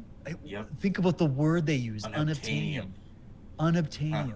Maybe whatever came to this planet came for something that was here. It would make sense. They would come for something they didn't have, right? Yep. And they would change the course of our history. And that's why we're schizophrenic. That's why we're in amnesia historically. That's why we're all divided. And wow, it opens up. And so that's much. why our society, we are schizophrenic, because we live in this technocratic society when we should be living in nature. When we should be living in true technology. That's Yes. right. That's the true technology. You know, Josh said it in a really technical, difficult way, but one of the reoccurring events that has it in simplistic terms is every guest keeps saying the same thing over and over again, which is old world teachings will rise to integrate with new world technology. And that's how our world would be different. So if you think about it, we'll be more connected to the earth with technology. Well, technology will. I kind of finished with this in this chapter I've got coming out, which is the idea that technology can serve you, but it can also enslave you. That's right. It's not the technology that's evil. In fact, a microchip or a nanobot or a rover is an amazing application of the ingenuity of humankind, unless it's all been given to us by ETs from Roswell. But either way, it's a peak of evolution. It's a peak of how we know how to master nature. But if we can't master the power that comes with that, it'll destroy us. This is the story of Atlantis and the fallen world. So that's the lesson of our time. We have to ask the question, what does it mean to be human? And then, do we want to continue to be human in our organic form as given to us by nature and the divine? Or do we want to follow Bill Gates and Klaus Schwab and all these people into their dark fantasy dystopia? And do we want to leave our human nature behind and become something synthetic? And so that's the question that faces us. And then what you're saying is it's not that we go back and live like a bunch of tribal cultures in the trees. We don't have to devolve. We have to take what we know and make it right and put it in the right order. A lot of times it's not the things, it's that things are in the wrong order. Like a puzzle. You've got all the pieces there, but they're in the wrong place. Kind of like entropy and chaos. Yeah, exactly. So true technology is, you need to have the control over yourself when interacting with it. Otherwise, it will control you. It's the old saying, if you don't control your own mind, someone else, I guess in this case, something else will. And that's what we have to understand, is we're not trying to say, screw technology, let's get rid of everything. It's, what would computers feel like without Google running everything? What would space? We could be a spacefaring civilization. What about Bill Hicks, the great comedian? Oh, He's God. like, we could explore space. The both world is like a inner and ride. outer. The world is like a What ride a at an great amusement park. statement. Oh my God, I love it. I love Bill. He's one of my favorites. He's a hero. Yeah, But- and man, what a conversation tonight. Seriously, This was epic, boys. I Yeah. really, really enjoyed this. this You was guys are awesome, the guys. best. Hey guys, Keep tuning into Red Pill Project, guys. Yeah. Support these guys. oh, and get on over to dwtruthwarrior.com, guys. You guys can find his podcast on rockfin.com/DW He is also on Pilled. If you guys are watching us on Pilled, just go in there and look for DW Truth Warrior. You're going to see him right there. Please visit www.cultofthemedics.com. Everything is linked up below, especially on the YouTube videos. And it's also going to be on redpills.tv under David's profile that you can find there. Go check him out. Definitely subscribe. For everybody else, we'll be going to our subscription program right after this, Fringe After Dark. If you want information on that, I just shared the link with you in the chat, so you guys can find that right there. It will probably be, I'm not going to be too much longer, but we'll probably be an hour and a half on that tonight. But that's a Zoom. We all get to talk about this show and talk about all the stuff that we just heard, and it's going to be a pretty cool night. So we'll be doing Fringe After Dark. That's a subscription show. If you want to hear more about that, you can see that link that I just put in the chat. It's on redpills.tv under the More section. You go down and you hit After Dark, and it'll give you all the information on how to get that. It's on our social platform, Social Red Pill. Other than that, David, thank you so much for joining us tonight. I can't wait to have you back on, my friend. Jason, thank you as well. Everybody else, you guys have a great night. Take care, and we'll see you guys all later. Thanks, everybody. Thanks, guys.